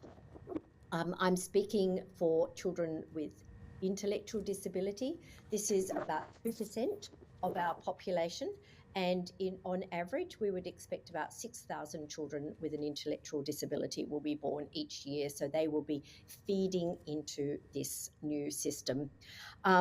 They face vulnerabilities in their health, their physical health and their mental health. They have higher risk of out-of-home care, experiencing abuse and contacts with the justice system. There are more hospitalisations for preventable conditions. Over time, there is difficulty getting paid employment and life expectancy is shorter. So early life care and supports is extremely important to raise this inequity. There is intersectionality with an SES gradient. 4% of Aboriginal children we believe have an intellectual disability, and there is ableism, stigma and exclusion in our community. Over the long term, we propose that early childhood support that optimises this trajectory can actually save money for our community in the long run. It's the economics of healthy child development. But I also want to mention that intellectual disability is a very broad group of children. There are children with mild and moderate intellectual disability and another group with severe to profound. The latter group is approximately 4 to 5%. The vast majority of children with an intellectual disability, approximately 85%, will have a mild intellectual disability, and so that leaves about 10% who have a moderate disability.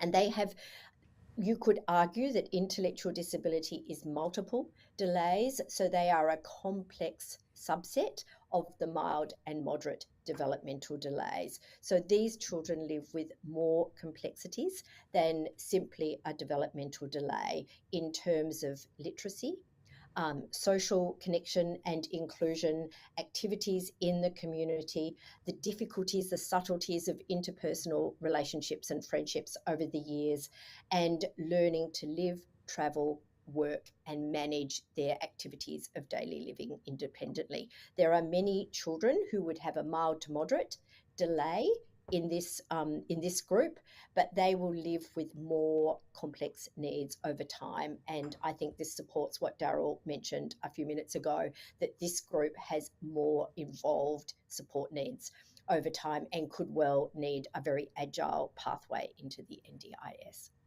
Good, thank you. We will open up for questions. Ms. Stanley, would you like to? No, I don't have any at this time. Thank you. Ms. France? No? Sam. Oh, was that Sam? Sam's talking. Sam? Sorry, everyone. Yeah, I just wondered if you could just, Jenny, if you could just go into any crossovers in relation to intellectual disability and autism and how they relate to each other. Okay. My best knowledge is that approximately a little under a half, I think it's 45% in our population-based database here in Western Australia, who have autism also have an intellectual disability. So this is where there is intersectionality between a different set of vulnerabilities. So it's a little bit under half in our WA data set. As diagnosis of autism is getting to be more and more frequent and the fractions in our community are increasing, the proportion with intellectual disability will be a smaller proportion of that group. So it's a little bit under half. Yeah, so I would just clarify that autism and intellectual disability are a different thing, but there is a relationship in that there's a correlation, or there are people who have both. Yes, correct. It's co-occurring. So those children have autism and intellectual disability. It's not that the autism is related to the intellectual disability in itself. They're co-occurring conditions. Yes. And just one more question about that. Is it we're sort of, I suppose we're hearing from a lot of different people about how to describe autism in terms of where on the spectrum or levels of severity, or I think what people are telling us is they prefer levels of need. Yes. So there'll be people with autism who have high needs, people with autism who have low needs. But when you describe people with intellectual disability, you are saying there is a small proportion who have severe to profound. But is there? So can you just go into a bit of the link between the people who have autism with high needs? Are they more highly represented in people who have a profound or severe intellectual disability? I hope I've got the question correct here, and please correct me if I'm not quite right. For children with a mild or a moderate intellectual disability, it is reasonably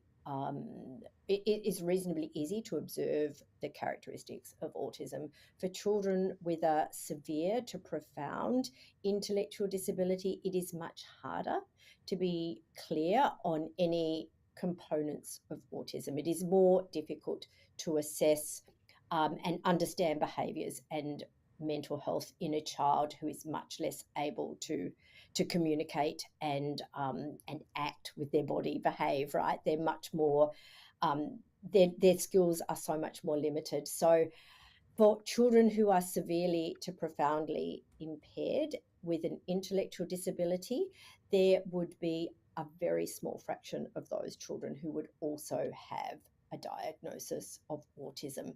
And that's because the assessment tools would be less catered towards that particular group because of their limited abilities. I think that's what you are asking. Yeah, thank you. No, very, yeah, you've explained that well, so thank you for that. Just one more. If as the Thriving Kids program gets designed, do you think there's going to be a big difference in the necessary treatment or grouping or accommodation of children with low needs autism and children with low needs autism and a moderate or low intellectual disability? I think I don't fully know the answer to that question. Okay. I think there will be differences but there will be many commonalities. There are many children without autism who also have difficulties with behavioural regulation, for example. And in the end, it comes down to the functional abilities and the functional needs, and therefore their support needs to live in an inclusive environment, such as their daycare, their playgroup, their early childhood education and school. And there will be there will be more similarities than there will be differences, is my best estimate right now. Okay, thank you very much. Good. Dr. Ryan. Thank you very much. My name is Monique Ryan. I'm from Melbourne. I was wondering, firstly, to the gentleman from Down Syndrome Australia, Mr. Steff, thank you. What are your thoughts about Thriving Kids? I mean, would you be thinking that we should be looking at enrolling children with trisomy 21 into the NDIS from the get-go? Or one of the things we've struggled on this community is about the interface between Thriving Kids and the NDIS, which nominally is for children who require more significant supports. Do you have any thoughts about that?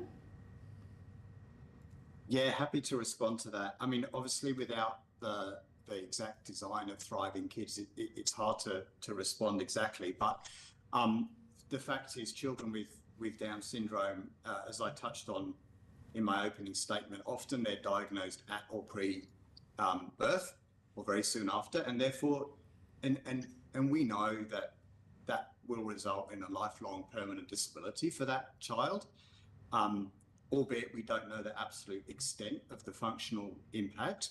But to me, that's where the early intervention pathway becomes absolutely critical, in that we shouldn't be waiting for there to be a functional impact or for them not to hit one of their childhood milestones in order for them to be able to access early intervention.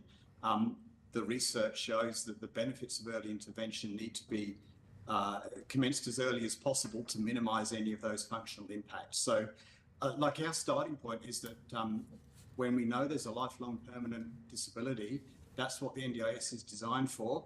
As long as the early intervention pathway is appropriately designed, that's where children with Down syndrome should be sitting. Thank you. No, I agree. And what about your thoughts? I mean, one of the other things we've heard a little bit about is the difficulty between the medical interface and the NDIS interface. Obviously, many children with Down syndrome will have other medical issues, cardiac, renal, whatever they might be. Do you have any comments for us around that interface, any challenges that you have, you think, any aspects of that you'd like to draw attention to, or any thoughts about how that might interact with the Thriving Kids initiative? Look, I think the NDIS, for children at the moment, the NDIS does a reasonable job of that distinction between the health and disability supports that a child with Down syndrome needs. So I think, generally speaking, as long as we stick to those that kind of approach, then things will generally work okay. I mean, that's not the case across the board. There are some challenges that still exist, but I think, generally speaking, some of the things you touched on around some of the health challenges, cardiac, etc., that children with Down syndrome may have, often, for example, my daughter had an operation at 4 months old on her heart, but now she's recovered from that, and it's really not an ongoing health challenge other than a regular checkup, and it's really the disability type supports and impacts that are the most critical. Mm-hmm. Yeah, I think that's fine. Yep, I'm done, Chair. Thank you. Okay. Alice, would you? Chair, I just have one question. I'm Alice, member for Gorton, Melbourne's Western Suburbs. How do you envision children that are transitioning from Thriving Kids to the NDIS working? How do we ensure that they have the smoothest transition possible for families, and what, in your view, are the non-negotiables?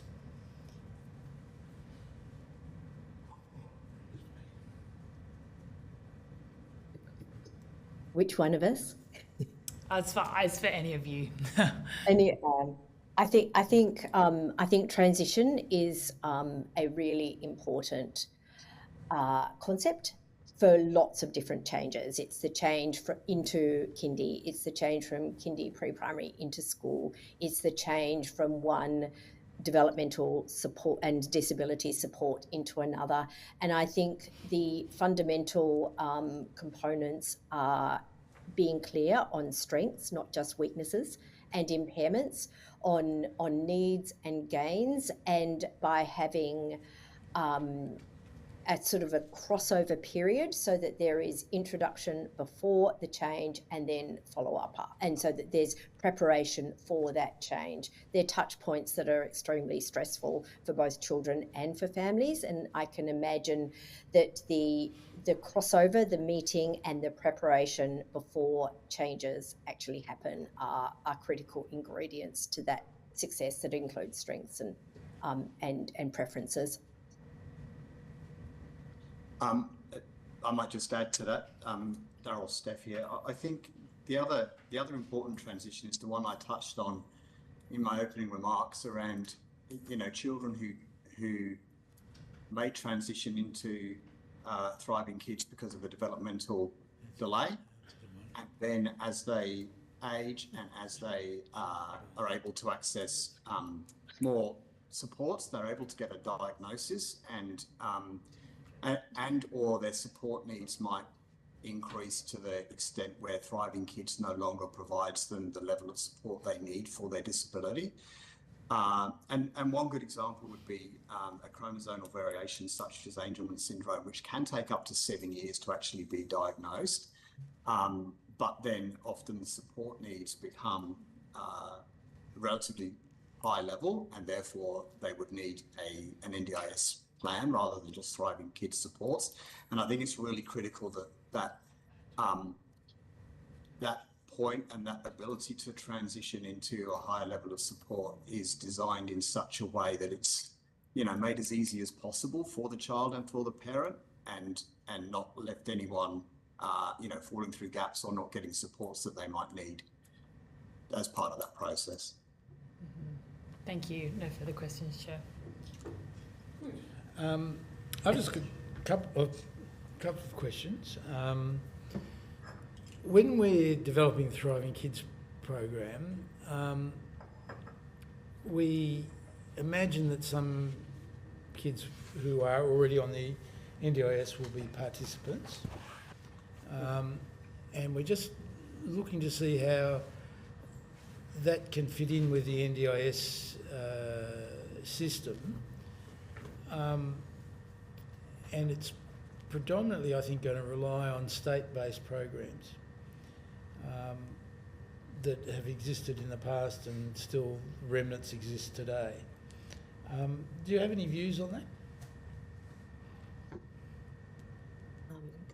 that? I'll start, if that's okay. I do. I can see that there's so much of disability is still in the States, as well as the NDIS, which is its jurisdiction is Australia-wide, but education is clearly in the States. And to me, one of the most exciting aspects of Thriving Kids is the opportunity to be cross-sectoral in a way that we have not done before, and it makes sense. And it's what parents know, is that they move from health or disability to education and things are not matching. So this capacity for linking across those sectors is critical. I think I can imagine that there is referral into Thriving Kids from nursing, from allied health, from GPs, from paediatricians and so forth. Yeah. And in Thriving Kids, I can imagine that local units, teams that would include education, allied health and social work could be there to be supportive in those place-based environments. And so I can see a lot of strengths in that notion, that idea, and I think it would be a very exciting move in terms of our children and our policies. So not to put words in your mouth, but do you see it as an opportunity? I see lots of opportunities. I see an opportunity to be transdiagnostic. It comes down to functioning.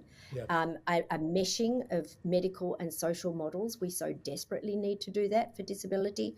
The collaborations, the potential to be inclusive and being strengths-based. I think there's lots of opportunities as long as we design it with our consumers, that we have enough funding to build the capacity of education settings to be able to work effectively with the sort of health and disability components, and that we can help to the previously previous question about transitions, if someone needs to transition to a greater level of supports, or somebody is just transitioning because they're growing older and they're shifting to a different setting, that they need support. They are touch points of vulnerability.